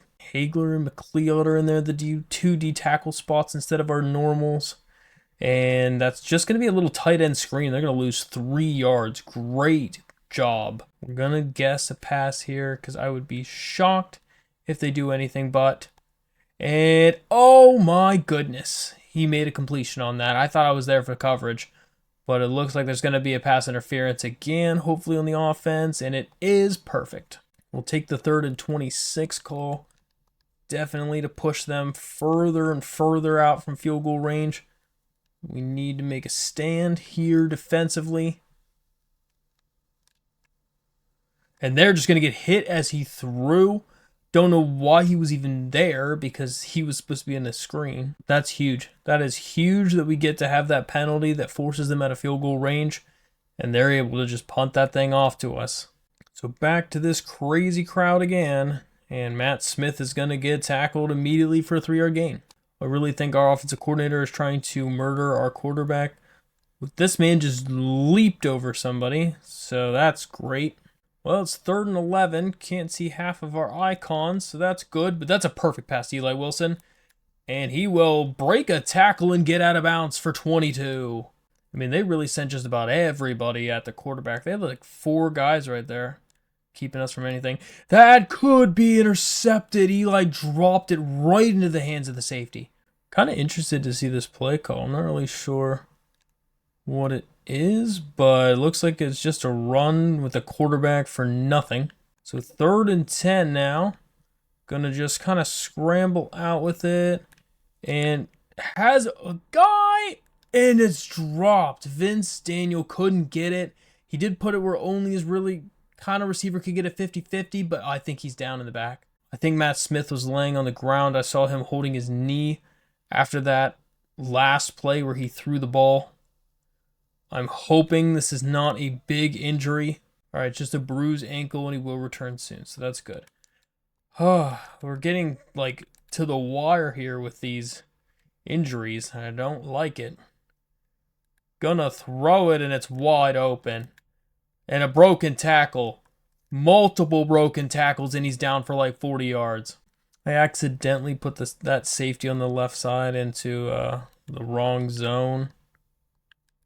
And I did it again. So I'm going to have to cover him myself, and that's a big sack. Kind of want to pinch everybody down here. I imagine this is some sort of option play, and it is, and they're not going anywhere. 3rd and 14. We're expecting a pass. We just got to have an incompletion here. Would be fantastic. They do get a catch, and they're out of bounds for 6. That should put them in field goal range. And they are going for it, boys. Apparently, it is not field goal range for them. We're going to expect a pass, though. They have a man beat, and it's Ray Joseph again. Ethan Johnson's being demolished the last 2 weeks. Ethan just can't keep up with anybody right now, as they're just running in a straight line and winning. So here we go, 1st and 10. Gonna just dump it off to Christian Horn, and he gets 9. It's time for Matt Smith to show us what he's made of. He has not been in this situation very many times in his career, so it's time for him to show us that he can lead some game-winning drives. That is a good run to Christian Horn for 8. It's not really a matter of that he's untested. It's more a matter of that he just hasn't had an opportunity to even have to. But that's a perfect pass to Dalton Stroman, who's going to fight his way down for 36 yards, and we're in enemy territory. That's a great play call and a great pass. 1st and 10 then. That could be bad, but Deshaun makes a great catch. That's a perfect pass. If he put it too far to either side, that could be picked. But Matt Smith literally laid that in the perfect position where only Deshaun could get to that. Trying to make quick work of this Miami defense on this drive.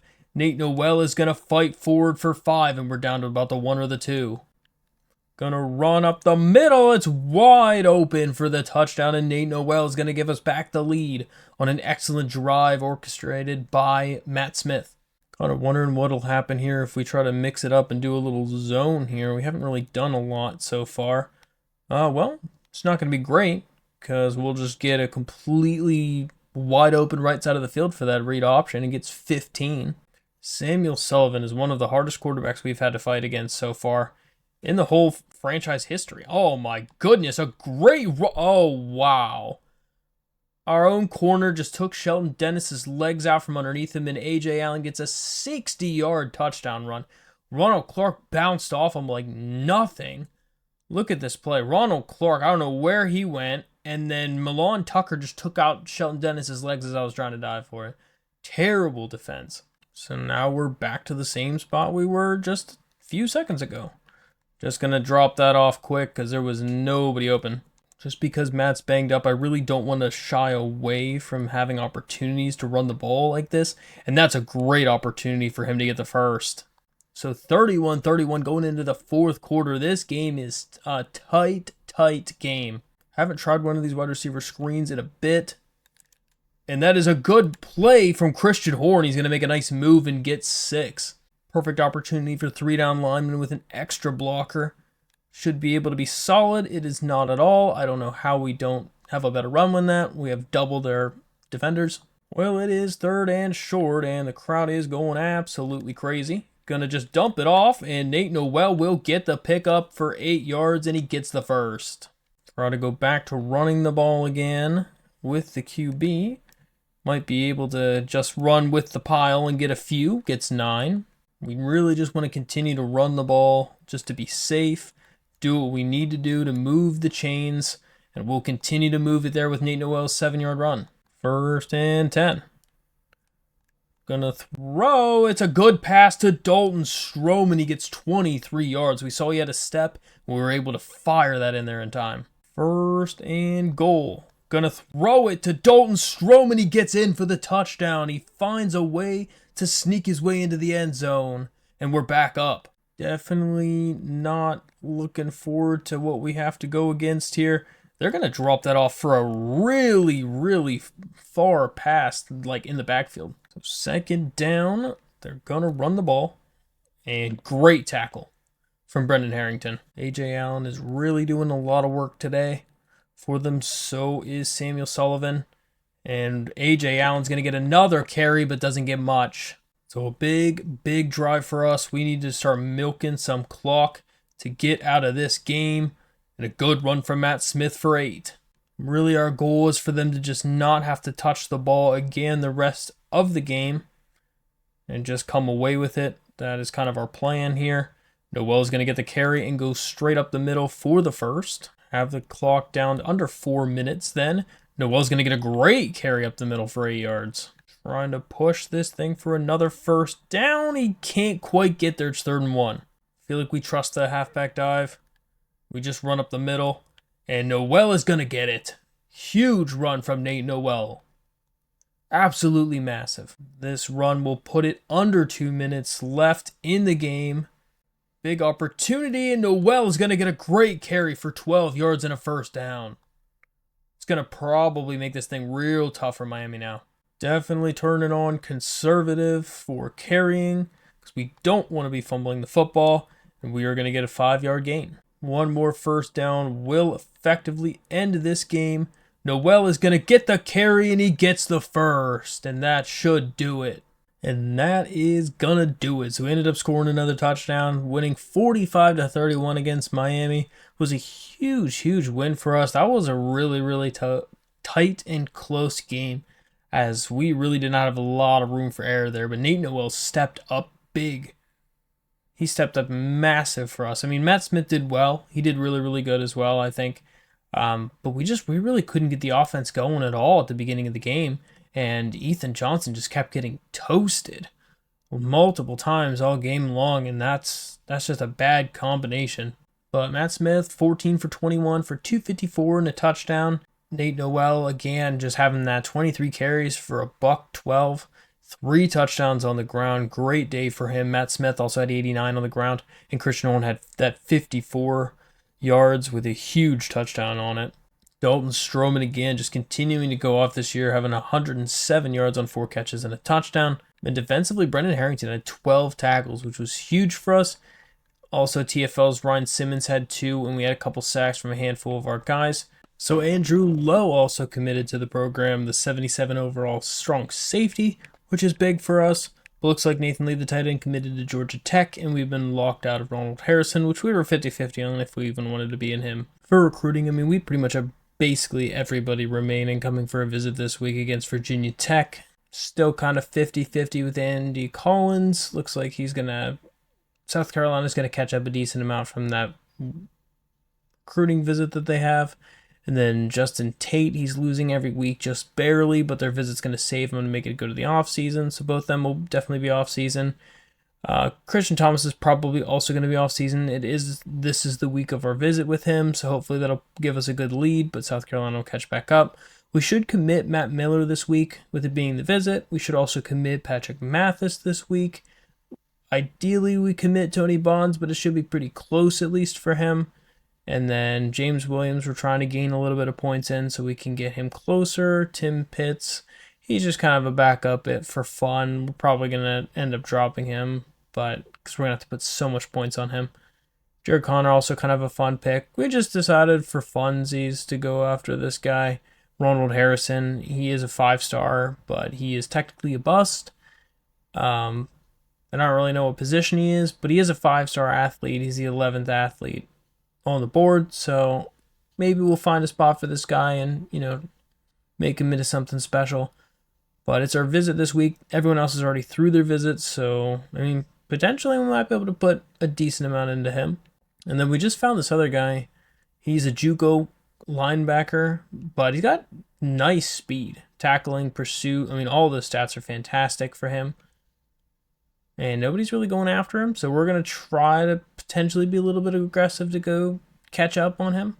But we're, again, still number 4 in the country, and we're going to be playing against number 25 Virginia Tech in the next one. In what really should be the battle for this side of the ACC. We have a 1-game lead on them in the conference. We need to make sure that we win it. Matt Smith is still a top first place for the Heisman. So here we go, guys, playing against Virginia Tech in the next matchup. Super pumped for this game. They are now ranked number 25 in the country, surprisingly. But, I mean, their team's getting pretty solid. They have a 93 overall offense and a 90 overall, total team. So they're not going to be a cakewalk necessarily. So we really need to come in here and win that if we want to keep our undefeated season alive. So our Heisman candidate, Matt Smith, is coming out here to lead his first drive, as we've had pretty much 2 back-to-back rough games. And there's a flag immediately on the first play of the game for holding already. Wow, okay. Well, let's see if we can not have that happen all game long, because that's going to be rough. Gonna get a good little run with Nate Noel. If he was just a little bit faster, man, that's to the house. Kind of interested to see what they do against one of these little screen passes. Looks like there's not much there, so we're just gonna have to run with it. We're gonna get a little bit and just kind of go out of bounds. Gets about 10 yards, which is excellent. But we have quite a few recruits coming to this game, mostly all offensive. We need to pass for 250 yards, which would get us a lot of commits just right out the gate if we were able to do that. Great spin from Matt Smith to get a nice 8-yard carry. We do also have an offensive lineman, so getting some rushing yards, we need 100 of them, would also be pretty clutch for us too. Dalton Stroman's going to get a nice carry. He stiff arms himself forward for 13 yards on the run. Excellent job. First down and 10 then. Gonna try to scramble out a little bit here. Just gonna have to throw that one away. Defense had pressure in our face and not a clear target of who to throw to. Hopefully the injury bug won't be hitting us as quite as hard as it did last game, as it really took a toll on us. As that's going to be a nice throw to Deshaun Davis, and he's going to pick up a huge 15-yard gain.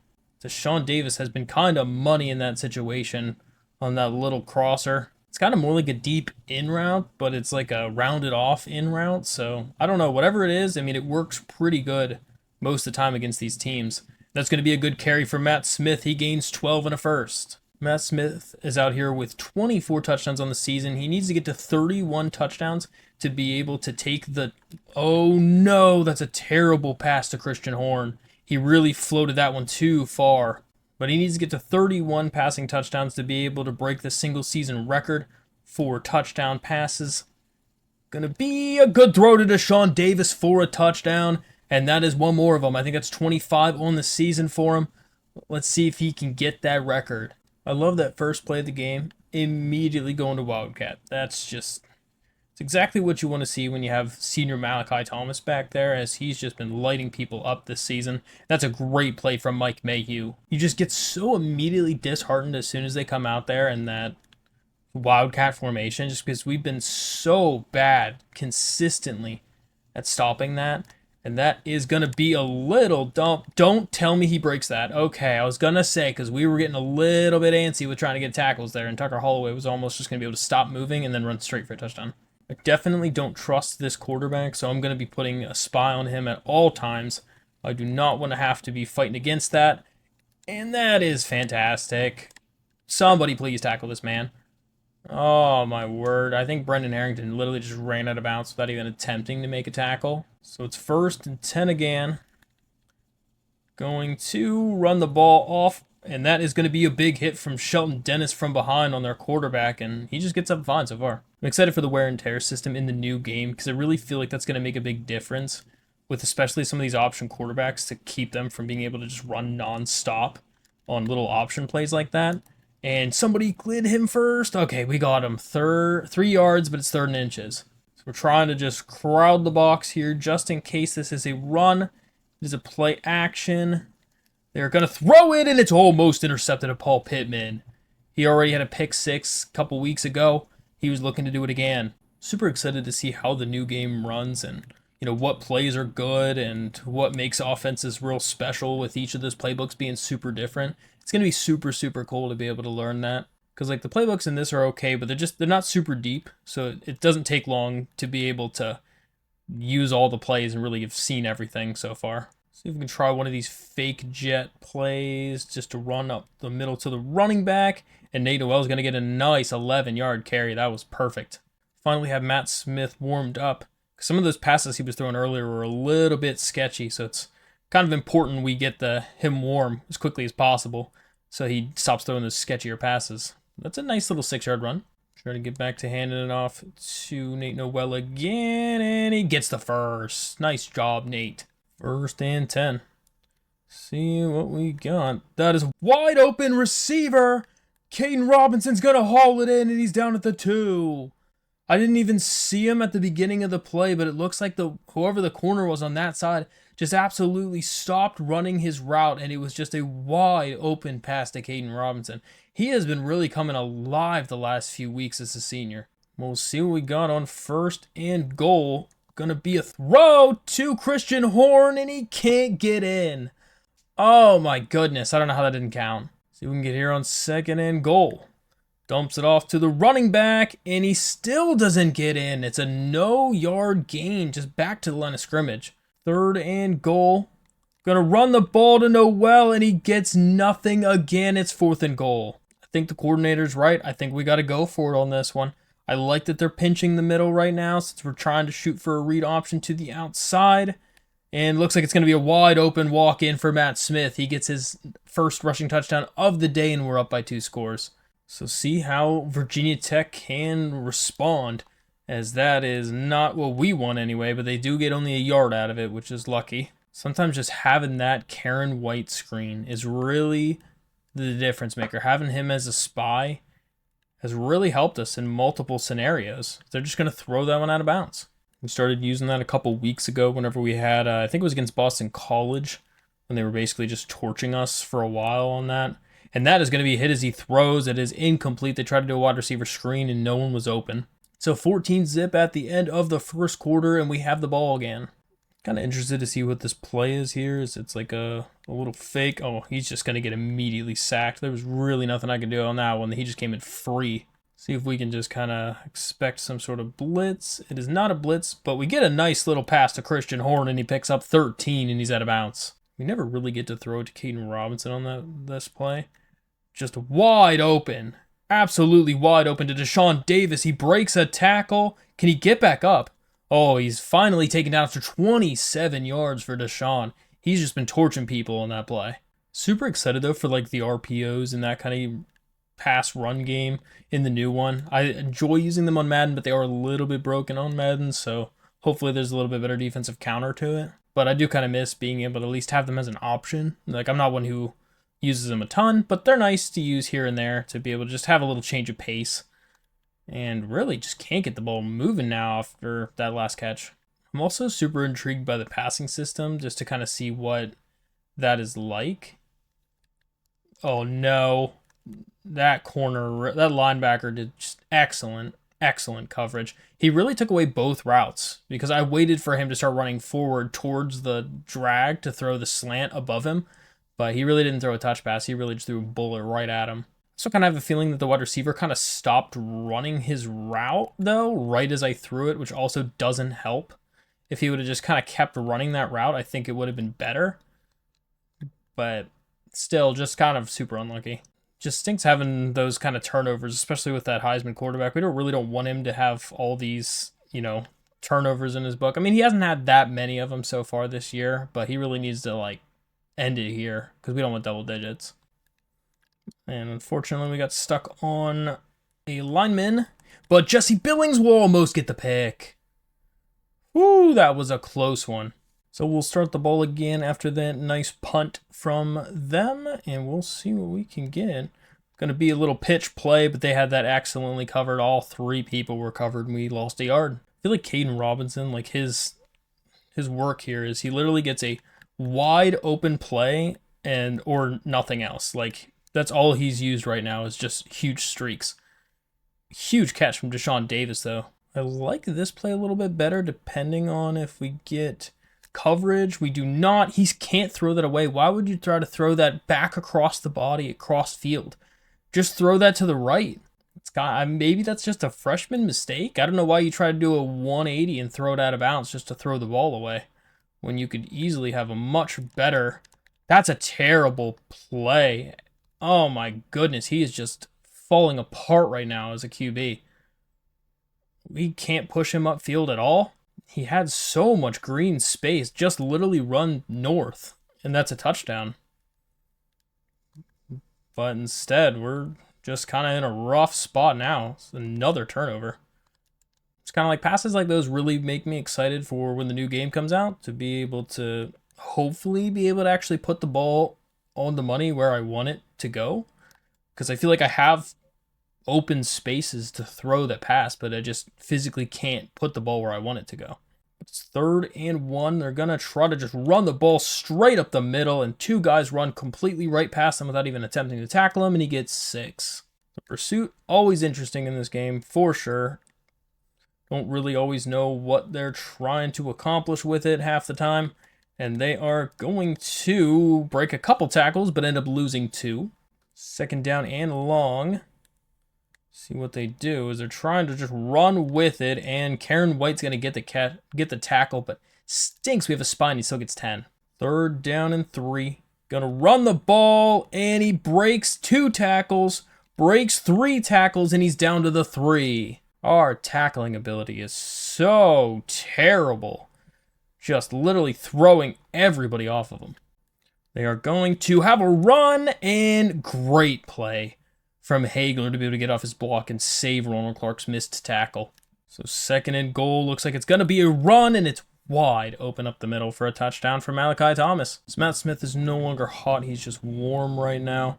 So we'll have to see what that does for him, but he gets a wide open pass to Caden Robinson, who will make a nice catch, and he's going to just spin out of bounds for 48 yards on the gain. Caden Robinson just coming up clutch when we need him to. 1st and 10 then. Let's see what we can get. Just going to run the ball off with Matt Smith. Gets 6 yards and runs out of bounds. Christian Horn's kind of been quiet as of the last few weeks, I've been noticing. Going to have a good throw to Dalton Stroman, and he's going to get tackled down inside the 10. It's nice that we're up already over 200 passing yards for him on the day, which is huge for us getting our 250 to get those recruits. I want to see if this will work. A little PA fake this close to the end zone, and he just gets immediately hit as he throws. This play might work. This play might not work at all, and just going to scramble out with it. Just going to have to throw it away. 4th down upcoming. Definitely going to go for the safe play here and kick the field goal. Just want to absolutely take our points there. Should we have tried to probably run more clock out? Probably. Just wanted to guarantee we'd be able to get points up on the board. It's kind of the most important thing at this point. And they're going to run the ball, break multiple tackles, and get 17 with a spy. There's really no one else I'd rather use on the spy, because I feel like the rest of our 3 down linemen get a ton of pressure on a regular basis. Just fantastic. Again from their quarterback. It doesn't even matter if you have a spy. I'm putting 2 spies out there again, I guess. I hate to have to do it, but jeez, I don't know what else to do. It doesn't matter. He's so much faster than everybody on the whole team. Tell me you get that pick. Jesse Billings gets the amazing interception, and he's going to trot across field, but he can't, and it's a huge takeaway from Jesse Billings.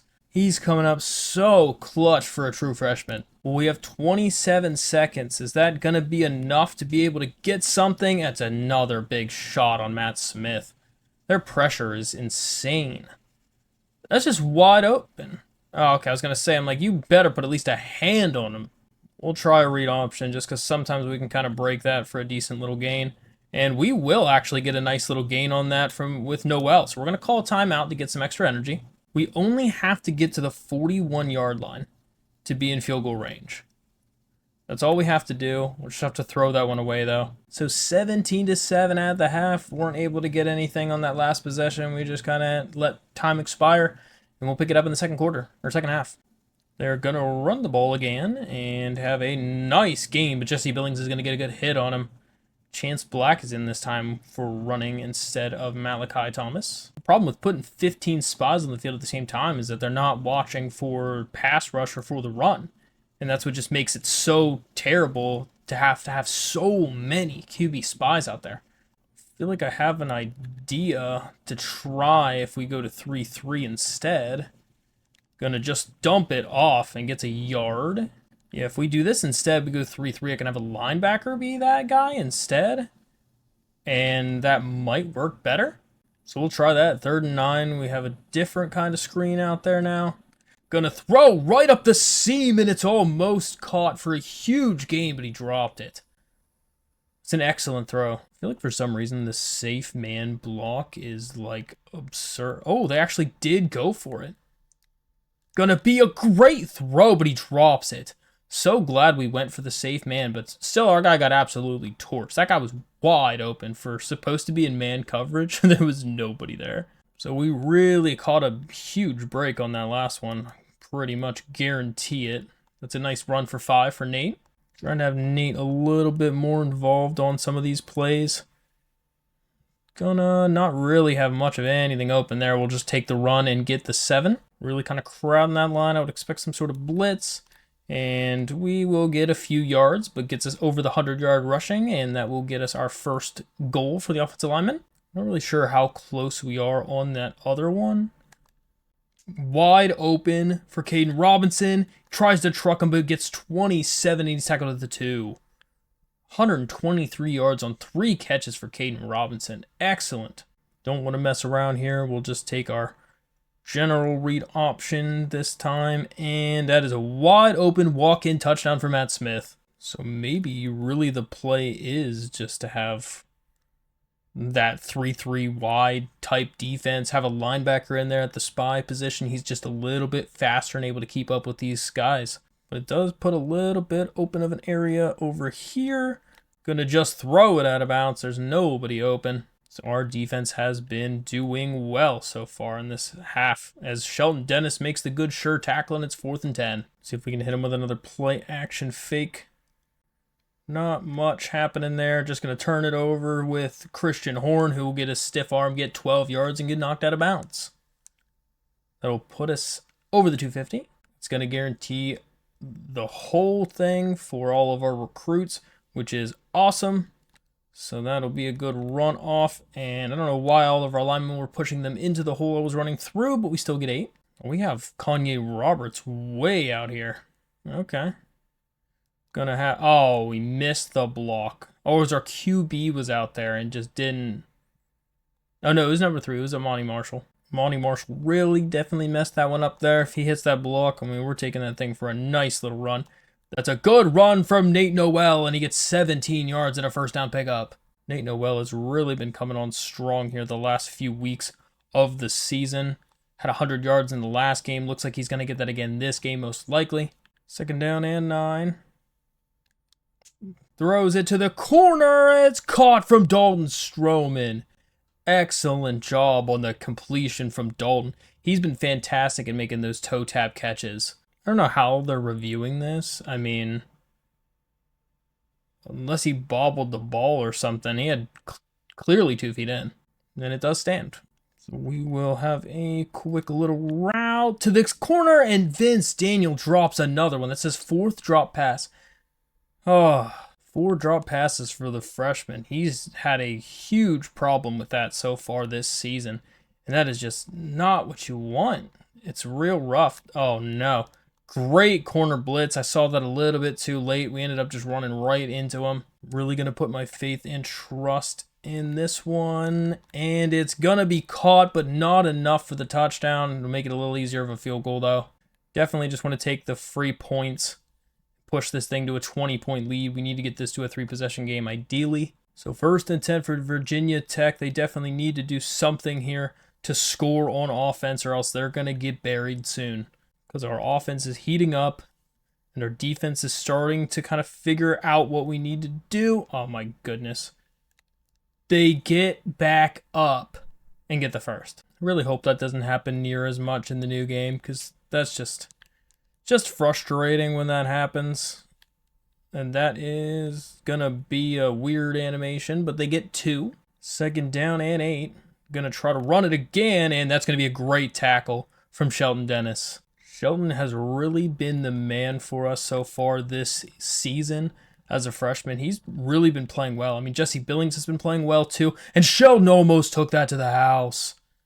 It was a terrible pass. Shelton read it from the beginning. So far, every time we've done some plays like this, it's ended up leaving one of our receivers wide open. This time we'll just get a nice little run for 13 yards with Matt Smith, and that puts us over 2,000 rushing yards on the season as a team. So 27-7 as we're heading into the fourth quarter of play. We have the ball. A score here would effectively pretty much end it. So 1st and 10, drop in back to throw.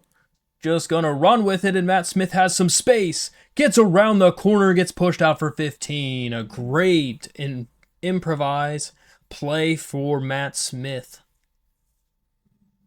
His speed is just so good and elusiveness in the open field. Kind of intrigued by this play. I don't know if it's going to work out great for us in the end. We're just going to have to throw that away. It was excellently covered. That might be intentional grounding. It's going to be intentional grounding. That's rough. So that's probably the worst case scenario of everything we could have done there. Is that at the spot of the foul? That's terrible. Oh, God. Well, that is not ideal at all, as it's a huge distance to go now. Has a wide open Deshaun Davis for 22 yards. If he would have stayed in bounds, that would have been massive, though. 3rd down and 6. There's a little bit of runoff. Oh, great catch. Great job coming back for that ball, Dalton. Tried to throw a little bit of like a higher trajectory pass there, and it did work out. He just didn't put it in the best position, but Dalton made the play he needed to get that one. And that's just a great kick from Michael Hughes as we're up by over 21 now. But yeah, I don't really know what's gotten into Matt Smith in this game, but he's really not putting the ball on the spots that we want him to in this one. And that is a good 1st down completion to Benji.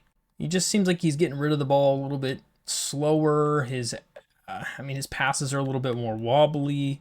They're just not quite on the money like we're used to seeing with him. Good sack from Deshaun McKnight. Gets I think that's his 16th sack of the season. So hopefully he'll continue to correct that in the rest of this season, because it's not going to be ideal if we're doing that in the postseason against some real good teams. I mean, we're not a lock yet for the college football playoff. We really need to continue to kind of win out here to make sure that we get to that point. Good pickup for Aiden Green to get the first. 1st and 10 again. Going to be doing some sort of pass play, and they are going to get... Oh, it's not a sack. Barely not a sack. 2nd down after the no yard gain. Going to throw, and it's a great play for 10 yards. 3rd and inches. It is going to be a run, and they are going to pick it up. Didn't really have a lot of guys in the middle. We're expecting pass. Wasn't quite doing a pass commit, but we're trying to live and die by the pass. If they're going to pick up yards on the ground, they can pick up yards on the ground. We just don't want to allow quick scores. And that is he's zipped that pass in there between Paul Pittman. But at least having Paul out there as the spy instead of Karen is that he can at least play a little bit of coverage there, which is nice. And like he can get in there with some assisted tackles, and it's working out so far so good. He hasn't really tried to run with the ball though since we did that, so I don't really know if it will continue to be good. But I guess we'll see. Gonna run with it, and Brendan Harrington makes the wrap-up tackle, but he gets the first. Our defense is starting to get gassed now, just from being on the field for so long with these little drives. That is a tight window completion between 4 App State defenders. Going to see what they got on this next drive here, and it is almost intercepted. Ethan Johnson drops it. Had 2 guys right there in the vicinity. They are going to be throwing it out of bounds. There's just nobody open. It's not ideal when you don't get all your audible set before the snap. It just makes you feel like you're going to allow a huge play. They are going to just zip that one in, and he's going to make a somehow 1st down catch. I don't know how that happens like that, but that's super unlucky. They are just going to run with it, and Deshaun McKnight's going to get a sack, his 17th of the season. 2nd down and goal. Seeing something over the middle, just going to run with it, and going to get a good tackle on the quarterback who tried to get the end zone. 3rd and goal. They're going to run with it. Wide open up the middle. Absolutely could have drove a truck through that. I mean, yeah, we didn't have a lot of guys over there in general to be able to get that stop, but just unfortunate. Oh, that's so good. Wow, what a throw in between multiple defenders. So they are getting this to within 15 points now. Christian Horn's going to pick up the play, get leveled, but he holds on, and that should do it. We're really just a few first downs away from being able to put this one away. And Nate Noel gets a massive gain right up the middle. That's like 20 yards. And he's up over 100 on the day. Even honestly, just getting a field goal would help to pretty much solidify the win. Second down and 12. Definitely need to pick up some yards here to get not a third and long situation. And great job from the slot corner. See what we can get on third down. Gonna have an open man. Throws it to Eli Wilson, and he's gonna get the tackle. That should be a flag. 100% should be face mask. They don't get the face mask penalty. Eli was literally drugged down by his face. We'll run the ball up with Nate Noel for 2. They are now out of timeouts. It's going to be close to whether we can actually run this thing out or not. Going to get a 5-yard gain with Matt. Kind of depends. If we get the first down and don't get the touchdown, we should be able to run it down. And we do. So we're just able to knee it out, and we win 30-15 in a tight game as we were able to hold them off and get the win. Fantastic job overall for us. But, I mean, Malachi, their running back, just completely had a great game. Matt Smith ended up being good, getting player of the game, which was solid, especially for us beating that top 25 team and continuing to be undefeated. Looking at the game stats, Matt Smith was 18 for 27 for 327, a touchdown and 2 interceptions. The interceptions were just not great for him. Threw some real bad and sketchy passes pretty much all game long. So it's nice that he ended up throwing for 300. Nate Noel really took the game over, averaging 6.5 yards a carry, getting that 111. 2 receivers up over 100 yards. Caden Robinson on 3 catches, $123, and Deshaun Davis 5 catches for 107, and also a touchdown. Defensively, multiple guys with 5 tackles, handful of TFLs, 2 from Deshaun McKnight. He ends up adding 2 sacks to his total, and Jesse Billings gets a nice interception in the end zone and a couple deflections. So after advancing the week after beating Virginia Tech, we had multiple commits. It was a huge win for us. Matt Miller, the QB, he's an athlete actually, but seems like he's a quarterback, committed to the program. Patrick Mathis committed. Ronald Harrison committed. That's insane actually, because we were like blasting him, I'm pretty sure. And then Tony Bonds got a nice 1,100 points. So we're playing against Virginia this week, and they have been terrible this season, ranked the 125th offense. So this one, I mean, we don't want to get overconfident because we definitely still want to win this game to continue to be undefeated.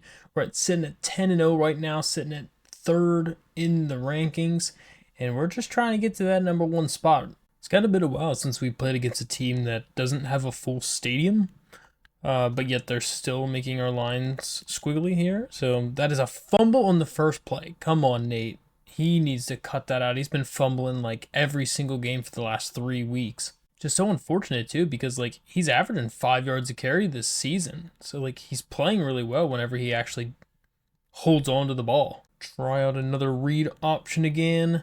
Let Matt Smith get the ball, and he is going to get thrown down, but he gets 3. Not a fan of Nate Noel being cold already. Gonna be wide open to Christian Horn. Gets a huge gain of 30. Just completely wide open. He's been a little quiet as of the last few weeks, so it's going to be kind of nice to see if we can get him back involved. We've had a very, very even receiving core this year as far as who's been our number 1 receiver. A lot of people have been playing really well to get to that number 1 spot as far as yards receiving. And it's just going to be interesting to see who actually ends up this season with the most yards. I'm just going to throw that one away. Don't want to take another hit with him since he was getting slow last time. We want to get Nate Noel out of this cold streak. See if he can just run up the middle. And he will get the first. Perfect. 1st and 10, then we'll see what happens. Could be wide open to the end zone, and he's going to get it for a touchdown. Deshaun Davis beat him on that corner route, and it was a perfect pass for Matt Smith, and we were up 7-0. Really was about the most perfect pass you could possibly throw there. Just barely gets his foot in. Gonna review it too. I mean, I'm really sure that he got in here. We'll have to look and see. But yeah, looks like there's 1 foot. Perfect. Yeah, he's definitely in. They're going to keep the play as we thought. We're up 7-0. DeAndre Dingle Prince has been out for multiple weeks at this point, and it's just like he's questionable to play this week. Hopefully he will at some point, but it does not look like he's in right now. Just in general, having him back for the postseason would be fantastic since he was pretty solid for us, especially to start. And that is going to be a great TFL as they're not going anywhere. Brendan Harrington's going to put a stop to that one. See what Virginia can do on 3rd down. Gonna just throw. That's a great actual pass there. Really good play set up to do that little levels concept. And on 1st down, they're going to motion their receiver over a little bit, making me think this is a run play. And it is going to be a run indeed. And they're going to get about 5 yards on the carry to Xavier Brown. Also super looking forward to the run commit being not so intense in the next year's game, as that's going to be fantastic. Then I'll have to give up a complete touchdown every time. It's like they are definitely a pretty run-heavy team here. Gonna throw that one, and it's not complete. He just dropped it. Not sure if he really just heard some footsteps or what that really was there for him not to be getting that. And they are gonna break 2 tackles, but only get 3. Xavier Brown's really getting a lot of work early. Going 5 wide here on 3rd and medium. Gonna throw it, and it is caught. Good play to Ethan Davies for the 1st down. We got to see if we can find a way to be able to stop this Virginia team right now. That's a huge sack. Who was that? Passagiata. I don't even think I've really seen him this year at all, but that's huge. Especially like 2nd team defense, getting that big play. Wow, right over the middle. Right against Milan Tucker for 10. Was that their quarterback that's injured for a quarter? That's kind of big. That is a wide open pass. I figured that was coming, but I couldn't get over there fast enough. Yeah, Delaney Crawford is in. Their quarterback got injured on that hit from Passagiata. I didn't even realize that, but that's actually crazy. And so Paul Pittman's going to be there to get something, but it just makes him stumble a little bit, and Xavier Brown will be wrapped up from Shelton Dennis. So it's 2nd down and 5. They're going to try to run it with it. And Ronald Clark is not going to be able to keep him out, and they're down to the 1-yard line. Delaney Crawford just taking it on himself. What can we do to keep him out of this one? Gonna throw it to a wide open receiver over the middle. We absolutely had a zone supposed to be right there. And I don't know where he went because he was not anywhere to be seen. Oh my goodness. Definitely should not be able to run Tampa 2 and just hit him right in the middle of the field, right in between like 2 or 3 yellow zones. Crazy that they actually are keeping this game real tight so far. Gonna be a good spin move from Matt Smith, gets a 5-yard run. Kind of just more or less trying to use a decent amount of option plays here because we're playing against a lesser opponent. And Christian Horn's going to get a nice broken tackle. He stiff arms his way down for 22 yards. Christian Horn is just an animal in the option game. He really just wouldn't be denied. The nice little cut move, the spin, the stiff arm. I mean, he's using every trick in his bag. I wish Vince Daniel could catch a little bit better because he has all the intangibles to be a great receiver. He just drops the ball so much. Looks like some sort of zero blitz here, which could be big for us. It's a wide open. I think he's going to overthrow him, though. Oh, my goodness. Wide open to Deshaun Davis, too. Now we're going to have that pressure against us that we don't super like. We'll probably just run with it.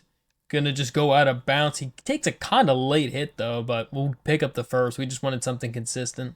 I haven't really seen this play at all, so I don't really know what it's going to do for us, but it's going to be a nice pass to Deshaun Davis, and he's going to pick up 20 yards on the slant.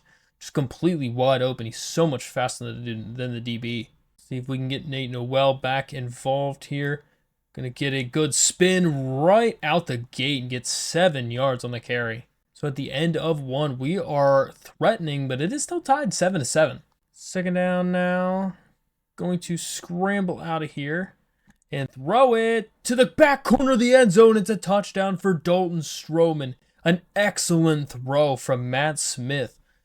I don't know how he contorted his body to actually hit that receiver there, but he threw a perfect pass where only Dalton could get it. But Matt Smith is down, and that is not what you want to see. We are still eagerly waiting back a response for how long Matt Smith is going to be down for. We're really hoping it is not a bad injury. We've been lucky so far with it not being terrible. And Paul Pittman's going to get a pick.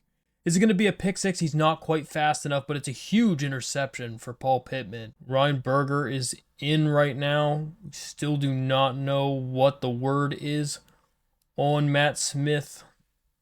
We're going to scramble out there and just run with Ryan Berger and run out of bounds for a nice little gain. Don't really know how long to wait on this. And it's a great pass to Vince Daniel for a touchdown for Ryan Berger. Huge play, and we're up 21-7. So it looks like it's just a mild concussion. Matt Smith is out for the game, which is not ideal at all. But luckily we're playing against 1-9 Virginia, so it's not too bad. We'll be able to be probably fine with Ryan Berger at the helm because he's been a solid quarterback for us too.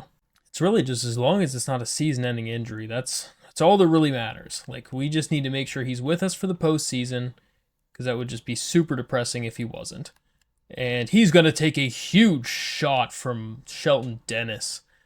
5 tackles already for Shelton. I mean, it seems like this guy's a little bit more of a scrambler type quarterback, so we're probably going to have to be a little bit more looking for spies out there to keep him in the pocket. We'll look for some sort of pass here on 3rd down, but he's going to run with it, get nothing, and it's going to be a punt. 1st and 10 then, we're going to go for a little play to just dump that off to Dalton Stroman, and he gets a huge catch for 31. Wide open on the play action fake with Ryan Berger. It's going to be like good old times being able to bring Ryan back out here and get him a little bit more action. Matt's been getting pretty tired, having to be basically a workhorse over the first half of the season. So it makes sense that his stamina would not be so good down the stretch. I mean, we're going to have to get used to that because it's going to be very realistic for what we're going to be fighting. Oh, that was dropped or almost picked. I think he didn't lead him quite as much as he should have. But that wear and tear system in the new game, I mean, that's what we're going to have to get used to is towards, the back half of the season. Our stars are going to be a little bit more tired than they normally are. Caden Robinson getting action here and gets the first down on a nice 6-yard gain. Looks like Shelton Dennis is actually over here in the play, and he's going to be wide open and gets a nice catch for 19 yards. 1st and goal with Ryan. Just going to have to throw that one out of bounds. Taking a lot of serious pressure on that one. 2nd down and goal. Looking for whatever he can, and he just doesn't have anything open. He's going to have to throw it away again. Scored on a play very similar to this last time. Just going to take a sack. I couldn't really safely get rid of that without it being potentially a grounding. We're going to try to just kick the field goal, and it is right down the middle, and we're going to increase the lead. Virginia definitely needs to score on offense, as they are going to take a shot, and he just barely gets rid of it.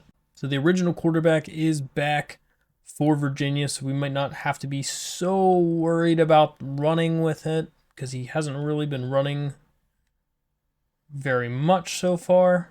That is going to be a good catch.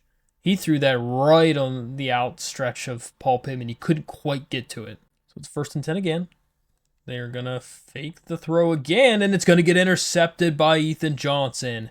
Another interception for Ethan this year. I think that's his 5th, maybe 6th interception of the season. He's having a solid season. Really only as far as interceptions go, though, because sometimes he gets just absolutely torched for quite a lot of yards, and that's just not as ideal. But going to be a good spin move from Ryan Berger. How elusive was that? That was solid.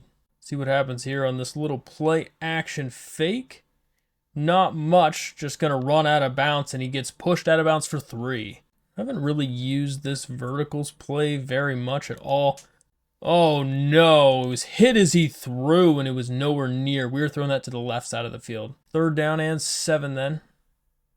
Just going to have to throw it to Caden Robinson. It's a beautiful pass, and we're going to pick up that first. The coordinator really wants to just air this thing out. Oh, that is... What was that, Ryan Berger? My goodness. He underthrew him by about a mile. I mean, Caden Robinson had 2 or 3 steps of a lead. And I don't know why he threw it so bad. I mean, look at this. Look at this lead. All you have to do is throw that down here. And that's a touchdown. Except we just threw it all the way back there. Oh, that's horrible. Don't really know what that pass was, but Virginia's going to capitalize on it seemingly, so we will have to see what happens. But that is going to be a good tackle from Shelton Dennis. He was the only defender in that area. 2nd down and 11 now. Going to throw it right to Brendan Harrington. And that is an interception. I don't think he's going to be quick enough. He's not, but that is a great pick from Brendan. And we're right back to where we were from the last pick. So luckily Ryan is not cold, but he's not necessarily warm either. What? How did he get tackled? He tripped on his foot. That's just got to be some of the worst luck I've even seen so far. That's wide open to Nate Noel, and he's going to haul that in for a 21-yard touchdown. Great route from Nate Noel there. That was making the difference. So another touchdown for us, and we're up 31-7 after the interception from Brendan Harrington, helping us to get back into that. And that is almost intercepted. Ronald Clark dropped it. Really seems like we're starting to get in the head of this Virginia offense. They are going to try to run with it, and he's got a lot of space, actually. But they're going to take a decent hit, but we should put a spy, I guess. That sucks. Every time we don't have a spy, we get burned for 15 yards or more, which is just unfortunate. And that could be... Oh, my goodness. It was a dot. Why can't we throw that whenever we have Ryan Berger trying to throw it? Oh, my word. I'm pretty sure he literally had the same amount of yards in front of him than my receiver did on the last play. But, well, on the last pick. But, ugh. So 2nd and goal. They're going to try to run with it, or they're not going to run with it, actually. They're just going to dump it off, and it is caught, but not enough. So 3rd and goal. Are they going to try to run with it this time? They are not. Gonna throw it, and it's intercepted. Ronald Clark saw that one all the way. A huge interception from Ronald. He just made a beeline right for that slant route and took it away. That is just senior leadership in action. Has a wide open Caden Robinson, and he's gonna underthrow him again, but it's 47 yards. If he would just stop underthrowing his receivers their touchdowns. Offensive coordinator's literally just like, hey, why don't you Hail Mary it on every single play? That's literally the only options in this thing right now. And I think we're just going to run with it because there's nobody here with man coverage. And we're going to go out of bounds for a nice 17-yard gain. See if we can run the ball with Nate Noel. Gets a little spin move. Gonna juke back up inside and get 6. Gonna let this thing run down a little bit. We want to make this the last possession of this half, since it looks like it's probably going to be one of those games where we're going to be simming to the end of it. We'll just go down to about 20 seconds and hike that thing. See where it is. Going to throw it short and gets the catch to Christian Horn. Got a couple seconds left in this one. Oh, and that is going to be a fumble. Don't tell me he's going to take that thing all the way to the crib. Oh my goodness. I don't even know what to say. Nothing is even eligible in the menu to look at, which is even worse. And that is almost intercepted from Shelton Dennis as he saw that one coming, but jeez. It's 31-13 at the half, but we really should be up more than that. I can't believe they just got like a 95-yard or something like that stinking fumble return for a touchdown. Ryan Berger, I think he just needs to shake off the rust or something, because dang, that's just terrible. I don't really know if I can even blame that fumble on him. It's unfortunate. We can't be fumbling like that, especially that close to the end zone where we can put up points to just put him away. We give a team momentum like that right before the half while they're home. Now they have the ball to start the half as well. They could score a touchdown and really make this thing, back to just 11-point deficit. Luckily we got a 3 and out on that one, so it didn't really hurt us too bad. And Nate Noel's going to get 3 yards on the run. I don't know if I've seen this ISO play before, but I actually like it a lot. Gonna be a great gain of 15 for Nate Noel. Just going to keep the ball on the ground as it has been working well for us so far. Noel's going to break a tackle and get another 9. 2nd down and 1. Try to drop that off, and Caden will get the catch for 3 yards. Pick up the first. I like this play call. If we can pick up the people we need to, we don't at all. Everyone gets through and we lose a yard. Yeah, if we were able to just kind of hold that block a little bit longer, it could have been real nice. Noel is going to get a run and gets 9 yards on it. He's having a solid day so far. I'm not really sure why this is always the running back who's over here with that. Oh, and he's not fast enough. It's a terrible play call, and we're going to have to kick a field goal. So it is a 48-yarder. That is almost blocked, actually, but it's right down the middle, so he nails it. All right, guys, let's do this. Let's get another good drive here. Let's continue to keep the pressure on. That's going to be a great find to Fields, and he's going to get leveled out of bounds from Shelton Dennis. Maybe we try to go back to this 3-3-5 wide type setup that we found the other day and see what that does. That's massive. A 3-yard loss as Donovan Spellman puts an end to that. 2nd and 13. They're just going to run right up the middle. Gets back to the original line of scrimmage. It really feels like this 3-3-5 is kind of the way to go. That is going to be almost intercepted from Ronald. He should have broke a little earlier, but it's a 1st down catch. Unfortunately, that is just the 8th completion period from this quarterback so far in the game. We're almost at the end of the 3rd quarter. Gonna run the ball again and gets only 2. I mean, we've been pretty much bottling up this Virginia offense, and they're just gonna get another 4. Makes it 3rd manageable, though. 3rd and 4. See what they do to try to pick this up here. They're going to run. Oh, my goodness. What a find. I think he just did a 360 throw in that post route. I don't have to see a replay again on that, but yeah, he did. He just hit him with a 360 throw to that post route, and it was perfect. I mean, that legit has to be one of the greatest plays in Virginia football history. Right there. I mean, that's got to be somewhere down the line there. That's ridiculous. That's insane. Going to run the ball again and still trying to churn a little bit of yards here and there. Gonna drop back to throw on 3rd down. Is someone gonna break off? And it's gonna be a nice deflection and knocked incomplete by Ethan Johnson. They are apparently going for a field goal. Don't know if I trust them, but they do go for it, and it is good. 1st and 10 then for us on offense. So we are going to try to see what we can do. We'll just run with Ryan Berger and get 2 yards as there's really nobody open. Don't really want to force any more turnovers with Ryan Berger, as it's just been kind of unfortunate event after unfortunate event for him. What we really want to be feeding Nate Noel is he's been having a pretty solid day. And that is going to be a good spin move and a good gain of 6. 1st and 10, we'll hit him with a little bit of a play action fake. And just going to run with it. Ryan Berger is going to get 6, and he's pushed out of bounds.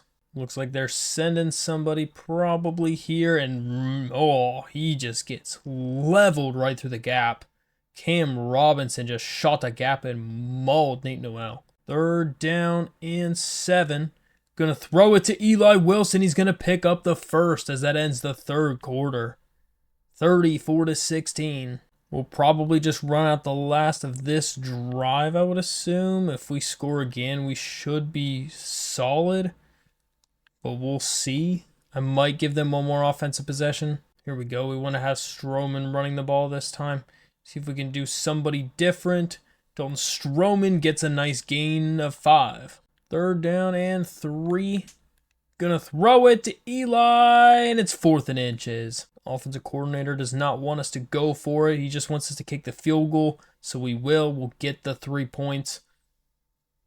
That is just an excellent kick. I mean, Michael has been fantastic as a kicker for us this whole dynasty so far. I didn't realize we had 4 interceptions in this game. Do we actually have 4 interceptions in this game? That would actually be kind of insane. I didn't realize we had that many interceptions. And that is just going to be really nothing. Just gets back to the line of scrimmage. They're just trying to run the ball mainly. I don't know why they're trying to run the ball as much as they are. And that is almost intercepted again. 3rd down and 10. Oh, he had the tight end completely wide open over the middle. So we'll just be basically trying to run the clock out, I think, at this point. And we'll see where that puts us. But Ryan Berger is going to get immediately hit for only nothing. We're actually going to lose a yard, looks like. We might not quite be able to actually run this thing out yet.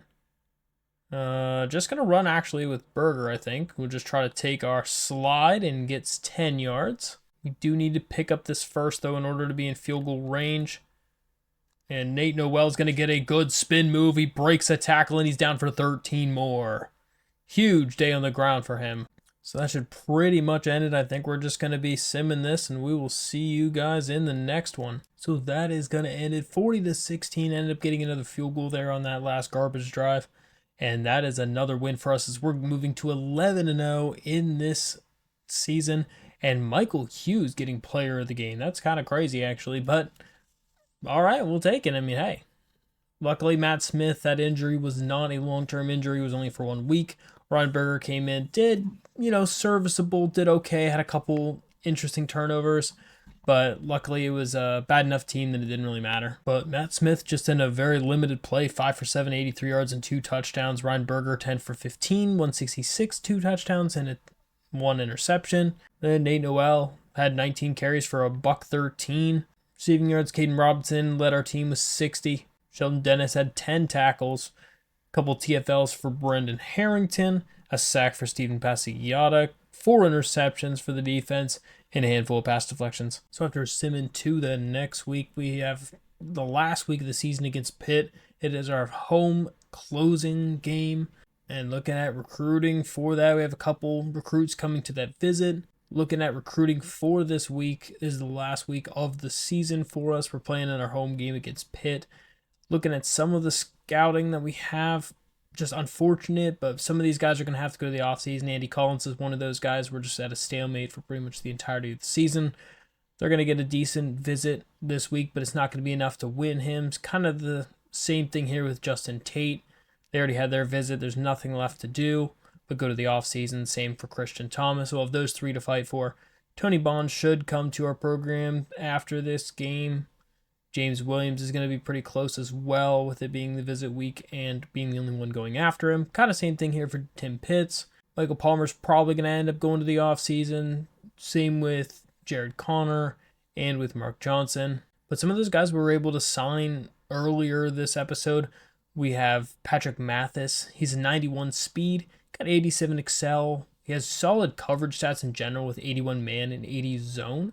Only 70 press, which is a little bit lacking, but he's got 86 route running, 75 release, just has terrible catching at only 53. 88 carrying, though, is pretty good as well. So, he's got a couple of different spots that he could be at. Guys, it is senior night, the last week of the regular season. We're wearing our all yellow or all gold outfit, and it is going to be a good one. We're playing against Pitt at home.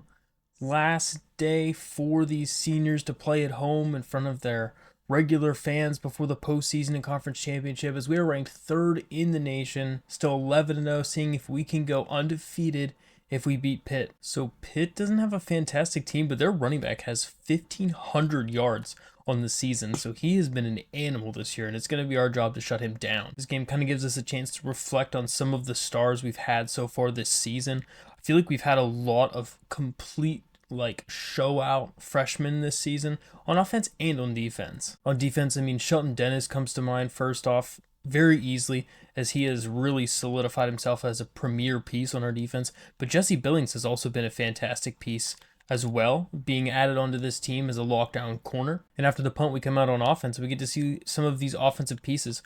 First off, Matt Smith. He's a Heisman candidate as a true freshman. He has been absolutely balling this year.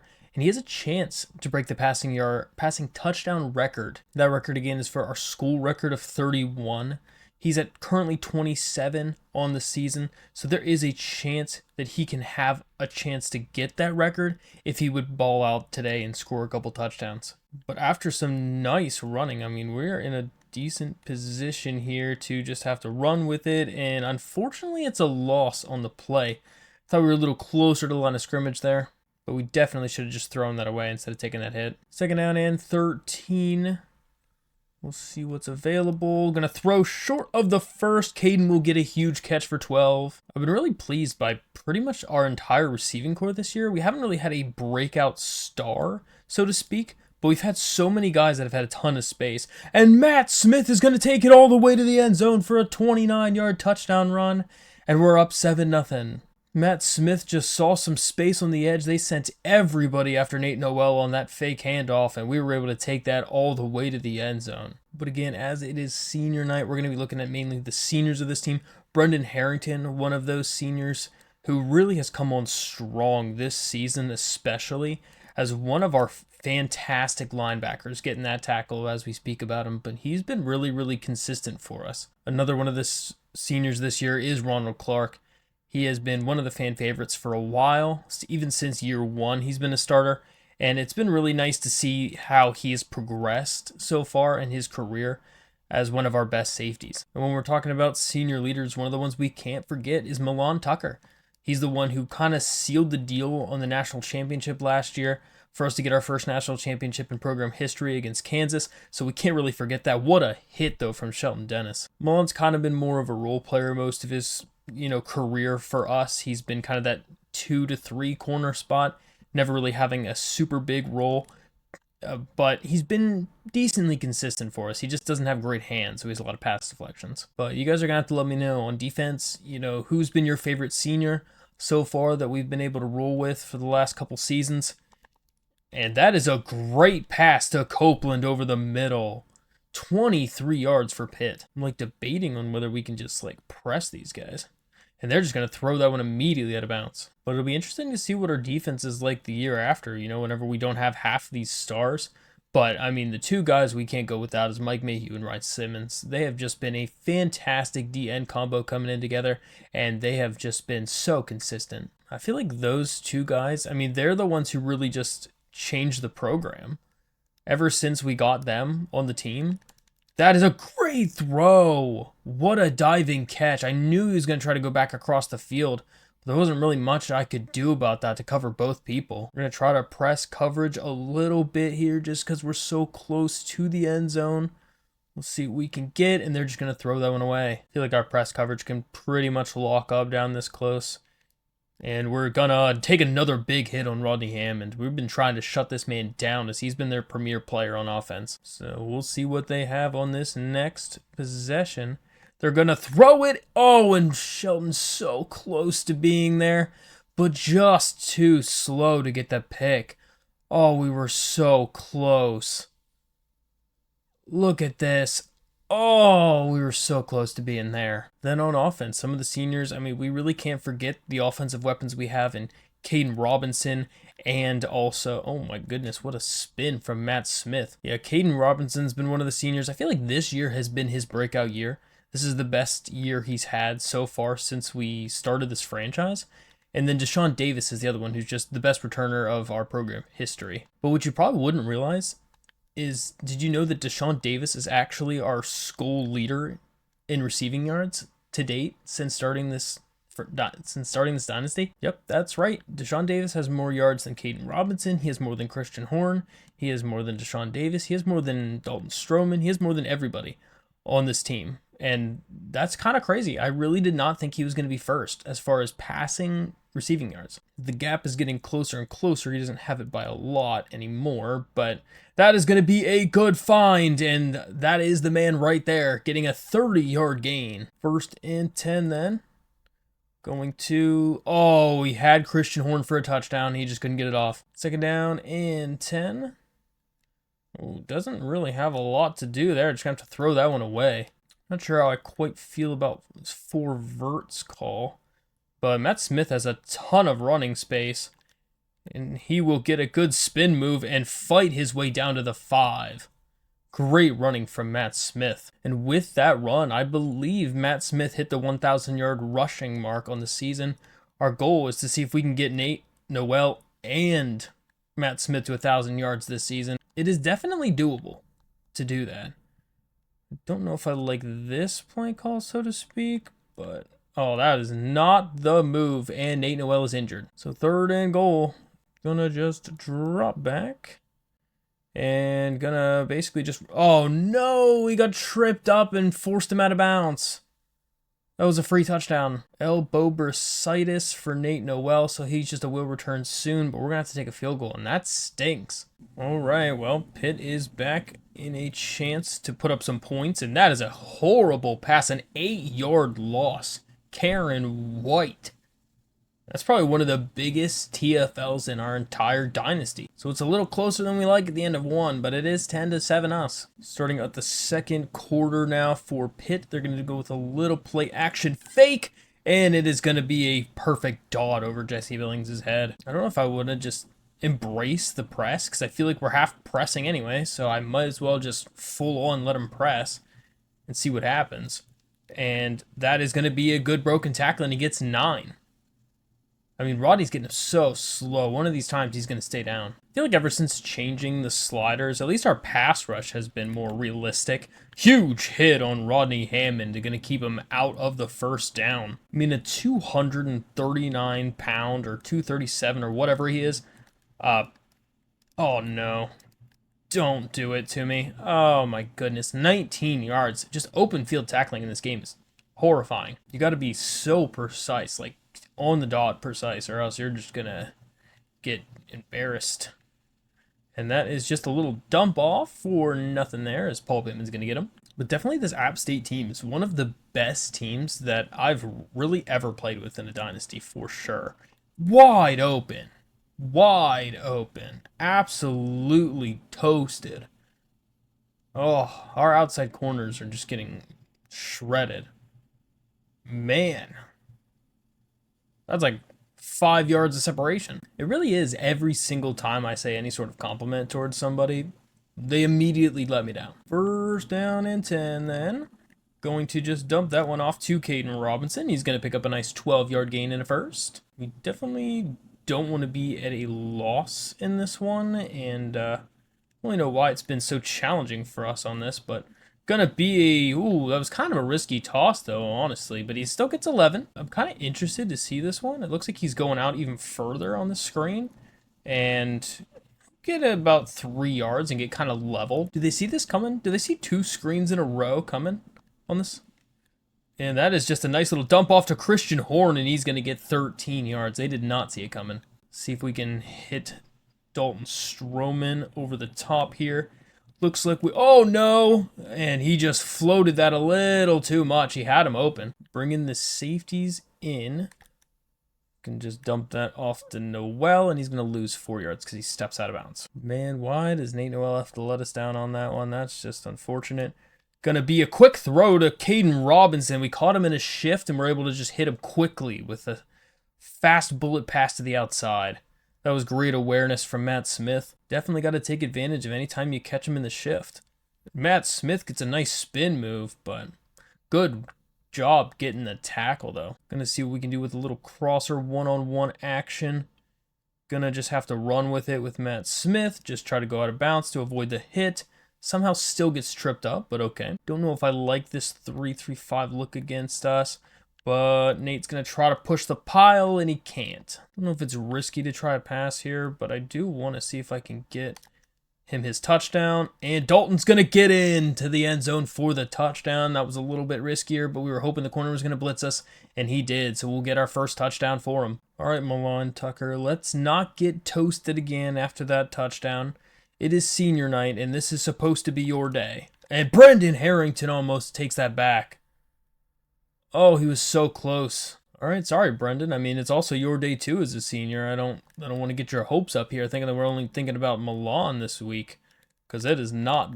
And Okay, but Milan's going to get his tackle broken by the quarterback, and he gets 16. We're going to do a little bit of press coverage just for the fun of it. We'll try to keep our over-the-top safety help. They are going to really do that again with Brendan Harrington. This time he barely threw it in enough time. 2nd down and 7. They're going back to the pitch. And what is happening here? How is that not a fumble? How is that not a fumble? Okay. Well, his knee was definitely down. At first glance, it looked like that came out a little earlier. It did not. But still, kind of surprising. I don't know what happened. I mean, he made me miss by going back the other direction. But that is a fumble that time, and Milan Tucker's going to pick it up. But there's a flag. There's clipping, but we're just going to decline that so we can take that ball. I mean, that was fantastic. I mean, that really just sums up senior day right there. Brendan Harrington forcing the fumble, Milan Tucker picking it up. That's just fantastic. That's getting everybody in on the action, all the seniors in. 2nd down and 6. Going to see what we have and just run out of bounds there again as they're playing pretty good coverage. Just trying to give Nate Noel a little bit of a breather since he has more of a high injury risk. I want to get him his yards this game, but I don't want to force it too much and get him hurt. He's up to 18. I believe he needs 99 yards to hit 1,000 yards this season.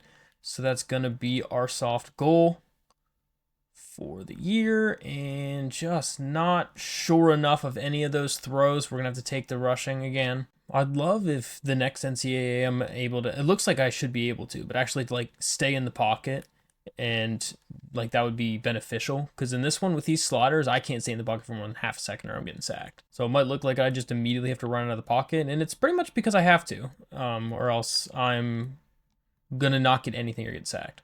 Kind of intrigued by this play. Just gonna see what we can get. We're just gonna have to run with it, and it's not gonna be enough for the first, but we'll just have to kick a field goal again. Not worth turning the ball over or making any sort of mistakes. We're just gonna take the points when we can get them. So after the electrifying play from our seniors last time Pitt was on the field, we'll see what happens this time as they're going to let Hammond go wide open again. He takes a big shot from Ronald Clark. Don't really know where Brendan Harrington was on coverage on that play because he really was supposed to be somewhere in coverage, but another big hit on Rodney Hammond. How is he getting up? I feel like the poor wear and tear system on this guy would be just insane right now. That is going to be a good throw, but he drops it. You guys are going to have to let me know, what are the cleanest uniforms that we have? I mean, I really, really like these all golds. I feel like they look nice. That is going to be a good team play, and they're going to lose 4. The all whites are also kind of real nice, especially with like the whited out A on the helmet instead of the one with the black A. Well, it's time to see what happens in this one. Gonna have to just throw that one away. Oh my goodness. Don't tell me that was intentional grounding. They're going to call intentional grounding on that. We're going to be on like the 2. Definitely one of the worst things that absolutely could have happened here. And that is about a 4-yard gain. So 3rd and 19. Going to just throw it, and it's incomplete. We just tried to get rid of it quick so we didn't get sacked, and we'll have to punt that off. So we're expecting a long pass here. They're just going to run with it. Are they really going to? Oh my goodness. Joe Dowdle mauled him. They somehow get back to the line in order to snap that? That's impressive, actually.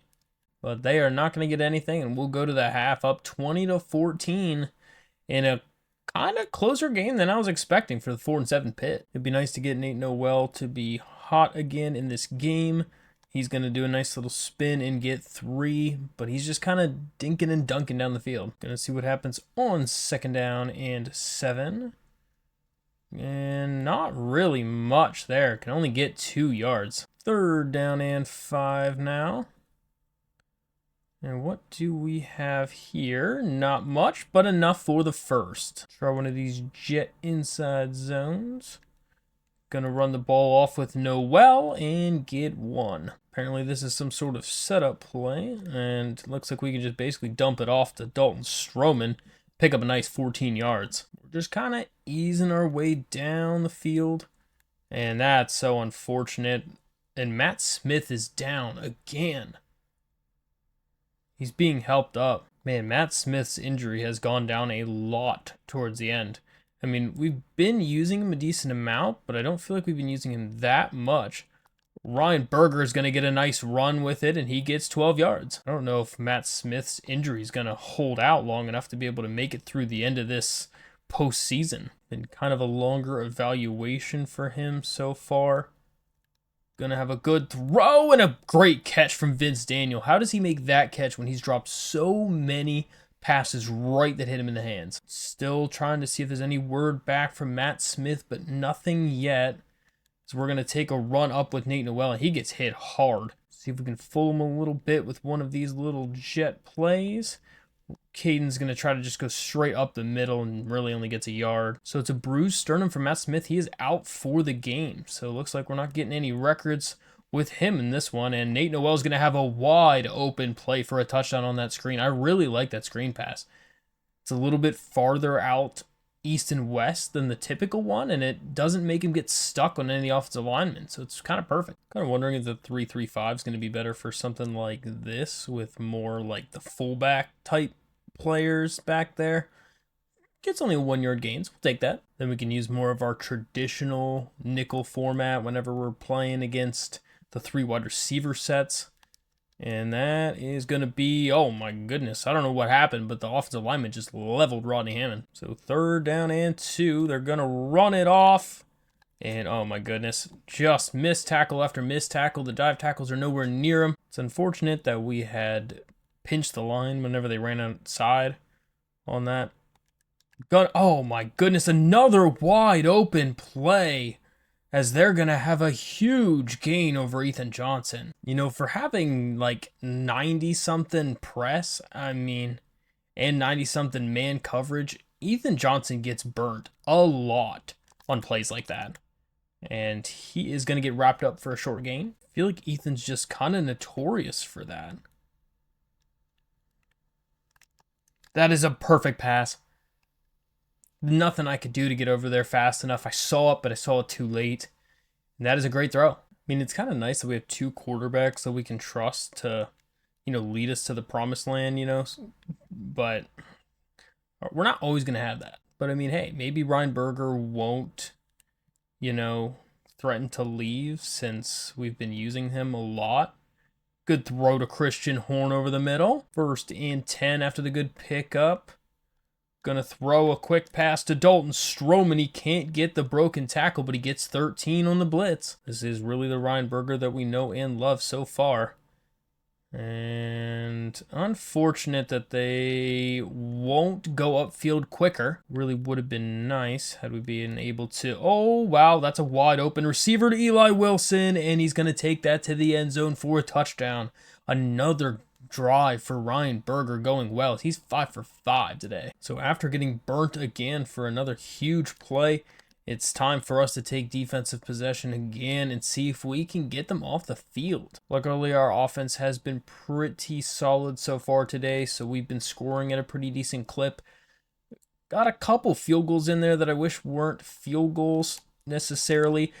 Oh, Jesse, somebody could have probably picked that. Oh, that was close though. 3rd down and 3. They're going to run to the outside, and it's a great tackle from Mike Mayhew to bring up 4th and 1. You really question, when do they start going for it? When do they start going for it on 4th down? But it's not this time. I like the 3 down lineman against our run game. And never mind, I don't. We only get 3. Would really love to see Nate Noel get his points on this. And he has a nice amount of running space. Is he fast enough? I don't know if he's going to be fast enough to get all the yards he wants, but he's going to get a huge gain, and we're up to 260 rushing yards on the night, as it was a perfect time to call the run on the wide outside run play from Nate Noel, and he was able to just get a huge gain on the play. So heading into the 4th quarter, we're up 34-21 after the massive run from Nate Noel. Gotta give that poor man a breather after that play. Gonna have to throw that one out of bounds. Good pressure. Looks like they're really crowding that line. They might be sending some people here. Let's hope they all get stuck on the inside. And they will, and it's a wide open touchdown for Nate Noel. A huge 14-yard score.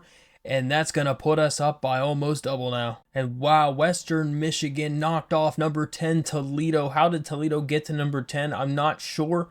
But, oh, okay. We're going to call a little press again here just to kind of see what happens. Going to throw it, and it's dropped. They heard footsteps from Brendan. I feel like I'm only concerned with pressing on plays that there's no running back in the backfield.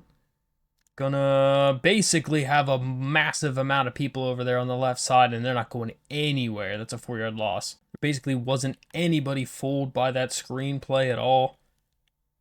And they have them pretty well boxed up here. Oh my goodness, don't tell me. I don't know what just happened. I think that was Brendan Harrington out there. He just ran out of bounds.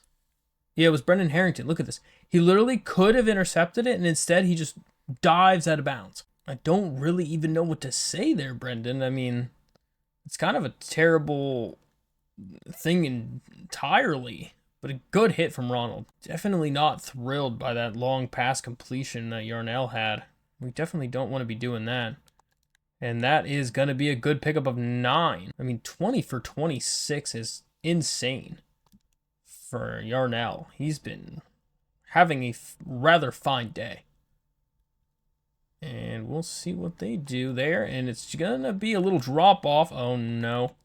Can we please? 14 yards as he breaks 2 tackles. I really hope also in the next game that there's ways to make it harder without making the break tackle settings insane. And, oh my goodness, how did that not get picked? Oh, I'd have to see that replay again. How did that not get intercepted? Where? Oh, he had his hands just in front of Shelton Dennis's. Oh, that's tough. That's super tough. And trucks Shelton Dennis. Whatever wide receiver was out there absolutely folded Shelton Dennis in half. Oh my word, he was the only one that had a shot to bring down the quarterback. Well, that was one of the ugliest drives I've ever seen in our history right there. Oh my god, let's try to forget that. First and 10, we're really trying to just kind of get most of this game down here. Wish he could have at least broke up field for anything. But really the main thing is just, we need to get the clock moving, you know, to get this game out of here. You can get on to the postseason. That is our goal. That is going to be a great little throw to Deshaun Davis over the middle for 51 yards. Very nicely thrown ball from Ryan Berger. Threw that right over the corner. Don't know why the coordinator is pretty much only calling for... Oh my goodness, what a dot. He's only throwing pass plays right now as a coordinator. I guess they just wanted to get us that 250 passing yards. We'll let the clock run down a little bit and try to get a run in here, and they just knew where that was going, and there's nothing happening.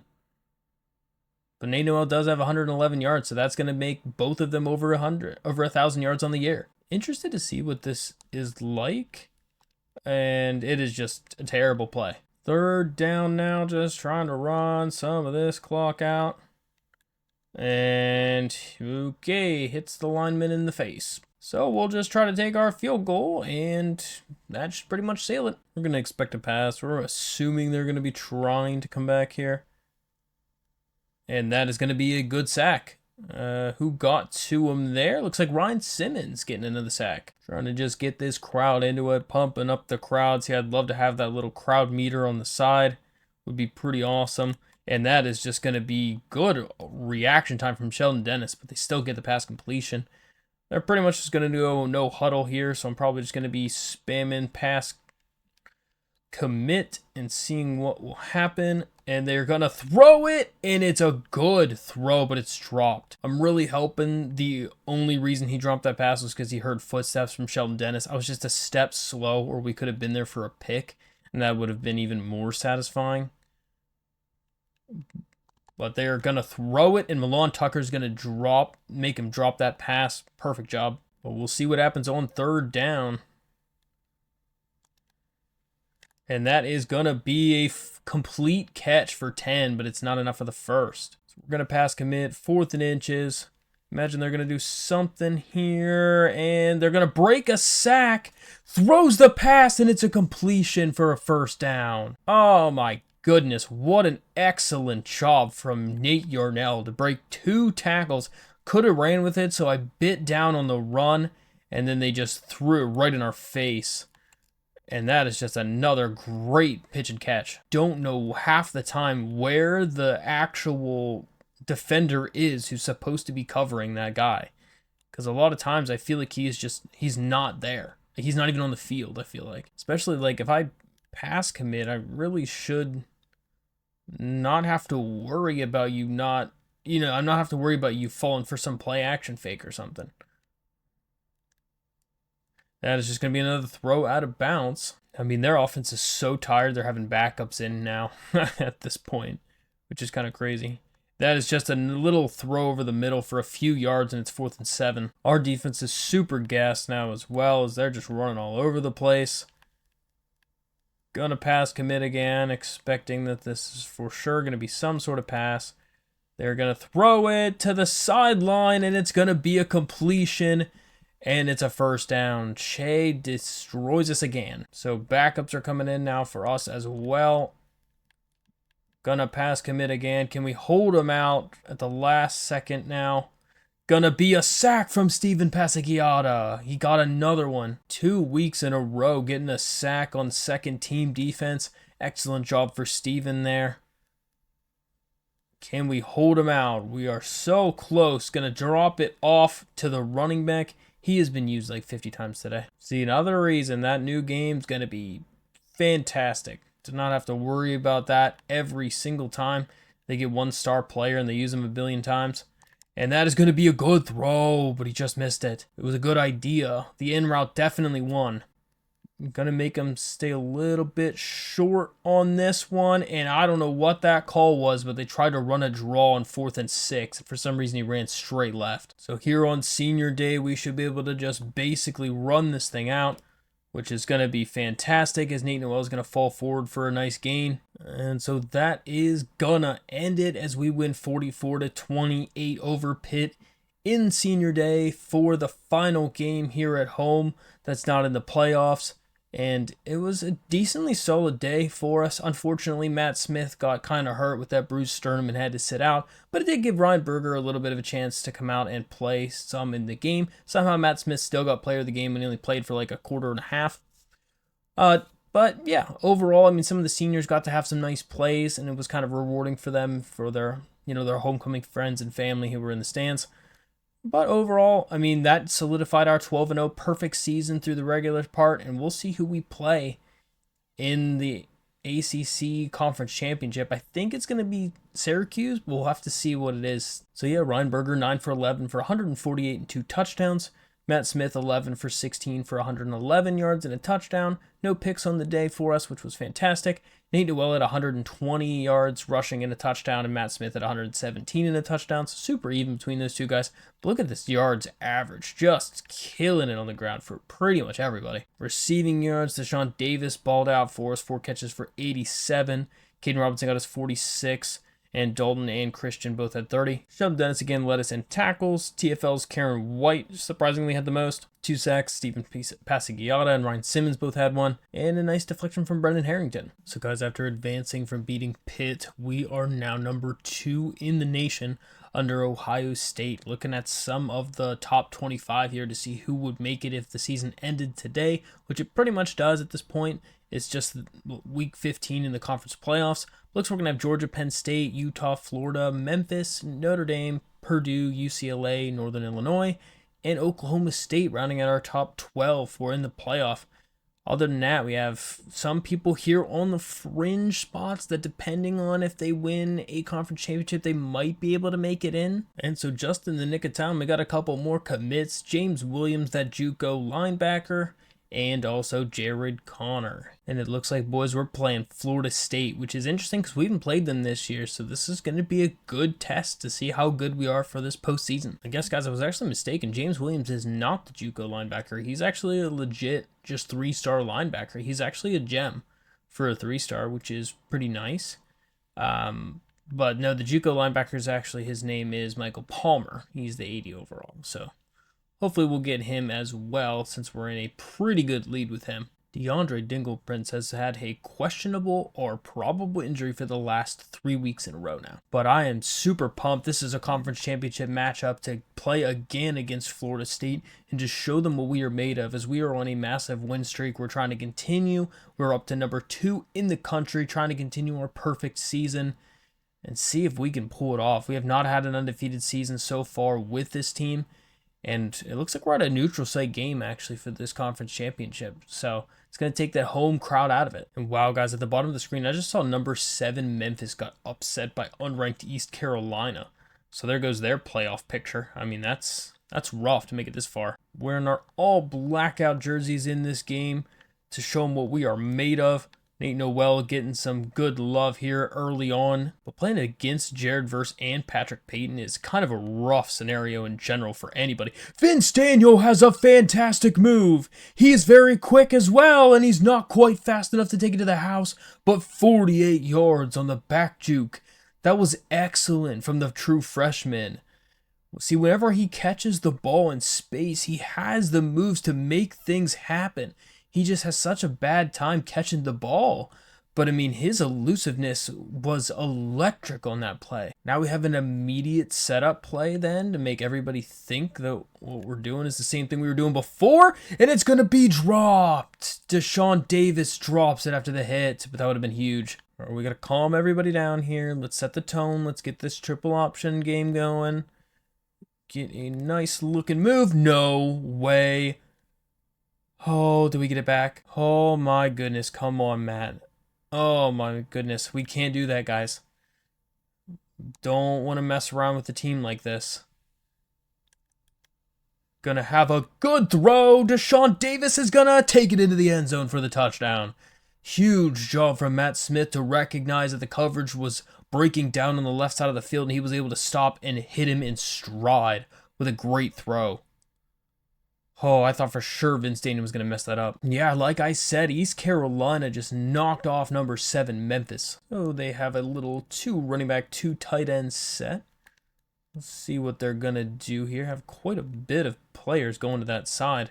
And they're going to take a great angle with the QB, and I think he's going to take it. Wow, Ryan Simmons making a tackle 40 yards downfield. That is some hustle from the big man. But, geez, that is a great run to start off on the triple option. I don't blame them going right back to it afterward. I mean, they're straight up right there again, and that's going to be a great play from Ryan Simmons to just get immediately through the line. 2nd down and 7. Are they going to run again? They're not actually going to run this time. They're just going to run with the quarterback, and he gets hit hard, too. Tate Rodemaker just got leveled from somebody. Was that Brendan Harrington? I think so. 3rd down and 6. Have a quick slant, and he gets absolutely sandwiched from 3 App State defenders and holds on. Deuce Spann with a great catch. It was really their first complete pass in this game, and they are going to run the ball, and Shelton Dennis is going to try to get a hit, but he can't. He's getting up slow, though. That's a lot of abuse he's been going through early in this game.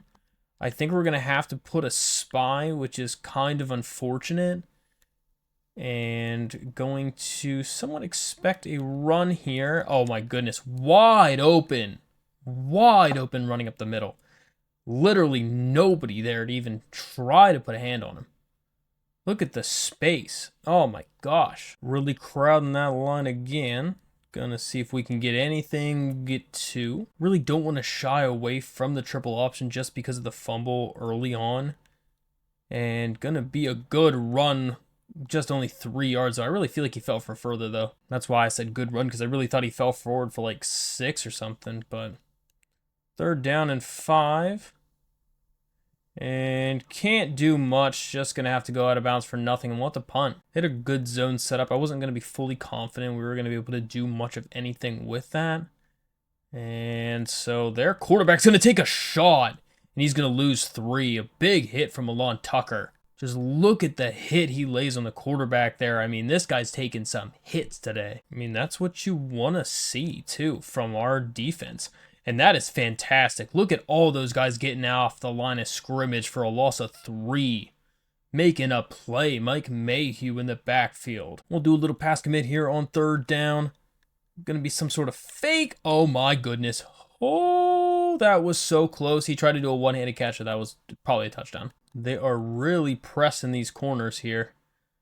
And not really much, though. No gain at all. Maybe we just got to try some little shorter routes, I guess. As that's probably the only thing we can do. And Matt Smith is going to get a nice 10 yards and go out of bounds. Looks like they might be sending some people here. We'll hit him with a quick play to Christian Horn. Gets a nice little cut move and gets 14. Trying to see if we can give Matt Smith a little break for a bit. And Nate Noel is going to get a gain of 3. Second down now.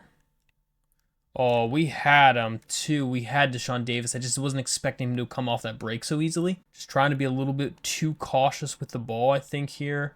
Especially whenever we're trying to...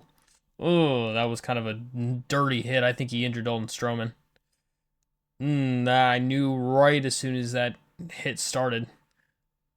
That's not good. Yeah, Dalton Stroman's down. This play's been working pretty good for our tight end.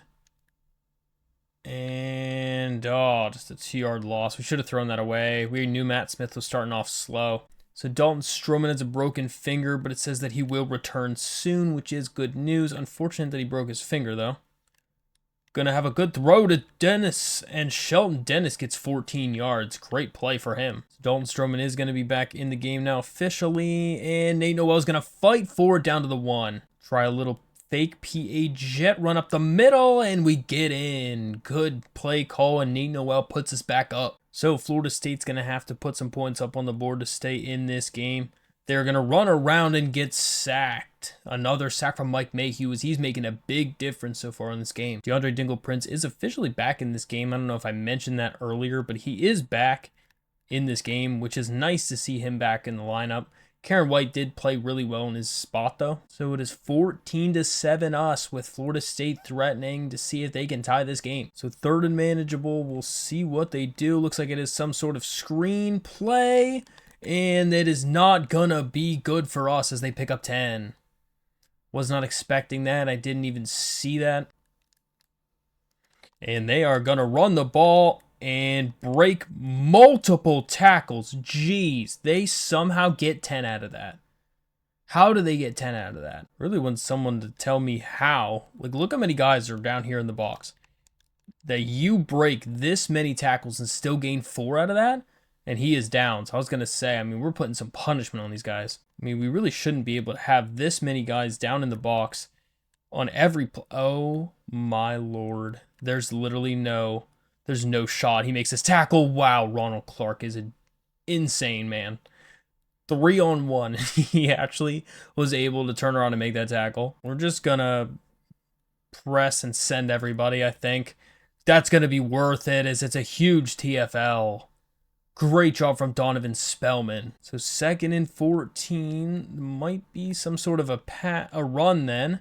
And that's going to be fantastic. Ryan Simmons is going to get a TFL, and it's 3rd and 17 already. It's really not often you see the shovel option come out here in defense, but they tried it. And they're going to just run around and fumble the football. Another big hit. I think they injured the quarterback. I think he's been taking enough punishment that the sack from Deshaun McKnight was enough to force the fumble, and down goes the quarterback. So it's 4th and 23, a very long field goal attempt. We'll see what they do, as it is straight up and through the middle. 5 weeks for the running back. It's a big injury for him. We'll see what the quarterback's injury is too, because we're going to be able to run out of the end zone and get nothing there. So the quarterback will be back soon, just some back spasms, and he's going to be coming back into the game very soon. Oh, we had a wide open receiver if he was able to not get that swatted at the line. I feel like we really got to go back to running on 1st down. That is going to be a good run. Good run from Nate Noel for 6. 3rd down and 4. Going to throw a quick pass to Caden Robinson. Gets a good catch for 13 yards, and Caden Robinson's injured as well. Literally every single person on our team is just getting injured every single week at this point. It's rough. So we'll try a little fake play here just to run it off with Noel, and he gets a nice 3-yard gain. And Caden will be back soon. He also has back spasms. Everybody just having back spasms today. We're just going to have to throw that one away, as that is some serious heat Matt Smith was under. So 3rd and 7. See what happens. Oh, it was a wide open Christian Horn, and we couldn't get it off. Super unlucky. There's no pass protection. So we'll go back to the same thing that we've been doing. Just spread everybody on the box. And he is going to fumble the football. I haven't seen that fumble animation before, and that's a 6-yard loss and a forced fumble again. They're going to booth review it. I don't think it was actually a fumble. I think he just kind of slammed him down, and for some reason they assumed it was a fumble. But it doesn't really matter anyway because they got the ball back. Play was reversed, so it won't technically count as a fumble. 2nd and 14 now, as we'll kind of be stuck on the line, and that's not really what we want. But another big hit on the quarterback. He's going to gain 17 on the run, though. So we'll try to stay in this more or less formation. Oh, my goodness. Don't do it to me. Don't do it. Oh, my goodness. I don't know why Matt is all the way down, or Mike Mayhew's all the way downfield. But our tackling is terrible. You never know. You cannot predict whatsoever which direction the QB is going whenever they're running in that weird, like, jittery run animation. Nothing is realistic. He could go left, he could go right, he could stop moving, he could run straight, he could run backward. Normally you're used to them just, running to what makes sense, but that is not the case in this game very consistently. Almost intercepted from from Milan Tucker. And especially on these sliders where their run ability is just jacked. It is not ideal. And that is going to... Oh my goodness. He makes the broken tackle to get the first. So 1st and 10. Expecting some sort of run again here with the QB. He's going to pitch it off to the running back or wide receiver, whoever that is, and he won't get anything. So they're going to drop back to pass. And Jesse Billings is going to allow a catch right in front of his face. It's a 17-yard gain. Their quarterback is injured again, and it's a 1-quarter injury this time. So no longer just for no time at all. They're going to expect some sort of run up the middle, and it's perfect. Even did a run commit up the middle, but it didn't look like any of our guys even knew what I said. All right, well, we'll see what we can do on the next possession this time. And really just not much there, but he'll get a good block and we'll be able to run for 15. I wanted to throw that over to Dalton Stroman, but I didn't want it to get undercut. We'll see what happens. Last time they had a big weakness on this play. And, that is not what you want to do. We tried to do some sort of juke move there, but he was not fooled at all. Probably should have just saved our quarterback the hit, but we did not. And Eli's going to get the first. That's a good pitch and catch. Eli Wilson kind of has a hot take. He's been the best tight end so far in our franchise history as well. And we're just... Oh, my goodness, Amani. We literally need 10 yards to be in field goal range. That is all we need right now. It's 10 yards. Don't do it! Oh my goodness, wide open. We need to complete that. That's tough to see when you overthrow a wide open receiver like that. Oh, we're just going to have to throw that away. Everyone was covered. That is just such a disappointing end to that drive, as we really, really needed to get points on that drive. We cannot go into the half being down, especially if they're going to get the ball first. I don't remember who got it first, to be honest. We'll have to see. But I'm hoping we can kind of get to this younger quarterback, since he's not the starter, in hopes that there's going to be a turnover or something. But so far, he's seeming pretty good. Gonna expect a pass. We'll see what happens. And oh no, you don't tell me, Ethan, you don't try to pick that. Ethan, you're really letting me down there, man. That was a complete... He threw that and almost bounced through your face. Oh, and that's a big sack from Mike Mayhew. That is a massive sack from Mike. Massive sack from Mike Mayhew. 33 seconds left. Gonna throw it, and it's dropped incomplete. Expecting a pass. 3rd down and long. Going to throw it. It's intercepted. Ethan Johnson got the pick on the young quarterback, A.J. Duffy. And that has a chance to get us points. We need 15 yards. Going to have a great throw to Vince Daniel, and he's going to get there. We're going to call timeout. See if we can do the same thing we tried to do last time, but hopefully this time he actually hits him in stride, and he will. And Dalton Stroman's going to be down to about the 10-yard line as we call a second timeout. So we got 11 seconds to see what we can do. Just going to see if we can run the ball with Matt Smith. He'll run out of bounds, and it's 2nd and 2. It's unfortunate, but I feel like we just have to take our short points here. We don't want to mess up, and we're just going to take the points to tie it. We didn't want to accidentally run out of time when we have the tie in our possession. So all tied up at 17 apiece going into the half, as this is a tight one. So yeah, I think it was the right decision there to just take the field goal because they do get the ball first to start. So we'll see what they do, as they are just going to throw that one out of bounds again, as we had some pretty tight coverage. So their run game has been what the difference maker has been so far, and that's a big hit on Trayshawn Ward. We're trying to just pretty much have everybody immediately come in there to get the block, and another leveling hit on Trayshawn Ward. But quite frankly, we cannot stop their running game, as it has been fantastic. As Rodemaker is going to get another play, and Trayshawn Ward gets 3 hit sticks in a row. This man better be out of the game. 2nd and 7, they're going to run the ball again to another player, and he takes a decent hit, and it's a 4-yard gain again. Haven't really had to fight a team who's been pretty much consistently running the ball no matter what, and just so many yards for free. I can't do man, I can't do zone, I can't blitz. I don't know what to do to stop them. We've tried run commits. They also have not been the answer.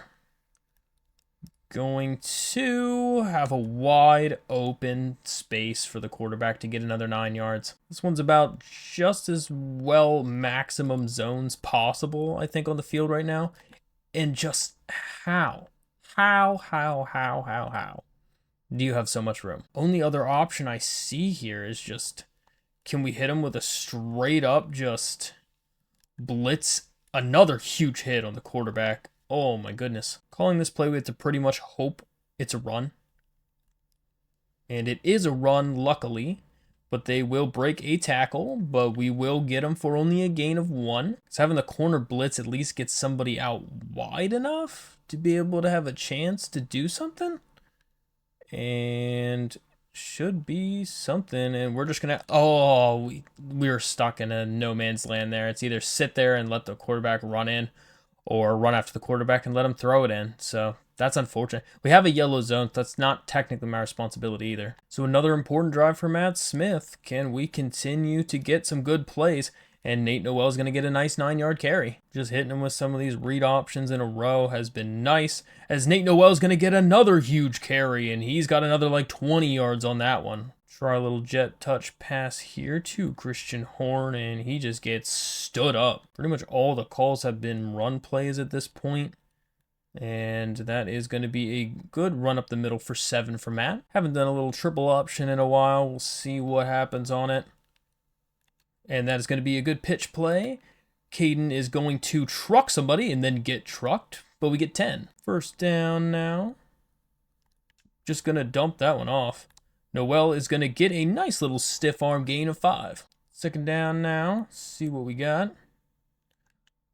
Oh, no. Don't like what he was trying to do there with the 360, whatever that was. Let's never do that again. We just want to convert. That's it. That's all we want to do. Apparently this is a setup play for us. We'll see what it looks like. But Vince Daniel's going to get a nice little 7-yard gain. This has been one of our better plays for us over the course of the season. And that is going to be perfect. Matt Smith's going to run that in for 12 yards, and we are back to a tie game. And wow, Iowa and number 1 Ohio State is a close game here at half. So we'll see what they do again, as it's going to be a run. And oh my, we even have... I don't know how many personnel we need to have out there. But geez, 8 yards brings so many guys up from the box. We try to see what we can do. And that is, it should work out in our favor to have so many guys down there, but they still get 5. I just know this cornerback play is going to come back to bite us one of these times if they pass it. And they're going to run it. And that's a good tackle from Jesse Billings from behind for 3. 15 rushes for 133 yards for the quarterback. That is absolutely ridiculous. They are going to throw it. And it is a perfect pass right through the heart of the defense. Honestly, we just got to hope they make a mistake. That's all we can hope for at this point. We just got to hope something happens for a mistake. And that is a great tackle for loss, for a 3-yard loss. And Karen White is going to be there. Not enough for it. And they're going to break a tackle and get the first.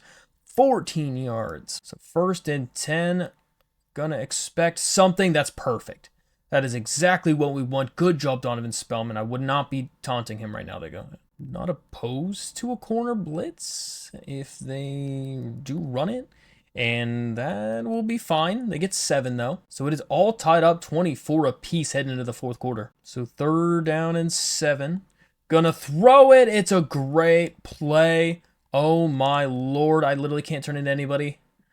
23 yards on a pass play. They finally threw a pass. Their 10th pass of the game. It's in the 4th quarter. They have been basically just demoralizing us as a team with all these run plays.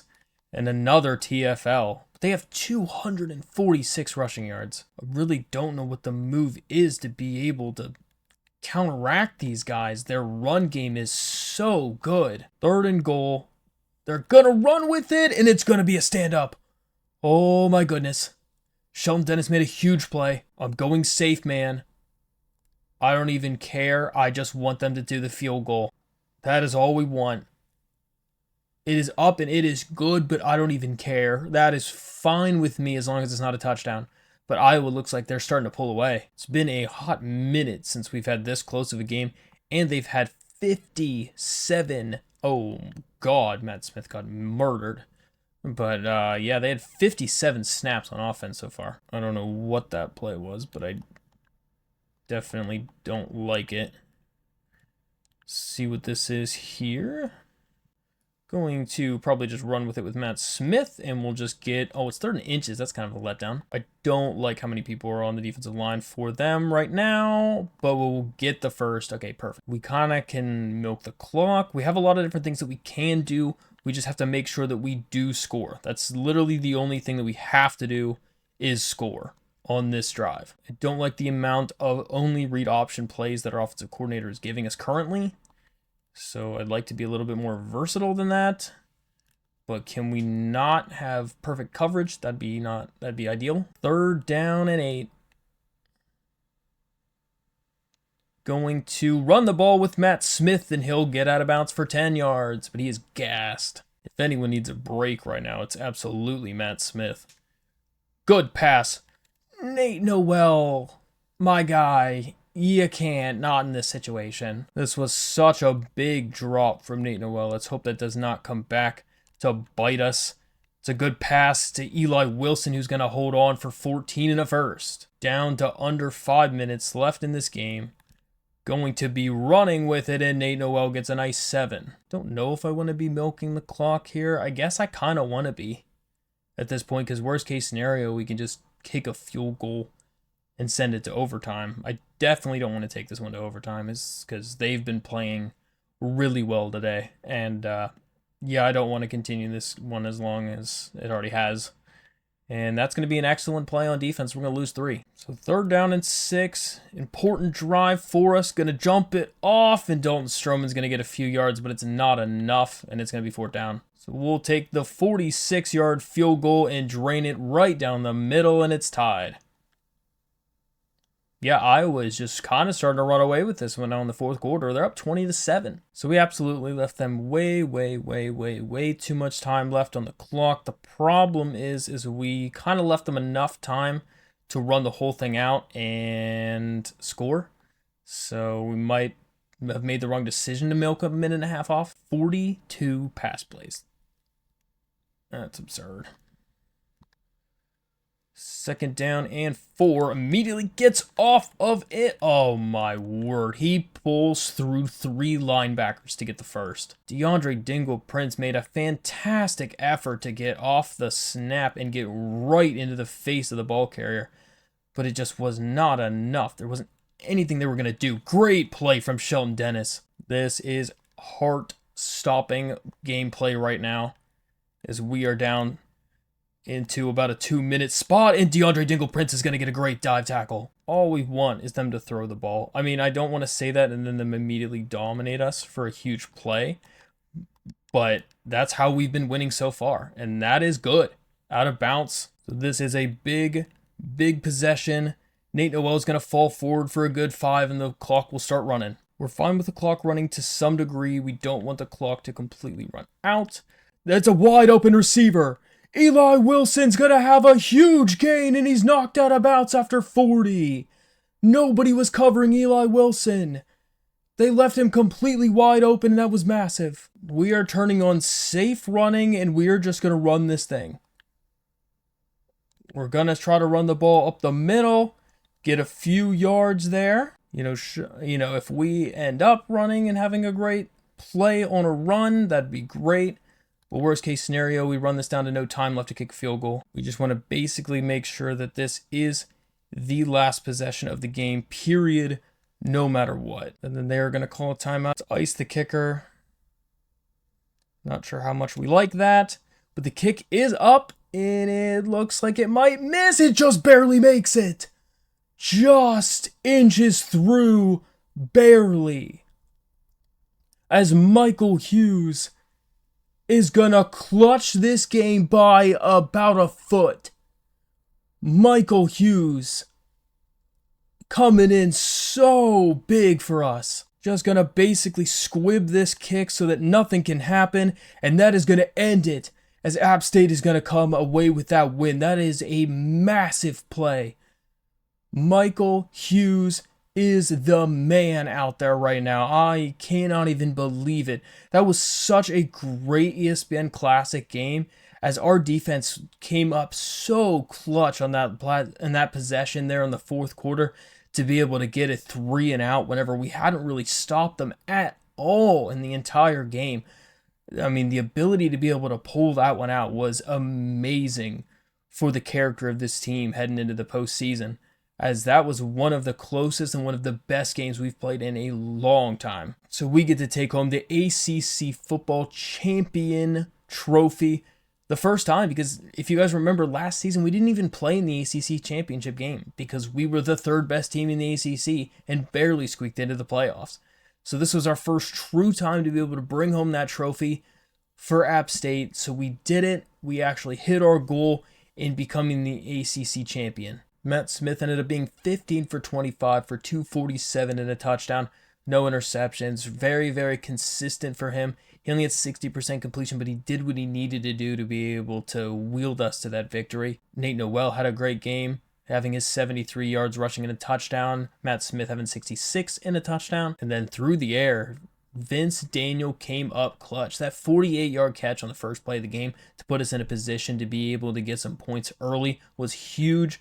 Eli Wilson was the man, the myth, and the legend on that last drive, hitting a 40-yard catch, completely wide open. I don't even know who was covering him, but it was absolutely fantastic. Dalton Stroman also being just Mr. Consistent there with his 4 catches. Defensively, Shelton Dennis, as you guessed it, led our team in tackles, had a handful of TFLs. They ran the ball down our throats today. We did get a couple sacks. They only threw the ball a handful of times. So to get 3 sacks in that limited amount of passing situations and a pick, that's, we're very happy with our pass defense, but our run defense was getting destroyed. Guys, welcome your new Heisman winner, the true freshman Matt Smith, as he was pretty dominant this season, having 3,000 yards, passing 1,100 on the ground and 41 touchdowns. Just a killer season for him, and he won by a pretty decent margin over Trevor Etienne. Matt Smith also has won the Robert Maxwell Award. He also won the Walter Camp Award. Shelton Dennis wins the Chuck Bednarik Award. Deshaun McKnight wins the Bronco Nagurski Award. Deshaun McKnight also wins the Vince Lombardi Award. Brendan Harrington wins the Dick Butkus Award. Shelton Dennis won the Jim Thorpe Award. Michael Hughes wins the Lou Groza for the second time. Ryan Johnson wins the Ray Guy Award. Deshaun Davis wins his third straight Jet, and Squire Boone the 11th wins the Coach of the Year in this third season of our dynasty. And boys, just like that, we're the number 1 school in the country. But we'll kind of get a sneak peek at the top 12 teams for the college football playoff. Us at number 1, Georgia at 2, Penn State is 3, Florida is 4, Utah at 5. That's an interesting one. They're 99s and everything. That's kind of crazy. Ohio State at 6, Notre Dame 7, UCLA 8, Purdue is 9, also an interesting one. Miami of Ohio, also interesting, at 10, Toledo at 11, and Washington at 12. Wow, Washington at the 12 seed is going to be a scary knockoff team for somebody. So guys, it is time for the college football playoff here in our App State Dynasty. We are the number 1 seed at a 13-0 this year. Just an incredible season for us in general, and we're going to get the bye in the first round of this playoffs. But looking at the schedule ahead, we have UCLA versus Purdue, Utah versus Washington. Winner of that last game will play against Florida. Then on the other side, looks like Georgia has a bye. They'll be playing the winner of Notre Dame versus Miami of Ohio. Interestingly, how they made it there. And then Penn State has a bye as the 3 seed, and they will be playing either the winner of Ohio State and Toledo. So after simulating the first round of the college football playoff, looks like Purdue beat UCLA 33-21. Utah versus Washington ended with Utah getting the win 49-42. Utah is just going off this year. And then on the other side of the bracket, looks like Notre Dame completely stomped Miami of Ohio 31-7, and they'll move on to play Georgia. And then Ohio State versus Toledo was Ohio State, which we were assuming anyway. And they won 42-24, and they'll play against Penn State. So it looks like some interesting matchups on that other side of the playoff. This is just going to be an interesting matchup for App State versus Purdue. I don't think we've ever played Purdue before, so it's going to be interesting to see what they're like. And especially also if Utah ends up beating Florida, that would be another team that we just have not played against yet. So that would be kind of super cool. And then honestly, I kind of hope that we play against either Ohio State or Penn State, because I feel like we haven't really played against either of them as well. But it would be kind of ironic to play against Georgia again if they were to win out the rest of that side of the playoff to get a rematch of last year's college football playoff when we beat them to secure our first ever championship. But we'll just have to see how this one goes. Wow, this Purdue team is pretty solid. I mean, as far as 10th in points on offense, 11th in yards, 4th in passing. Defensively, they're 6th, 7th in yards, 8th in passing, and 33rd in rush defense. I mean, I thought our defense was pretty solid, but we're like neck and neck right now. But here we go, the second round of the college football playoff, as we're going to have our first game this time with having the bye in the first round, and we're going to be playing against the Purdue Boilermakers. We have not played against them yet, and I am extremely excited to be able to play against them and see what our team is made of, as they have been solid on offense and defense this season. So we're at Mercedes-Benz Stadium for the Chick-fil-A Peach Bowl. And with this kickoff, we are underway here in New Orleans. For being such a young program, the fact that we have made the college football playoff for the second time in just as many seasons is quite fantastic. And that is a massive shot from Shelton Dennis. It's a 6'7" true freshman. Shelton Dennis looking to have a big impact, as well as both sophomore defensive ends, Mike Mayhew and Ryan Simmons, also look to make an impact, as Dion Burks is going to burn us over the middle for 16 yards on the slant. Might have to see what else we can do against this defense, as they have against this offense, because they have been playing quite well. That is a perfect pass. Both of our corners fell into each other, and it was a perfect pass to Blake. I think we'll try to mix it up a little bit and throw in a little bit of zone coverage. I was expecting it's probably going to be some sort of run or something, but it looks like that is going to be a great pass to Yassine, and he's going to pick up another 14 yards. Purdue is threatening in App State territory. We did not do a run commit, which is a perfect choice. I mean, a pass commit, because we still got the TFL from Shelton Dennis. We really need to shut down Devin Mockabee in this game, as he's had 1,200 yards rushing on this season, so he's been having a solid impact. this year. And that is going to be almost intercepted from Jesse Billings. Great defense as Hudson Card throws his first incompletion. I think we're going to pass commit this time because Hudson is going to drop back. He's going to throw to the corner, and it's going to be a perfect pass over Jesse Billings' head, and Zion Steptoe gets the first points on the board for Purdue. Just a perfect pass from Hudson Card. So close. Jesse probably could have put his hands up, but he did not, and it's 7-0 Purdue. And now coming onto the field for the first time in this game is the Heisman winner Matt Smith, as he's going to lead us out on a drive, and we're going to gain a yard with Nate Noel. The dual rushing attack from Matt Smith and Nate Noel, both of them have had 1,000 yards on this season, have been playing very well. And it's going to be a good pass to Dalton Stroman, who's going to end up fumbling the football. It's a big fumble, and it's going to be picked up by Purdue. You cannot have that happen, Dalton Stroman. Unbelievable hit from the corner. It was a bad spin move, and Purdue is going to take over in threatening territory very early on to see what they can do. They're going to throw it, and it's almost intercepted by Ethan Johnson. App State has a tendency to get themselves in positions like this. They haven't really had anyone beat them because of it, but Jesse Billings almost drops it as well. Or he does drop it, almost gets a pick. Trying to pump up whatever neutral site crowds the Mountaineers have. And we'll see what they do, as they are going to throw to the corner of the end zone, and it's intercepted by Jesse Billings. He finally gets his hands on it, and he gets an interception, and it's coming back the other way. A huge clutch interception from the true freshman. That is exactly what you want to do on defense, is get the ball back for your offense after the turnover. What we really need to do is get Matt Smith involved in the action, and Nate Noel's going to get a great spin move, and he gets 18 yards on the read option. Just a fantastic move from the junior to get downfield. Most of the time, if they can get the run game going, this team is a whole nother animal to have to go against, as Matt Smith's going to rush for the first down. 1st and 10 situation. Going to just have a wide open Christian Horn, and he's going to take a big hit, but he's down to the 21 on a huge 30-yard pickup from Christian. App State definitely in a big situation here to try to get some points, and he's just going to run right into a brick wall, and there's nothing doing. It's a yard loss. 2nd down and 11 now. Going to just have to run with it, and Matt Smith's just going to go out of bounds for a gain of 9. Don't want to take any hits. Nate Noel has been doing well, and they're going to try to run with it, and he's just going to fall forward for 4 yards, and we pick up the first. 1st and goal. Going to just dump it off, and it's going to be incomplete. The pressure was intense. 2nd and goal. Going to try to run the ball up the middle with Nate Noel, and he's going to get 3. It is 3rd and goal. Matt Smith is going to run out to the side. Going to have a man, and it's incomplete. He threw it to the wrong person.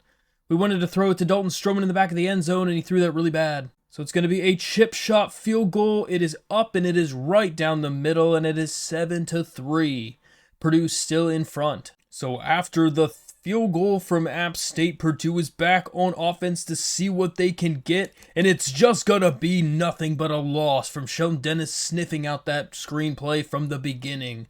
A huge play from the true freshman. His awareness is on another level right now. App State has generally been pretty decent at picking up those screenplays.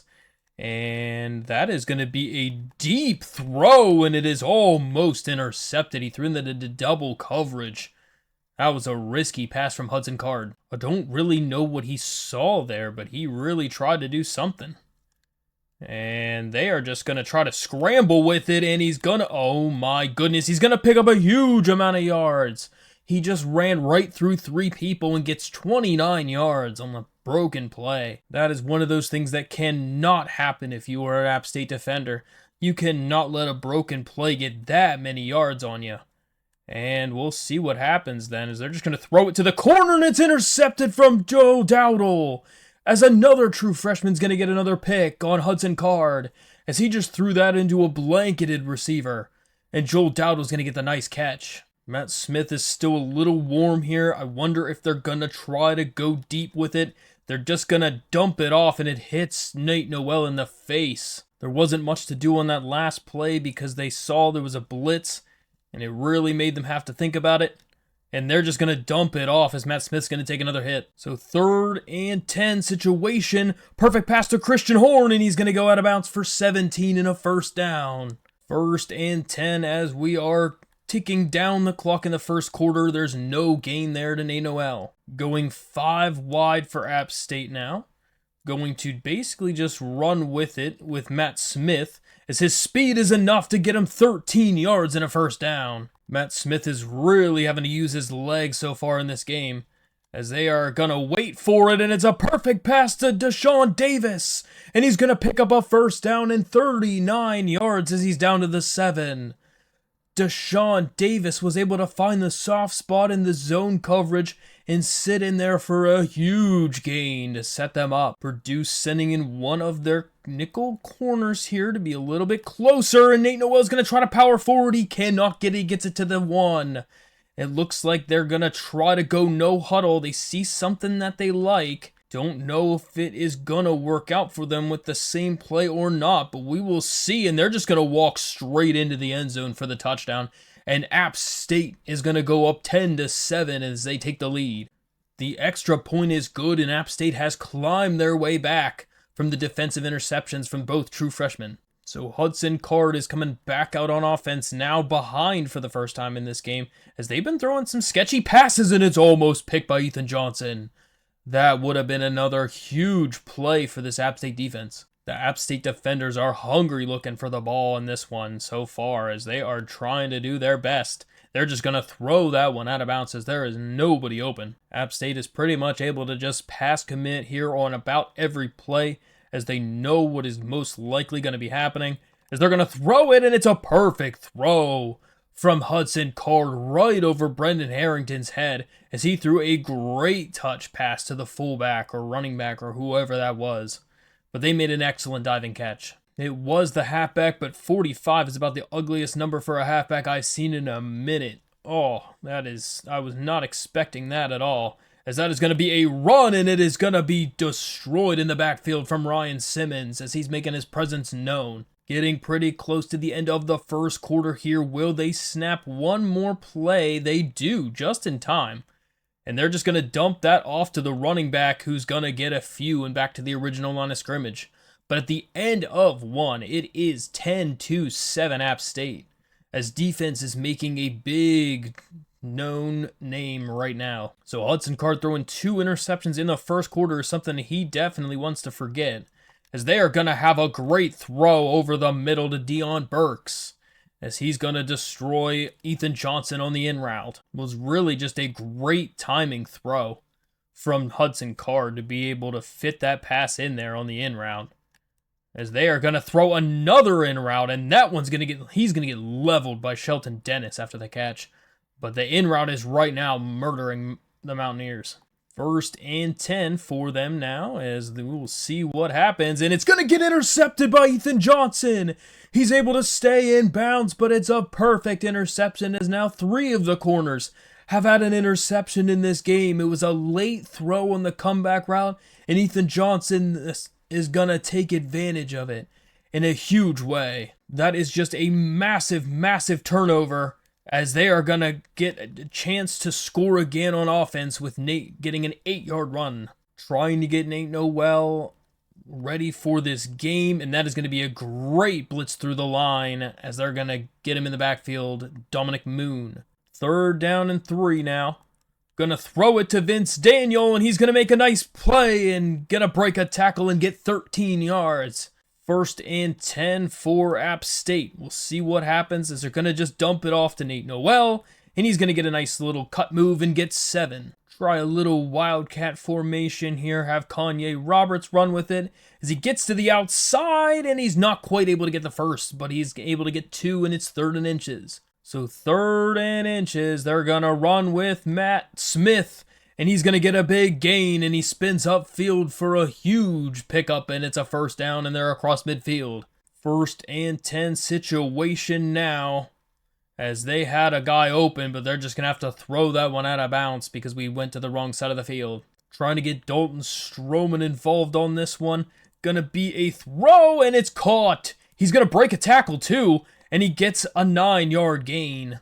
The last pass was a little bit on the weaker side, so we thought that it might get intercepted, but it did not. So that is fine. And Nate Noel's going to get a nice pickup to the outside, and he gets 9 yards on the run on 3rd and 1. Both Nate Noel and Matt Smith having a solid day, and it's a great find to Christian Horn over the middle, and they're down to the 6. A great pass from Matt Smith. He was able to recognize that the safety was staying too far back, and there was a cushion to throw over the middle. So down to the 7-yard line, Noel's going to run with it, and he gets back to the line of scrimmage. A good run call for the defense. Going to try something a little bit trickier here, as they can't, and he's just going to have to jump that one off as the pressure was crazy. And it's going to bring up 3rd down. 3rd down and goal now. Going to throw it to Caden Robinson. He's going to make the catch, and it's a touchdown. But hold on. There's a flag. There's pass interference on Dalton Stroman. That's an interesting one. I want you guys to tell me right here what pass interference this was. This is Dalton Stroman's route on that last play. Where's the offensive pass interference? Because I don't see it. This man runs a drag. He literally runs a drag, and that's it. That was it. That was the whole thing. So 3rd and goal after the horrendous play call. And I don't know what we're going to do is, oh, he just missed Caden Robinson on the throw on the run. That's unfortunate. Definitely had him open, and that might miss, actually. No, okay, we got it right down the middle. But that's unlucky that they only came away with 3, but they do press the lead up to 6 points now with a great defensive play from the Mountaineers. So can the Mountaineers defense continue to press their advantage? As that is going to be a great throw to you. Oh my goodness. He's breaking free to the outside, and he's going to get a huge 41-yard gain. As I don't know what half of the App State defense was doing on the right side of the field. As Milan Tucker was the only one who even attempted to make a tackle. Everyone else just stopped playing. So Purdue already with only 1 throw already threatening. In a great situation, but that's going to be nothing happening as Brendan Harrington's going to put a stop to the run. So far, their running back has been getting 3 carries for negative 1.3 yard average. That is just not great. And they're going to just basically dump it off to get 3 yards to the running back, and Brendan Harrington will make the nice wrap tackle. We will expect the pass on 3rd and 7. See what they have for us. It's going to be a nice in route again, and that has been absolutely killing us today. As Hudson Card is going to break Aiden O'Connell's record for passing yards in a season. I don't know, kind of could have fooled me. Having 3 interceptions in the first half is not great for a quarterback to break a record, as they're going to throw that one out of bounds. But Hudson does somehow have 223 passing yards on offense with 2 minutes left in the half. I mean, that's kind of absurd, actually. That's going to be a good throw, and they're going to stretch fast enough to get the 1st down. Zion reaches his hand across. So it's 1st and goal. We're going to pinch the line. It looks like it could be a run, and it's a big hit from Shelton Dennis to hold him out. And we'll see what happens as they're going to really spread the line, and it's going to be a fantastic move from Mike Mayhew, who sheds the tackle and gets a TFL. And it's going to be 3rd and goal. Hold the line is what needs to happen here. And they are going to just run the ball wide open up the middle for Hudson Card. And they're going to take the lead. Just a great play call set up, as they haven't run with him at all today. And there was no spy set. Honestly, I don't even know with a spy if that would have really made a difference at all, as it was too close to the end zone. App State in a fantastic position here, as they will get the ball first to start the half as well.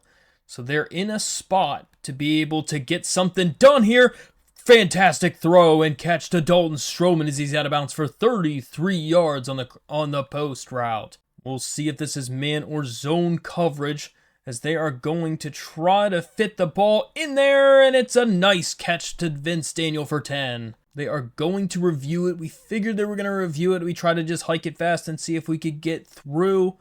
Let's see if it is a catch or not. I don't know. It just kind of depends. The graphics aren't super great in this older game, so it's hard to see. Looks like the play on the field stands, which is huge. This seems to kind of give us a shot play.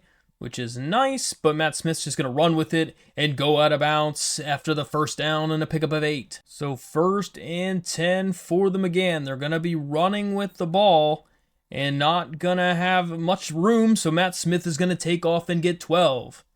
Didn't really want to chance that pick there. The safety was looming. So 1st and 10. Going to be running with it, and Matt Smith, is he going to be fast enough? He's going to get knocked down. Let's hope it's not an injury, and he is down. That is unfortunate. Let's hope this is not a bad injury, and we're just going to have to run the ball off with Ryan Berger, and he goes straight into the end zone for the touchdown, and App State is back on top. And we are going to be going for 2 points here. It seems like the move, and it is a run up the middle to Nate Noel, and we get the 2 points, and it's back to a 7-point game. So just a will return soon for Matt Smith with back spasms. That is fine. Just a little bit of a scare there, especially in the college football playoff, for having an injury like that. The game is just a little bit too close right now to be able to take him out of the game, but if we do get ahead by a couple scores, that will be something that will happen, as we will be not messing around with him and his health. But a good gain to Dion Burks for 9 yards. 2nd down and 1. We're under a minute left in this half. And they're going to have someone over the middle, and it's a huge catch, but he drops it. Shelton Dennis absolutely levels the receiver on the post. Shelton Dennis on that last play really did truly play about 3 players on it, which was fantastic.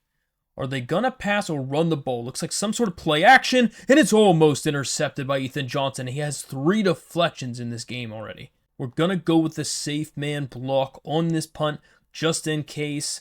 We'll see what they do on 4th down and 1. They will punt the ball off, and Deshaun Davis will get a chance to return it, and he is going to get about 3. The question is, does App State just take it to the half, or what do they do? And right now, they're just going to throw that away. Don't take hits, Matt Smith. We cannot afford it. I think we're just going to run the ball to get out of this half, as Nate Noel is going to get a little gain of 5 yards. We're just going to hike this with about 1 second left, just in case. Gonna throw it, but he can't get it off. Unlucky. And we'll go to the half. 21-14. Is the score. Probably shouldn't have even snapped that to give an extra rep for Matt Smith to get hit, but it could have been a touchdown had he actually been able to get that off. So 1st and 10. So they're going to throw the ball quickly to Caden Robinson, who will get a nice little 5-yard gain. And it's 2nd down and 5 for App State, as they're just going to have to basically run with the quarterback and go out of bounds. He loses 2. Okay. It's kind of tough on those. You really feel like you gained yards, but you really didn't, apparently. And so we'll see what happens on the next possession here, as it is a wide open receiver and he missed him. Threw it out of bounds, and we're going to be punting. Good punt from Ryan Johnson, as that puts him inside the 20 to start this possession. We are going to pass commit, and a great diving deflection from Joel Dowdle, the true freshman. Just an excellent extension on that play. So we'll see what they do on 2nd down. They're going to do a little play action, and it's going to be intercepted by Jesse Billings. And that is a fantastic interception, his 2nd of the game, and the 4th interception thrown from Hudson Card. Now, if only App State can get some points here to start pushing the lead away. And Nate Noel's going to get a nice run, and he spins upfield for 14 yards, and that's going to be over 350 offensive yards. 1st and 10 now. That is a good throw to Eli Wilson, and the touch pass was perfect. A 20-yard bomb for Matt Smith, and they're up by 2 scores now. Right now, Hudson Card is making it look like the offensive coordinator is going to get fired for Purdue in this game, and they're going to just drop it off to the running back that's been the only consistent offense for them, and it's only 5 yards. 2nd down and 5 for Purdue. They're going to drop back and fake the handoff. And they're going to try to throw it deep, and it's going to be complete, and it's going to be a broken tackle, and Zion Steptoe is going to be in for 70 yards and a touchdown. He barely had a step, if anything, and that was enough for a touchdown, as that was just a dot thrown over Jesse Billings. And with the extra point, it is 28-21. App State still in front. So after two very quick touchdowns in succession, it's going to be another shot for Matt Smith as Eli Wilson's going to gain another 29 yards on a great corner route from the tight end as he's up to 49 yards on 2 catches. 1st and 10 after the big pickup. They're going to motion Deshaun Davis over. He's going to find some space up the middle, and he's going to get a nice 11 or 10 yard gain and a 1st down. 1st and 10 for App State. Looks like it's a wide open receiver, and Eli Wilson's going to have another big gain, and it's a huge 35-yard touchdown for Matt Smith, and he's going to tie the record for 31 touchdowns passing, and he just broke the passing yards. Also, for our Monty Edwards is no longer his, it's now Matt Smith's. He's going to take that game ball as a true freshman. So again, just trading blows back and forth between these two prolific offenses. What is going to be the next answer here? And that is a bad throw towards Ethan Johnson. The true question is, are both quarterbacks going to throw for 1,000 combined yards? I could see it happening with both of them already over 300 on the day. And they're going to run the ball to the running back, and he gets only about 2 and takes a big shot from the corner. This running back doesn't even have positive yards rushing yet on the game on 6 carries. 3rd down and 8. They're going to motion a receiver over to have trips on one side of the field, and it's going to get intercepted by Jesse Billings. His 3rd interception of the game, and he ties the school record for interceptions. The true freshman is going off today. Is Jesse Billings one of the greatest corners of this team's generation? Nate Noel's going to get a nice gain of 8. I mean, Ethan Johnson's been a good one. Stephen Jones Jr., if you're going back to year 1, was a decent one. But I mean, Jesse Billings has been excellent so far in just a few games that we've even had him. 3rd down and inches. Gonna run the ball off to Nate Noel, who's gonna break a tackle and get 4. 1st and 10. Going to be scrambling out with Matt Smith, and we'll just try to go out of bounds. We do not want to take a hit. A lot of times when we call this play, it's an immediate blitz, and that is gonna be a shot on Matt Smith as everybody and their mother got through the offensive line. Look at this. Look at how many people are in the backfield. 3rd and 17 now. Wide open Christian Horn, and he's going to get knocked down at the 2. Unlucky that we have to go for the field goal. We'll get the points, but you got to take the points when you can get them. We don't want to be swinging momentum, especially without a home crowd. But we are up by 17 points. So the big question, can Jesse Billings get a 4th interception? Can he break the school record? That is going to be a throw in his direction. I don't know why they're testing this man so much. But Hudson Card has already thrown the ball 35 times in this game in only the 3rd quarter. Gonna be a great throw to a wide open Blake Carrington. 1st and 10 after the 14-yard out route. They're gonna run the ball, and it's gonna be wide open up the middle. 15 yards on the longest run from Devin Maccabee. 1st and 10 now after the big run play. We're not gonna quite do a run commit, but that is gonna be a good tackle from Ronald Clark, only a gain of 6. 2nd down and 4. Have a QB spy this time, just in case, and they're gonna get a nice run up the middle for 10 yards. 1st and 10. They're gonna be faking it. Gonna throw it, and it's dropped. I don't know what it hit, but it hit somebody in the back. Gonna pass commit. We're pressing this time.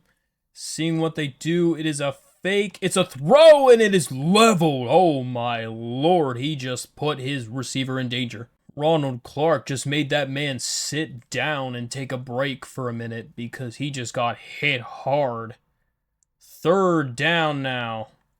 Gonna be throwing it, and it's dropped. The receiver couldn't hold on to it, and it's 4th down. Going for the field goal. We're gonna do some safe man just in case. We do not want to concede a touchdown. And the kick will be up, and it is barely good. I feel like their kicker does not have a leg. So 1st and 10 on offense now. Noel is gonna run with it, and he gets wrapped up for a 5-yard gain. I mean, Noel has really come alive here in the second half of this season. as he is going to have a nice stiff arm but get hit down for a gain of 7, but it's enough for the first. But Nate Noel is already up to 95 yards so far on the ground.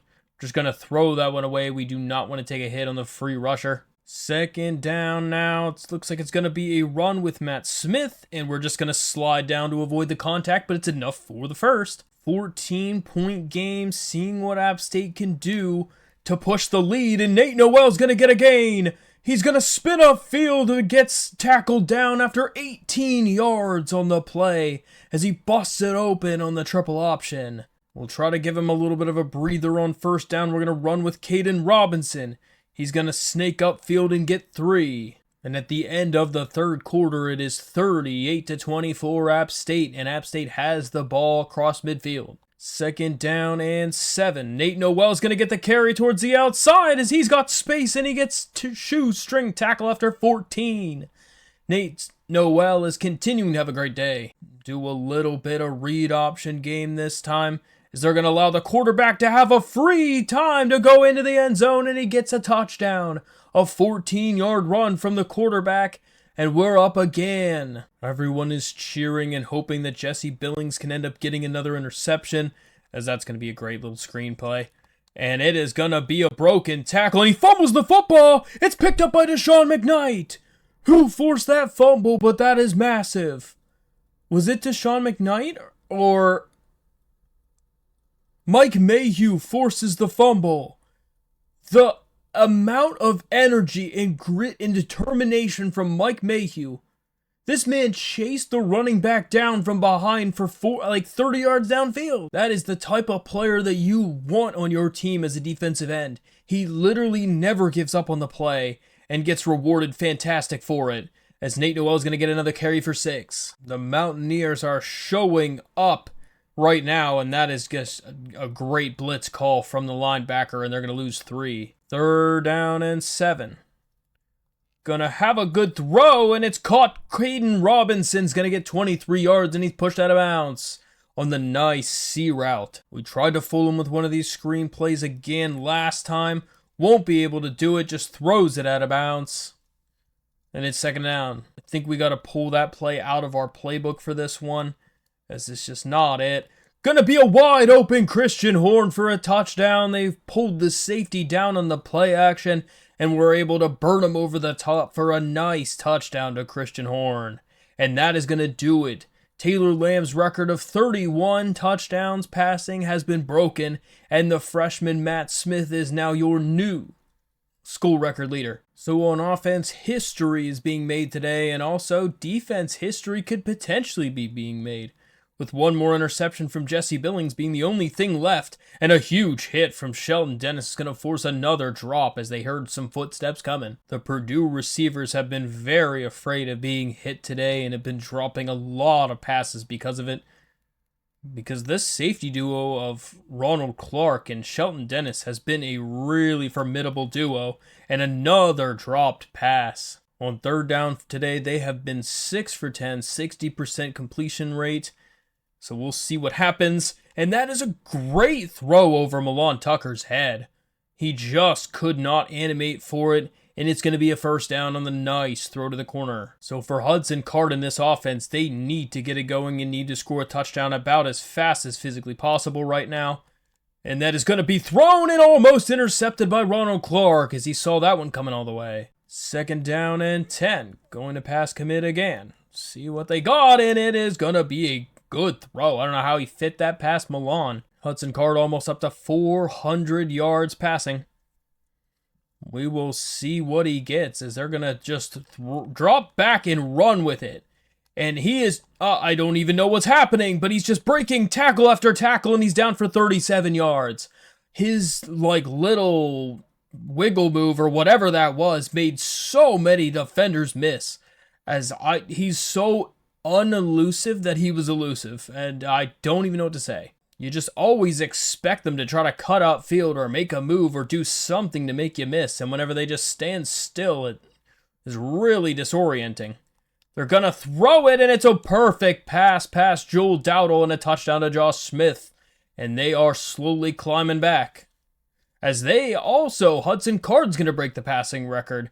He beats Aiden O'Connell's 44 touchdowns, and now Hudson has 45. The amount of records being broken in this game are unbelievable. So they're going to be going for the onside, and Milan Tucker's going to get it and try to just hold on to it, and he does. We should pretty much be able to just throw on shoe clock, as Nate Noel is going to do some sort of random maneuver and get a few yards. So Ryan Berger is going to come out onto the field instead of Matt Smith, just so that Matt Smith doesn't have any injury designation, and Nate Noel is going to get a 2-yard loss. Ryan Berger is a more than capable backup, so we feel like we are in good hands here with him, as he is going to be wide open to Caden Robinson in the back of the end zone, and he gets the touchdown. A perfect throw from Ryan Berger. 40 yards on the first throw that he throws in the entire game. And it's wide open to Caden Robinson as he threw that as he's being hit. A dot to the back of the end zone. So Milan Tucker's going to sit for a little bit. He had a broken toe on the recovery on the onside kick. So he's just a will return soon, but we're just going to rest him up for the rest of the college football playoff since we have a decent lead. And Drew Bieber's going to get a nice 15-yard gain on the little crosser across the middle. That has definitely been the bread and butter of this offense today for Hudson Card. And we'll see what they do, is they're going to throw that, and Jesse Billings couldn't make the interception, and Dion Burks is going to get 15 yards on the in route. There are so many yards in this game. App State over 600, Purdue over 500 yards in the game. Just so many in general, and that's an incomplete pass on the drop. But 49 pass plays is kind of ridiculous for Purdue right now, as they have just been airing it out all game long. Gonna throw it, and it's a perfect throw, and they beat him again with the same route. He has 128 yards. Yassine and Steptoe have been going off today for Hudson Card, really finding ways to get open, and that's going to be a great route from the Texas route as he torched Brendan Harrington. Now we're going to start getting involved with a little bit more press coverage, being a little bit closer to the goal line now, and that is going to be a tight window throw to the running back. 2nd down and 6 for Purdue. Can they score? Getting real close to the end of the game, and Joel Dowd is going to get a nice TFL on the screen. 3rd down and 8. The throw, and it is perfect to Josh Smith for another touchdown. Threw that right, and I mean right, over Joel Dowdle's head. That couldn't have been more than 8 inches above Joel Dowdle's head. Christian Horn's going to get a chance to recover this one. 5 interceptions and 7 pass breakups is absurd. Now the question is, can we have a drive that just doesn't end in an immediate huge play? Good run from Nate Noel for 7. Got to try to just run this thing out. So I'll just be trying to run the rest of this thing out, and I will see you guys at the end of the game. So that will end it 59-38 is the final score. We'll be moving on to play against the winner of Utah and Florida as we win the Chick-fil-A Bowl, and we're going to be moving on. It was just a completely dominant effort from our defense to be able to hold them down. I mean, they still scored 38 points, which was still a lot, but we were able to do enough defensively with the 5 interceptions and 7 pass deflections to be able to hold them down, so that we were able to score the amount of points that we did, because we were able to pretty much score at will on them, and that was what made the difference in the shootout. Matt Smith is going to be your player of the game, having his 4 total touchdowns. But again, on the day, 17 for 29, 338 yards and 3 touchdowns, no interceptions for Matt Smith. Excellent day for him. And Ryan Berger, I've never seen a 766 QB rating before, but 1 for 140 yards and a touchdown was absurd. But Nate Noel, the man, the myth, the legend, 149 yards and a touchdown on 28 carries, really showed up big for us. And Matt Smith had 14 attempts for 91 yards, also having a solid day on the ground and adding a touchdown as well. All of our receivers really balled out. Christian Horn, 5 catches, 97 and a touchdown. Eli Wilson had a breakout game, 3 catches for 84 and 2 touchdowns. Caden Robinson, 3 catches, 68 yards and a touchdown. And Dalton Stroman having 60 yards as well. Great 4-headed monster there. Brendan Harrington, Ronald Clark, and Shelton Dennis all had 6 tackles. TFL's Shelton Dennis having 2, no sacks on the day, but 5 interceptions, 3 of them being from the true freshman Jesse Billings, which is huge, and multiple deflections, 3 of them also being from Ethan Johnson and 2 for Jesse Billings. So after simming to the next week in our win over Purdue, we're advancing to the next round, and we will be playing against Florida as they demolished Utah 34-13 and move on to the next round. Georgia then on the other side beats Notre Dame 33-13 and moves on to play in the Cotton Bowl against Ohio State as they beat Penn State 31-13, as really none of those rounds were close at all. Multiple digit wins across all 4 of the teams moving on here. And we're down to the final 4 teams, so you're going to have to tell me who you think is going to make it all the way. App State, Florida, Georgia, or Ohio State, who is going to be in the final 2? Gonna be a good matchup between the Gators and the Mountaineers. Florida is a 95 overall team up against this Appalachian State, and it's gonna be a tight one. I'm just guessing already, as Florida is a pretty high-powered offense. They have a solid defense as well, and both of these teams can put up a lot of points. And with that kickoff, we are off at the Capital One Orange Bowl here in Miami. Their D tackle number 88 is massive, I do have to add myself, as Nate Noel's going to get a nice run on the first play of the game for 8 yards on the carry. 2nd down and 2 for this Appalachian State team, as they are going to find a nice room to run for 7 yards on the gain. I had to look it up real quick. Their D tackle number 88 is 6'6". He's basically Shelton Dennis, but just 300 pounds and on the line of scrimmage, and that is just not what you want to see. As Matt Smith needs to get some space to run on the outside, and he's going to get 4. Trying to get some momentum here early. It's going to be a throw, and it's caught for Christian Horn for 20 yards over the middle in the nice little post. And it was a perfect throw over multiple jumping defenders on the line for Matt Smith. 1st and 10, then in enemy territory, and Nate Noel takes a huge hit from number 17, Scooby Williams. I have liked this play if we can actually get it off, but it does not look like we can. We're going to just try to run out of bounds, and Matt Smith will break a tackle and get 12. All this running time for Matt Smith has him kind of gassed. We'll see what we can do afterward. We'll just kind of run with it, see if we can get some blocking, and he's going to go out of bounds for another 13 yards. Matt Smith starting to get pretty tired as we're down 10 yards away from the end zone, and we'll just throw that one away. Don't want to take any hits with him as he's already kind of gassed. 2nd down and 10 then. And just gonna take a sack, and he is down, and we knew that was gonna happen if he took any sort of hit, and that's a massive man falling on him. The pressure is just so intense that he has to go through, and geez, another amount of pressure. They have everybody getting through. So just a strained pec for Matt Smith. It's a will return soon, and this has kind of been what we've been dealing with every week for the last 4 or 5 weeks in a row.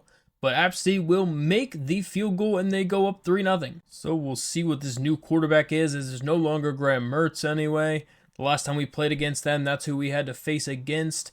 And now it's a whole new quarterback at Florida to see what they do. And they're just going to dump that off up the middle and get a huge 18-yard gain to Trevor Etienne, who was 2nd place in the Heisman. So this is going to be a proper matchup. Might be a little bit more of a run-heavy team than the Purdue offense we went against last time.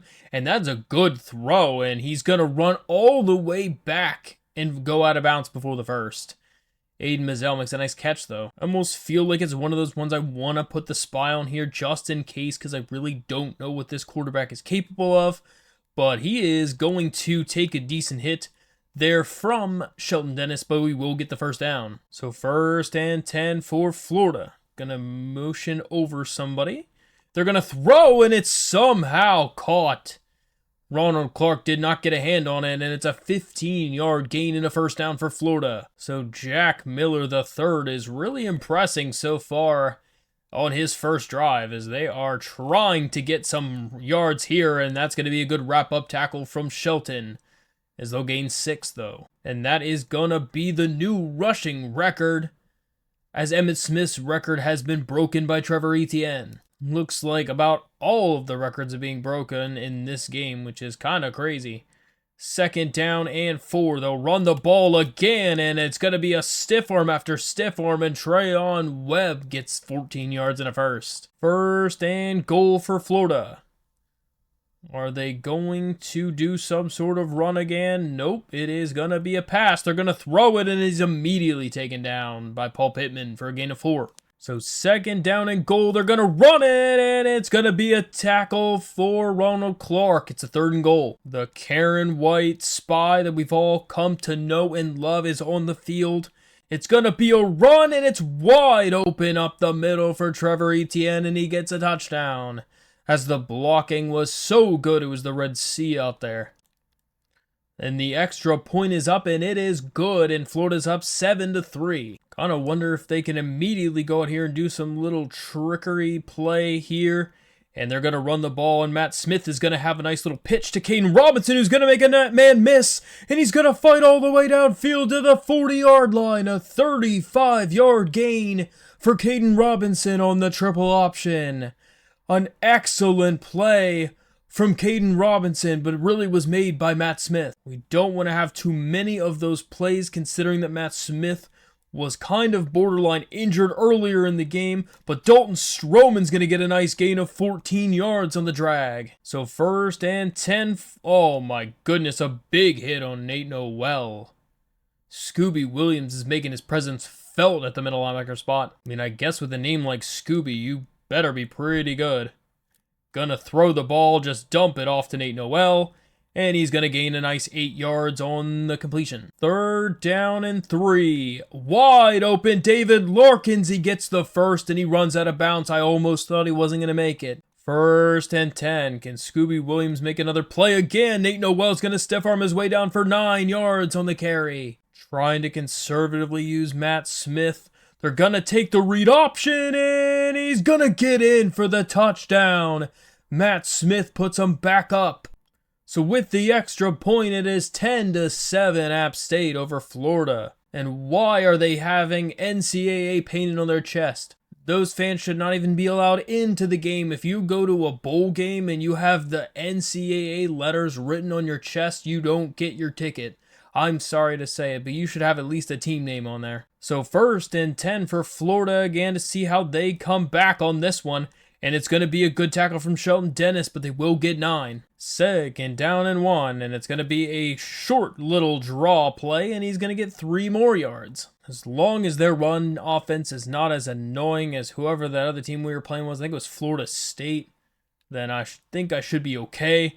And that is going to be a decent play over the middle to Marcus Burke for 17 yards and a 1st down. Jack Miller is showing out today. Has not thrown an incomplete pass yet. He's 5 for 5 on a perfect day so far. So at the end of 1, it is 10-7 App State. Big 2nd down and 3 here for Florida, as they're going to run with it, and they're going to get the first. It's another good gain from Trevor Etienne. 1st and 10 again, as they've been just basically running the ball on every single play, and another tackle from Shelton, the 7-yard gain for Etienne, and he gets up like nothing even happened. We'll try to press a little bit here just in case. It is a run play, and the press was worth it because Malone Tucker's going to get a TFL, and he's finally starting to get up a little slow. I mean, this man's had like 16 touches in a row. He should be tired at some point. 3rd and 4. Backup running back is in the game. Motioning over a receiver. We'll do a pass commit this time then, since we think that's what it is, and it's almost intercepted. It's dropped by Ethan Johnson and Brendan Harrington. We will see what their kicker has as he's aiming for the kick. It is up, and it is good. He hit that by about maybe a foot or two inside the left upright. So we'll probably see about trying to run some of this clock down, I believe. But we'll try to get a little bit of a run game, and we get 4 on the 1st down run. We definitely don't want to be complacent, though. We do absolutely want to score points as much as possible, if we can. Gonna throw it, and a perfect diving catch for Deshaun Davis as he scrambles out to his left, and Matt Smith was able to throw a dot. This has been one of the money plays so far for App State, as they are just going to run with it and still lose a yard somehow. 2nd down and 11 for App State. We'll see what they can do, as they're going to get a good run, and Matt Smith takes a decent hit. I don't like that at all as he gets up slow. Definitely putting everything on it in this game. Scooby Williams just phased through the center and gets the tackle. Really don't want to have to do the read option, but I feel like we're going to have to, as we're going to run with it and just slide down and get the first. That's all we want. Don't let him get hit. So 1st down, as we're now under 5 minutes in this game. Throws it to Caden Robinson, gets the 1st down, and I think the quarterback took a hit again. Pretty much every time we try to pass the ball, run the ball, it doesn't really matter. Matt Smith is going to get hit somehow, and Nate Noel just got his bell rung from whatever slot corner was over there. Jeez. 2nd down and 8. Oh, wow, that was a very inaccurate pass to Sheldon Dennis, and he's going to miss him. 3rd down and 8.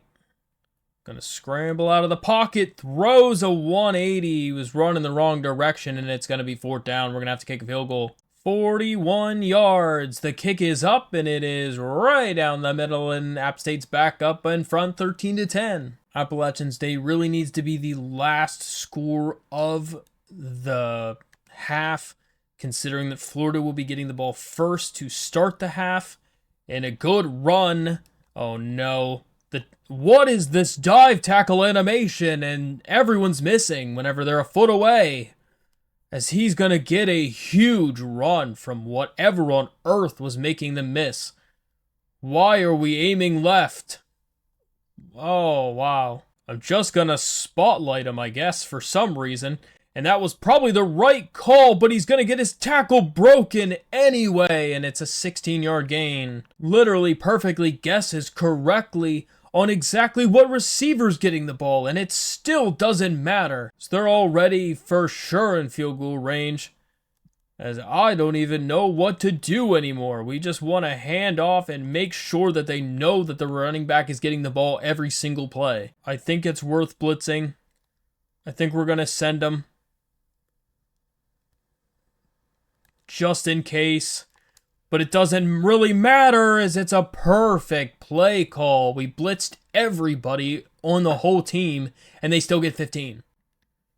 And they're going to run some sort of option play, and it is pretty much wide open. Somehow gets the tackle before the goal line. We'll see what happens on the next play, and Ronald Clark's going to shoot the gap, and they're going to get a 3-yard TFL. It's 3rd and 3. 3rd down and 3. Going to throw to the end zone, and it's wide open to the tight end. Oh my goodness, why was he so open? So with the extra point, Florida's back up on top 17-13. So 1st and 10 now, as they have an open receiver, and it's gonna get dropped. Christian Horn drops it. He didn't have enough arm strength. He was wide open. They knew if they threw a bullet pass, it was not going to work out in their favor. And they're just going to have to throw it on the run, and it's nothing happening. 3rd down and 10. Are they blitzing? They throw it to Dalton Stroman. He holds on perfectly. And they're going to start the no huddle. Really just the same play again. There's really no other good plays on this formation for us.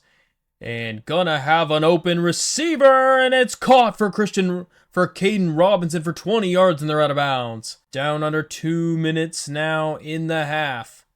App State trying to score some points, but not drain too much off the clock. Caden Robinson's gonna gain 9 yards on the drag. 2nd down and 1. Throws it over the middle. Dalton Stroman makes a nice catch, and it's 1st and goal. Gonna try to run some of this clock down, just in case. And we'll get a 3-yard gain up the middle on the halfback dive to Nate. 2nd down and goal. Throws it to Christian Horn over the middle, and he makes the catch for the touchdown. A perfect pass from Matt Smith. And App State is back up in front. Just going to go for the extra point. It is up, and it is good, and it is 20-17. That was really an excellent drive from Appalachian State to be able to put themselves in a position to be able to head into the half with the lead. That is a great run from Trevor Etienne, just bowling people over. So a timeout is called by Florida. We can assume there are passing now from the rest of this drive.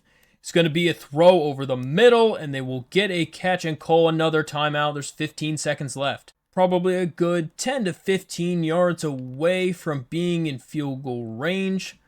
We'll see what they have in store, as they're going to just dump it off and get a few yards, and they're just going to have to go back to the line of scrimmage. I don't know if they're going to try to spike it or play the down. They actually looks like they're going to play the down, but they're letting the clock go down. So they're letting the clock practically expire, and it's going to get intercepted by Brendan Harrington. And that is going to be a good play for Brendan Harrington to get some momentum and motivation back into the half, as they're going to come away empty on the last possession. So 20 to 17 at the half, App State up. So they're probably going to go back to running the ball in their first drive of the half. We'll see what they do. It is going to be a throw when he gets sandwiched between Jesse Billings and Shelton Dennis as it's incomplete. One of those plays that very easily could have went another direction. And it is going to be caught by Burke, and he's going to bowl his way forward, Burke, for 14 yards. Going 5 wide, we sometimes know what this means, that it would be a QB draw. It is a QB draw. We had a spy set, and he's going to get hit decently hard, but he gets 6 yards. 2nd down and 4. What does Florida have in store? They're going to drop back to pass. They're going to get sacked. Deshaun McKnight coming in with his 19th sack of the season, setting this record so high that no one's going to be able to win it. The sack on 2nd down was very big, bringing up a 3rd down situation, as they're going to dump it off to the running back, and Trevor's going to drop it, and it's going to bring up a 4th down. This could be one of the turning tides of the game if App State is able to put together a drive and put some points on the board, as they are only up by 3 points. Deshaun's going to get a chance to return, and there is a flag. It's probably going to be holding or clipping on somebody. There is holding. It is on Milan Tucker, so we're going back to our own 20. So 1st and 10, gonna throw it to a wide open Eli Wilson, and he's gonna stiff arm his way down to the 45, as we just eclipsed 4,000 passing yards on the season, as Eli Wilson was really wide open on that corner route. Matt Smith is basically on fire right now from how good he's playing. Another huge hit from Scooby Williams. Nobody can stop this man. He has 4 TFLs at the just into the second half. 2nd down now and 11. Gonna try to run with it, as nobody was there to do anything for him, so he'll just take it himself. Within field goal range, but they would really like to score a touchdown instead. Nate Noel gets a nice gain up the middle for 14 yards, and a huge play from Nate Noel. Second half, Nate Noel has really come alive for this App State team, as he has been helping tremendously to be able to win these games. 2nd down and 6. Gonna throw the ball to Caden Robinson. Unfortunately, it was a bad throw, so it's gonna be 3rd and 2. 3rd down and 2. Gonna have an open pass to Eli Wilson, who messes up and gets tackled before the line of scrimmage. Why are we running backward? The offensive coordinator wants us to go for it. They're gonna throw it to Eli Wilson, who's gonna stiff arm his way into the end zone and take the touchdown, as Eli Wilson has been insane in the playoffs for us, as he gets another touchdown under his belt, and Matt Smith leads an excellent drive after the punt from Florida, and App State is gonna get a 10-point cushion. 8 plays, 87 yards, and a touchdown for Eli Wilson. So Florida is now in a situation where they really need to score some points, as they are down 10 points now, heading halfway through the 3rd quarter. Trevor Etienne already up to 94 yards on the day for him. He is heading closer and closer to 100 yards. as they're going to run the ball again, and it is going to be another nice run for him, and he gets 8, and that's going to be 100. Just averaging ridiculous 7.5 yards per carry. I mean, that is free real estate all day long. You might as well just run every single play, and that's going to be a good tackle from Ryan Simmons. He's getting up slow again. I mean, he pretty much better be getting up slow. I mean, this man's been, every single time he's in on the play, he's getting the ball. Like, that is what happens. And it's going to be deflected. Good job, Ethan Johnson. 3rd and 9. Big defensive play. It's going to be a complete catch to Burke, and they're not going to get anything. On the wide receiver screen, Ethan Johnson was there to hold him out. So kind of an odd play call for Florida. And they're going to have to punt that one away, already down 10 points. As Deshaun Davis will get another chance to return, and he doesn't get much. So 1st and 10 for App State. We'll see what they do on the next possession. Matt Smith will get 3 yards, and that'll be about it. 2nd down now. Gonna throw it over the middle to Caden Robinson, who's going to fumble the football! And it's gonna be picked up by Florida in enemy territory. Caden Robinson got popped by Scooby Williams of all people, and it's going to be a fumble. He is a difference maker on this defense, as he is just single-handedly doing it. And Scooby Williams is down, and he is not getting up. That is going to be a very, very big injury for Florida, as he has been a one-man wrecking crew for them. And of all times, even the time that he gets injured was still the time that he forces a fumble. So we don't hope the worst for him, but we do kind of hope that he's out for the rest of the game, but that it's not at least a long-term injury. Good tackle from Ethan Johnson, as it's going to be a loss, and it's 3rd and 7. It is 3rd and 7. Gonna pass commit this time. See what they do. They motion a player over to the right side of the field. Gonna be almost intercepted by Jesse Billings. They tried another screen pass. The field goal formation is on. We'll see if he has the leg for this one. It's gonna be a decently far kick. He's got absolutely insane kick power, and that was not even close to being short. 11 weeks with a broken tailbone for Scooby Williams. That's a massive loss for this Florida defense. And so we'll see what happens, and they're just going to have to run with Matt Smith as he takes a little hit out of bounds, but it's a gain of 7. So unfortunate for him with that injury, but it's kind of nice for us to not have to worry about that man anymore on defense, as we're going to get a 10-yard gain up the middle. Is that going to enable the Mountaineers to be able to run up the middle? It might, and that is not anything doing there. They still gain 1, though, somehow. Trying to really just run some of this clock out. That one could get picked. Oh, it was a bad throw. He put way too much air under it, and it's 3rd and 9. So 3rd down and 9. We'll see what happens. And that is going to be a throw, and it's caught for Caden Robinson. A dot from Matt Smith to throw that to the outside shoulder where only Caden could get it. That is an absolute fantastic throw from Matt Smith. He waited just long enough for the corner to start breaking on his route and throwing that to the outside. Great throw. As we're going to let the 3rd quarter end, it's 27-20. App State is up, and we have the ball on their side of the field. It's time for us to put them away. Can we do it? So the clutch skill is now activated for Florida, as that is not a great sign. And we're going to get 2 yards on the run with Nate Noel. Really just want that clock to be moving is what we want right now. Going to not really have much of anything open, but Matt Smith has a lot of space, and he somehow gets hit instead of sliding, but he gets 20 yards on the run, as they just did not account for him. Trying to shorten the game, and Noel is going to fall forward for 2. Pretty much everybody is crowded onto the left side of the line, which should be okay for us if we're able to hold those blocks. We'll see what happens, as we're going to try to cut off field, and he gets a few, but it's 3rd and goal. Trying to play smart ball and drain clock.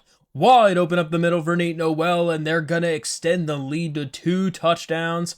after that one from Nate Noel. So the extra point is up, and it is good, and it is a 14-point lead for App State with just under 6 left in the fourth. Looks like we are definitely in some sort of wildcat formation for them. And it is going to be a nice run, and that could be wide open for a touchdown. I don't know if anyone's going to catch him. Jesse Billings is the only one who has a chance, and he's going to break the tackle, breaks another tackle, and he's in for a 75-yard touchdown. Jeez, one play is all that it took for Trayvon Webb to just go all the way to the end zone, and there was nothing App State could do about it. So after the one-play 75-yard touchdown run, it's now time for App State to do something else here on offense. And Nate Noel is going to get a nice 10-yard run. Excel clock has been turned on. We will see how that does for us, as we're going to try to be running some clock out. Nate Noel is going to get a nice run to the side, and he picks up a huge 15-yard gain, and we're on for another first down. Another 10 yards is needed, and that is all to be in field goal range for Michael Hughes, as he has been clutch in multiple games previously. And they're going to get a nice 6-yard gain, and Nate Noel is inching closer to his 100-yard gain. Under 4 minutes on the clock.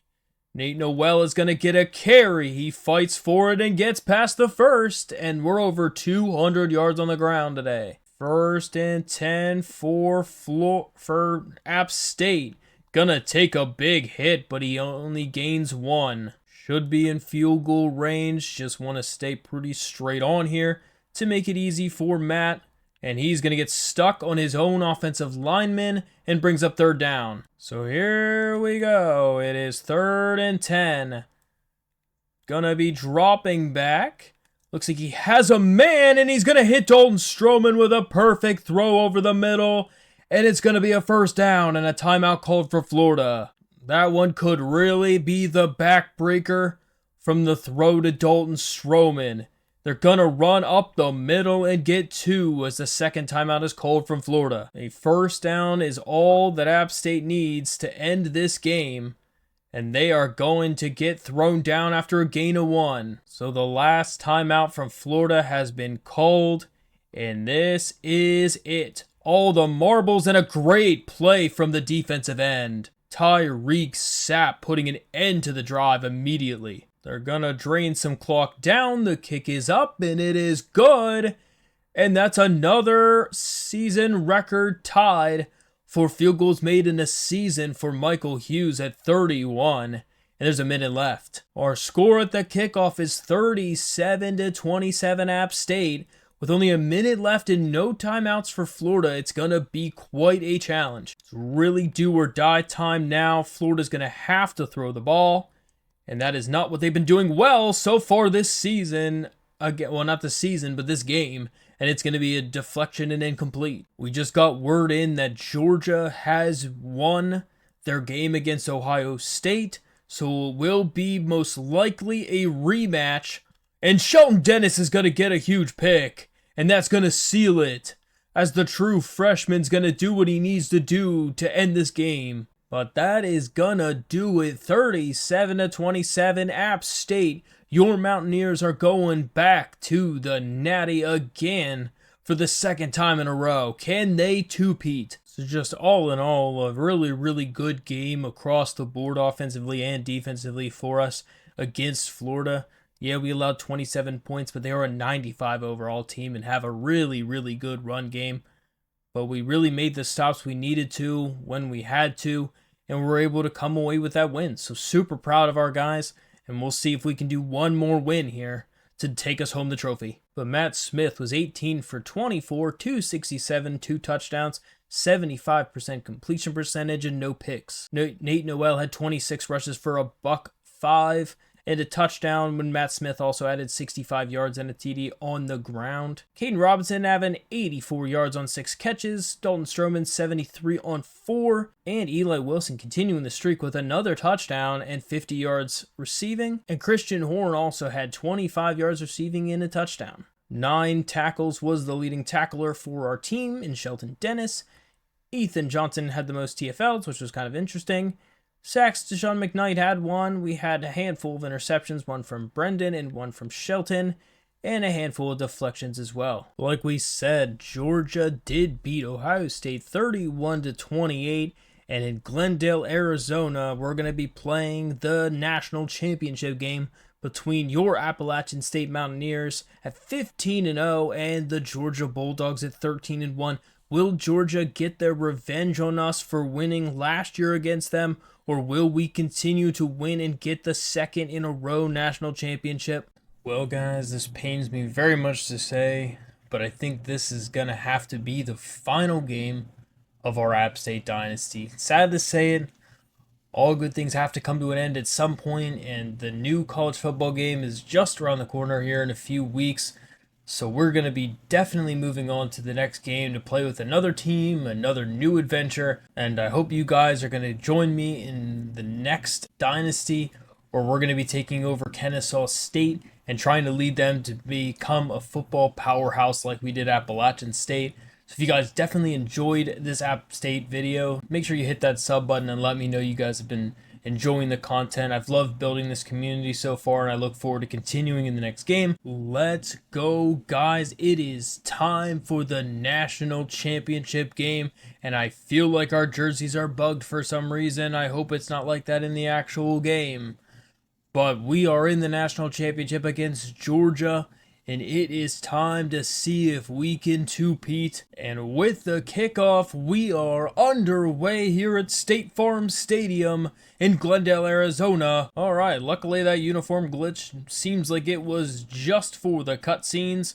So we'll go ahead and take that, and their running back is going to get leveled after a 5-yard gain. But Branson Robinson has been legit this season. Basically a color rush end to the game, as we're in our all golds in there and they're all reds. And that is going to be a good broken tackle from Branson Robinson. He breaks a second one and gets 11 yards on the carry on the outside. So after the big run from Branson, it's now 1st and 10 just on the other side of the 50. They're going to run the ball with their quarterback, who's going to break a handful of tackles and get hit hard, but he gains 6. And yep, the cutscenes are still broken. Somehow the gameplay is not, but the cutscenes are, so that's a little weird. But alright, well, you know, that'll just have to do, as they're just going to throw that out of bounds. I can't tell if the uniforms are fire or garbage. It's one of those two. But that is a good tackle over the middle, but they're going to gain 14 yards. 1st and 10 for Georgia, as they are starting to drive. They're going to have a full-back dive, and he's going to get 5. That was kind of a surprising 5. I like how this uniform glitch was not in any of the previous games that we've played in this entire dynasty, but yet it is for the national championship in the last year. But they're going to lose 2. They're kind of like a two-tone, depending on how you look at them, with the sun shining green, black, and pink. Well, we'll see what happens on 3rd and 7 as they're going to motion the tight end over. And we'll see what they do, as they're going to have basically not really much to throw there. And it's going to be wide open as they got a route bounce, and Dylan Bell just runs straight upfield and gets 36 yards for a touchdown. What a play. A receiving touchdown record as he breaks it and now has this school record. And with the extra point, Georgia's up 7-0. So time for Matt Smith, the Heisman winner, to come back out here and see what their first drive is going to be, as they're going to run the ball for no gain. 2nd down and 10 now, as they will have really nothing to do there. So they're just going to run with it, and it's a nice 9-yard gain for Matt Smith, and it's 3rd and 1. The cutscenes are definitely bugging me out there with the jerseys, but I don't really know what to do to fix that one, as we're going to run up the middle with Nate Noel and pick up the first on a great play call on the read option. Nate Noel has been absolutely a unit so far in this playoffs and the last couple weeks of the regular season, as he has been really stepping up and getting 100-yard carry games after another. He really looks to try to continue to do that, as he's going to find a nice little crease and get 2 yards. It's 3rd and short. 3rd and 2 for App State. They're going to throw it, and it's going to be deflected and incomplete. A great play athletically from that linebacker. So it's gonna have to be a punt to start the game. And that is gonna be a good catch, and they're gonna break a tackle and get to the 50. So what can they do on defense? And they are gonna get a good carry up the middle for 10 yards to Branson Robinson. He's so quick. The fact that he can basically start from in the backfield to already pass the first down within half a second is just not what you want to see, and that is a good job forcing the incompletion for Shelton Dennis. 2nd down and 10. 2 people in the backfield. Going to be a handoff to the quarterback, and he's going to pick up 7. Should be in field goal range now, so we'll have to see how that works for us, as it is 3rd and short. They're going to throw it, and that is going to be almost intercepted. Milan, that was huge if you would have picked that off.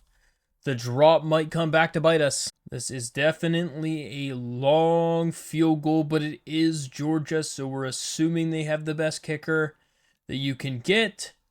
That is not going to be good, though. He missed it. There must be a lot of wind. I'm pretty sure Arizona's an indoor stadium, though, so I don't know how there is.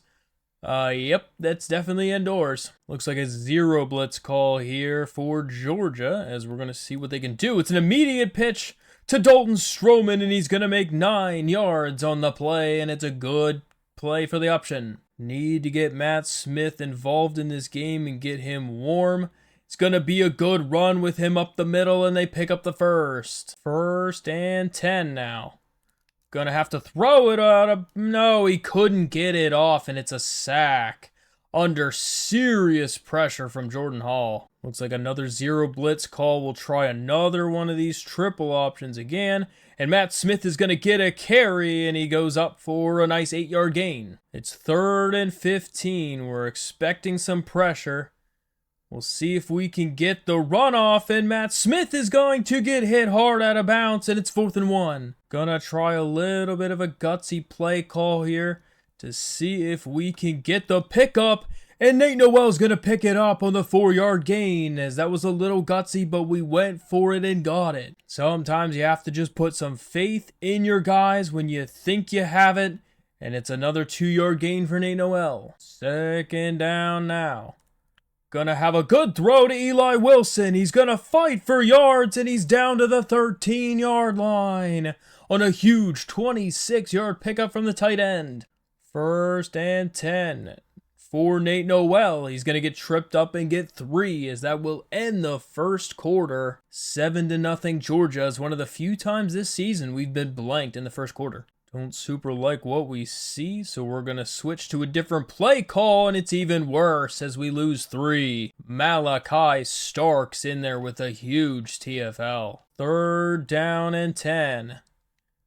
Gonna be... Oh, he had him open but couldn't get it off, and it's going to have to be a field goal. Wide open guys over the middle. Just couldn't get it off. So the field goal is up, and it is right down the middle, and it's 7-3. And that is going to do it. The most field goals made in a season is owned now by Michael Hughes. So 1st and 10 for Georgia, as they still luckily have a lead. That is a wide open Bell. I don't know who was supposed to be covering him, but there was nobody on him. 75 yards for a free touchdown.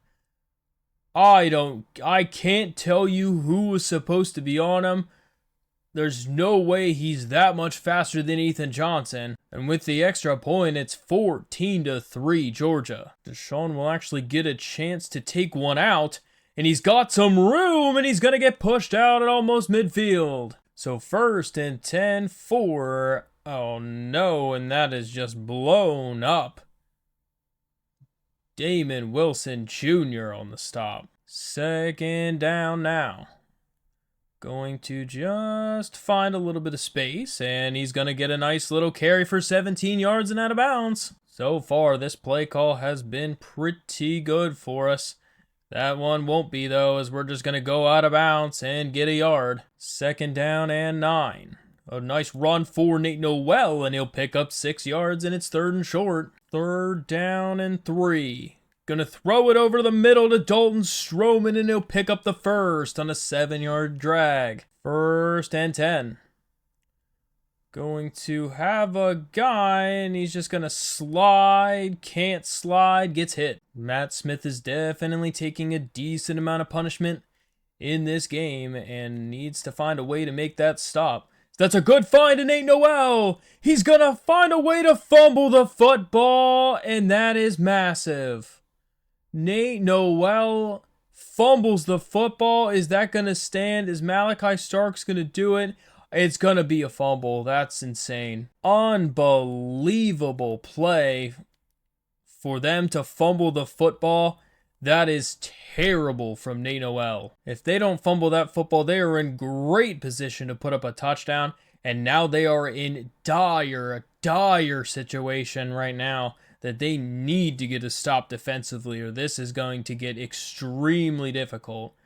That is a great find. There's no way that was complete. For some reason, it is ineligible to be challenged, even though for sure that there's no way that was a complete play.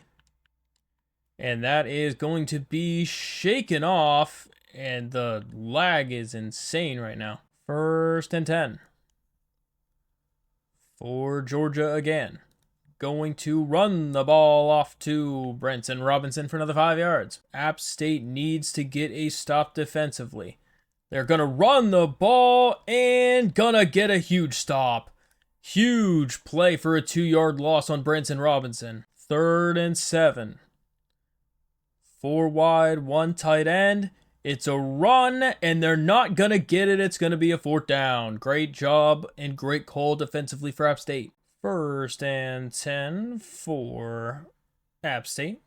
So we're going to throw that one as it's going to be a comeback. It's a perfect play call as we knew he was going to turn around, and it's a 31-yard gain. Just over 2.5 minutes left in the half, and Matt Smith's going to have a lot of running room, and he's going to go out of bounds after 15, and we're back in enemy territory again. The problem is they need to score. We've been down here a handful of times, but have not been able to score, and it's going to be a good pitch and catch for 10 yards to Christian Horn. First and 10 then, as they're going to have to run with it and hope that we can get a block, but we do not get one, and we'll have to go out of bounds for 5. Matt Smith is probably completely gassed at this point, since he is basically being the only one who's doing anything. We're just going to throw it away. We don't want to take any hits with him right now. 3rd down and 5. Gonna throw to Christian Horn, and it's 4th and 1. How does that happen? This is big. Matt Smith is injured. Ryan Berger's in the game. It's a run to Nate Noel, and he gets the first. A minute left on this clock. We're going to try to get some of this run down a little bit. A touchdown is extremely important on this drive, as that is the only thing that we really care about right now. And also making sure that they don't get another possession. It's going to be a run to Ryan Berger, and it's wide open up the middle for a touchdown, so they will get another possession, but we do get the points, and that is the most important part. So the extra point is up, and it is good, and the lead is cut to 4. So here is the question. Are they going to try to get some points? Is that their plan here? And it looks like Dennis is going to get a good tackle and keep him in bounds. The clock will continue to run. So Matt Smith has a mild concussion, and he is out for the game. That is a big, big injury for the national championship game. Ryan Berger is going to have to win it, and nothing more poetic than this, because Ryan Berger was knocked out last year and did not get a chance to play in the national championship. So this is his opportunity to get his national championship, as he is going to be the only one starting left for quarterback on this team. So we'll be going into the half 14-10. App State is going to be getting the ball to start the half. An excellent drive led by Matt Smith was able to get them in a position to get some decent chance to put up a touchdown, which they did when Ryan Berger converted it. But Nate Noel gets a nice 12-yard run. OC wants us to hit a couple read option plays in a row here. Haven't had a chance to really run with Ryan Berger yet. We will as well, and he gets 10 yards and a first down as it's 2 straight first downs. Trying a little bit of a screen play this time as Noel is just going to get absolutely leveled and he'll lose 3. Probably should have known better there that would be what happened, and it's going to be dropped incomplete. Christian Horn drops it. It was a perfect pass from Ryan Berger, but good coverage. So 3rd and 13 now, as they are going to have to run with it, and he somehow steps out of bounds before he could throw it. Apparently just making Ryan Johnson, our punter, have to work for it a little bit more, as it's still an excellent punt to down him at the 15-yard line. And that is going to be just so wide open for 6-yard gain to David Young. Brock Van Griff, literally in like his first 5 passes, he threw for 2 touchdowns, which is just absurd. So we'll see what they do this time, and it's gonna be another great find to the tight end. So I just don't really know how on earth their tight ends are basically routing up our corners, but okay. And they'll gain 7 on the run to Branson. As long as it's basically a field goal, it's not too terrible. Still would not be ideal though. Great TFL from Shelton Dennis and Paul Pittman. 3rd and 6. 3rd and 6 for Georgia. They're gonna run the ball, and it's gonna be a tackle from Paul Pittman in another punt situation. And Branson Robinson's injured. That's big. The injury bug has plagued both teams so far. Whose injury is gonna be worse, basically. So just the will return soon for shin splints for Branson, so still worse for us at this point. And that is excellent by the linebacker. We're going to lose 2. 2nd down and 12 now. Just going to have to try to dump it off. Incomplete. It's excellent coverage everywhere. Looks like potentially some sort of blitz package again. It's wide open, but it's gonna be almost intercepted. It was a terrible execution of the pass, as one safety was able to cover both receivers. So another solid punt from Ryan Johnson, and we're back to where we started, as Georgia's gonna get the ball again to start with Vandergriff. And it's gonna be an excellent throw and catch for 19 yards on the end route. Really threw that with the perfect amount of touch to barely get it over in front of Jesse Billings. And that is going to be just a little dump off for 3. This is such a close game for the national championship. How is it going to end? Georgia's going to drop back again. Going to throw it off to the running back. And that is going to be 3rd and inches. Not enough for the first yet. 3rd and inches. Going to have a spot, and it's going to be a first down as he runs over Ronald Clark and gets it. Gotta try to keep him out of field goal range as they're getting closer and closer to making it. Gonna be, looks like a pass, and it's caught. Gonna get a big hit from Paul Pittman, but he picks up 5. Brock has been looking very sharp today as he's only had 3 incompletions total in this game, which is absurd. And it's going to be a little handoff to the running back, and he's going to lose 3. Brendan Harrington showing great skills. We need to hold him right here. It's 3rd down. It's going to be a perfect pass. He drops it. That's huge for us. We're definitely doing the safe punt block this time. We figured it was going to be some sort of something, and it's gonna be a dot to Nyland Green. I don't know how to stop the fake punt. We literally accounted for it. I should have come out in 2-man under. Unbelievable. We literally knew it was happening and still could not do anything in our power to stop it from happening. As that is going to be an excellent run. We had to pick a hole and we picked the wrong one, and they gained 7. 2nd down and 3. Going to expect a run, and it's going to be a nice stop. It's 3rd and 2. Can we expect some sort of run? It's going to be a fake.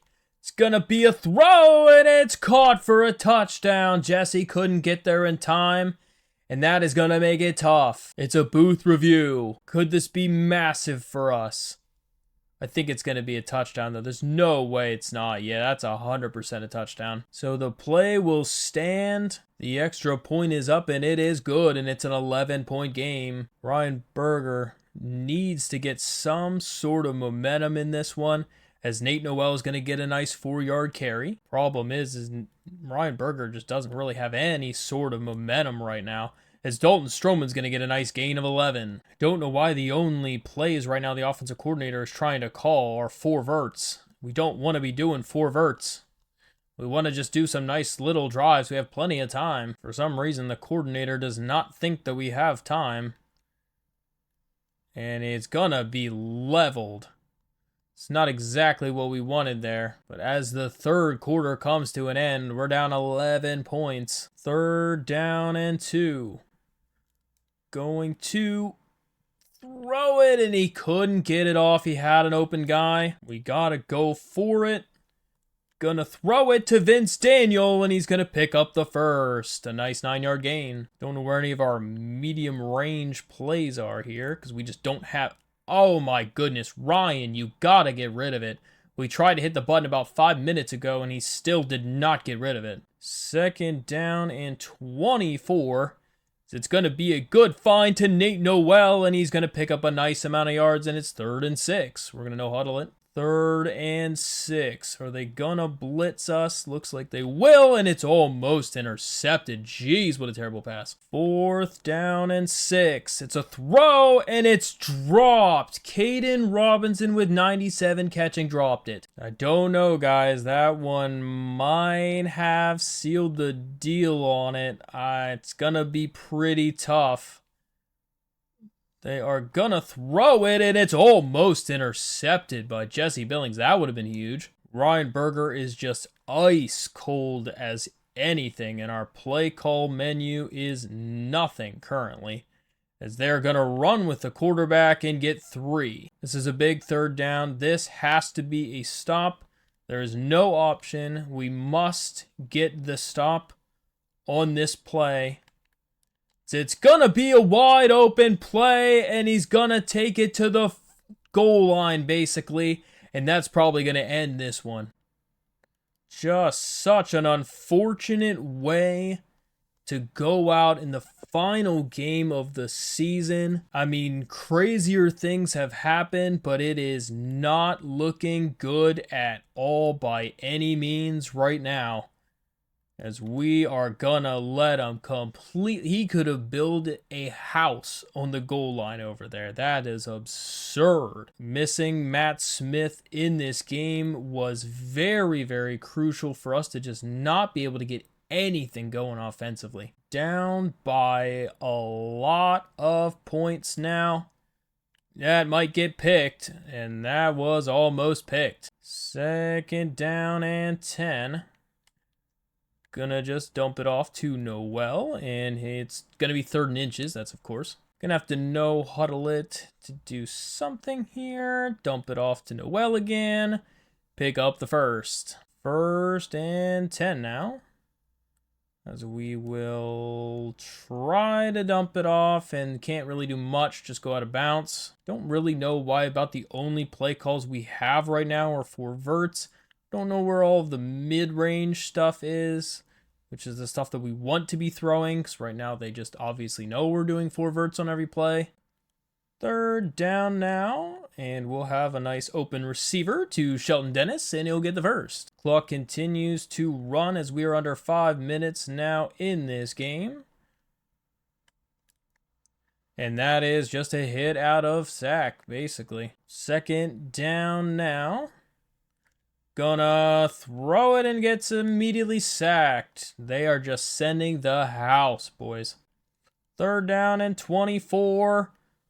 Oh, what a horrid pass. It was nowhere near anything, and that's a pick, and that is going to end it. So, kind of a terrible way to end this game, end this dynasty, this franchise, that we weren't able to get the two-peat for the championship, as we had a massive win streak that we were having, but it all has to end at some point.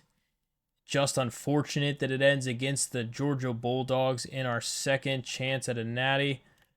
there was just really nothing we could do. We just got outplayed on every side of the ball in this, and we got an unfortunate injury with Matt Smith. Matt Smith was extremely injury prone towards the second half of the season. I think he was just being worked way too hard to be able to consistently be used, and that was kind of an issue for us, as that is a wide open receiver. And I mean, Ethan Johnson getting burnt on all these plays like this don't help. But I mean, really, that the fumble from Nate Noel is massive, because if he doesn't fumble that ball, this is not the same game. I mean, we can take a even closer game. I think we might even be able to lead at this point. And so kind of all because of that, I mean, we really weren't able to do anything we wanted to offensively, and defensively not good either. We'll just try to continue to no huddle this and see if we can find any way to get any sort of points. Terrible pass out of bounds for Ryan Berger, but just under 3 minutes now in this game. That is a wide open play to Christian Horn, and it's a good catch. Just wish we had more arm strength. Jeez. Especially whenever he's completely wide open for a touchdown, if they just put a little bit more arm on it.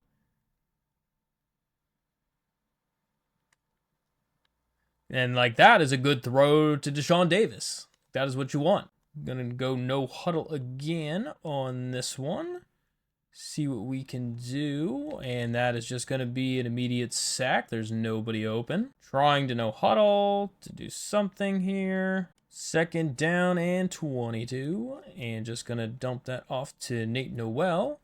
And he will find a few yards and get to 3rd and 12. See if we can at least put up some sort of points here for some sort of fun. Deshaun drops it, of course. 4th down and 12. This is for literally everything else in the whole game. It is going to be dropped, and we won't put any more points up on the board. 10 is how we end it. So they're just going to run the clock out and get 7 yards on that one, but we'll probably just see you guys at the end of this one. And so, guys, that is going to end it, as Georgia is going to be your national champions. That is just super unlucky. They are just a good team overall, and we had an unfortunate injury and some fumbles that really kind of threw this game away. So, what can you say? You can't win all of them. I would definitely have liked to win the last one. Final stats for the game: Matt Smith had 6 for 8 for 100 yards. Ryan Berger 10 for 23 for 131 yards and an interception. 43% completion percentage, 5 sacks for Ryan Berger. He was having a terrible game, was rattled all game long, and could not get anything together. Running-wise, couldn't really get much of anything either. Terrible averages. Really no receiver was great, except for Noel was the only one who was ever open, just because we could dump it off to him quick. Sheldon Dennis had 6 tackles, solo tackles, 9 total tackles. Handful of TFLs for a couple of our guys. Didn't get any sacks at all, no interceptions, and 2 deflections. So looking at some of the records for the offseason, Matt Smith has the new school record for passing yards in a season, breaking Armani Edwards' record of 2009. Matt Smith also has the most passing touchdowns in the season, breaking Tyler Lamb's record. Deshaun McKnight ended with 20 sacks on the season, breaking the school record for sacks. And we ended up going 15-1. I mean, we had a great 3 years there, winning quite a bit of bowl games, making it to 2 national championships, winning 1 of them, but going 40-6 in our time here at App State. But looking at our season stats for what we did this year, Matt Smith winning multiple awards as a freshman, ending up having 3,736 yards, 34 passing touchdowns to 9 interceptions, with almost a 67% completion percentage, which was fantastic. And on the ground, he ran for 1,300 yards and another 14 touchdowns. Running wise, Nate Noel had 1,390 on 276 rushes, averaged 5 yards a carry, and got 20 touchdowns, which was fantastic. Receiving wise, Dalton Stroman led us in receptions and receiving yards. He also led us with 873. Caden Robinson shortly behind him with 835. Christian Horn had 752 and Deshaun Davis 725. So all four of those guys getting over 700 yards.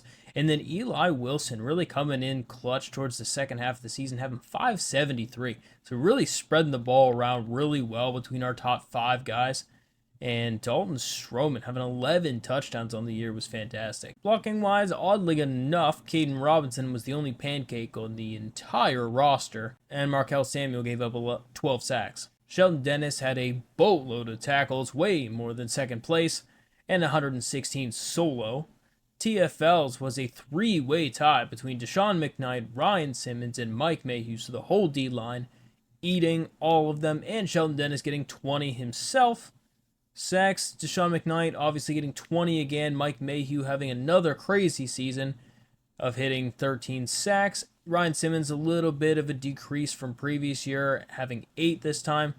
I believe last year he had 12 last time, whereas Mike Mayhew last time had 11. And Deshaun has just been an animal. 29 sacks in 2 seasons. Interceptions, both Ethan Johnson and Jesse Billings had 7 interceptions for us. Ethan Johnson just continues to get better each year as far as interceptions and pass deflections goes. And Ronald Clark kind of going back to that first year again for him, having 3 interceptions and some pass deflections, kind of getting back to his first year form rather than just being a tackle and TFL guy like he was last year. And Michael Hughes, just Mr. Clutch, making pretty much, he's made 97% of his field goals since being a kicker for App State. But a huge shout out to Deshaun Davis too, just continuing to go off as a return man. Yeah, just super good and consistent, having 9 kick return touchdowns and 2 punt return touchdowns. A little bit of a dip in both kick return and punt return this year since we started making a rule that he wasn't able to have as many kick returns unless they were basically at the goal line of the end zone. But we'll advance to the players leaving stage just to see if anybody's going to go to the draft. So let's see what we have. So it looks like Nick Hill was the freshman D tackle that we redshirted. He wants to transfer for playing time. And looks like Caden Robinson is going to go to the NFL draft, projected round 3, which is crazy. That would be the highest person we've had so far, period, in our dynasty. Anderson Castle going to graduate. Milan Tucker graduating, had up and downs, decently pass deflection guy. Deshaun Davis, though, huge kick returner guy, awesome. Craig McFarland was okay. Michael Hughes, best kicker ever.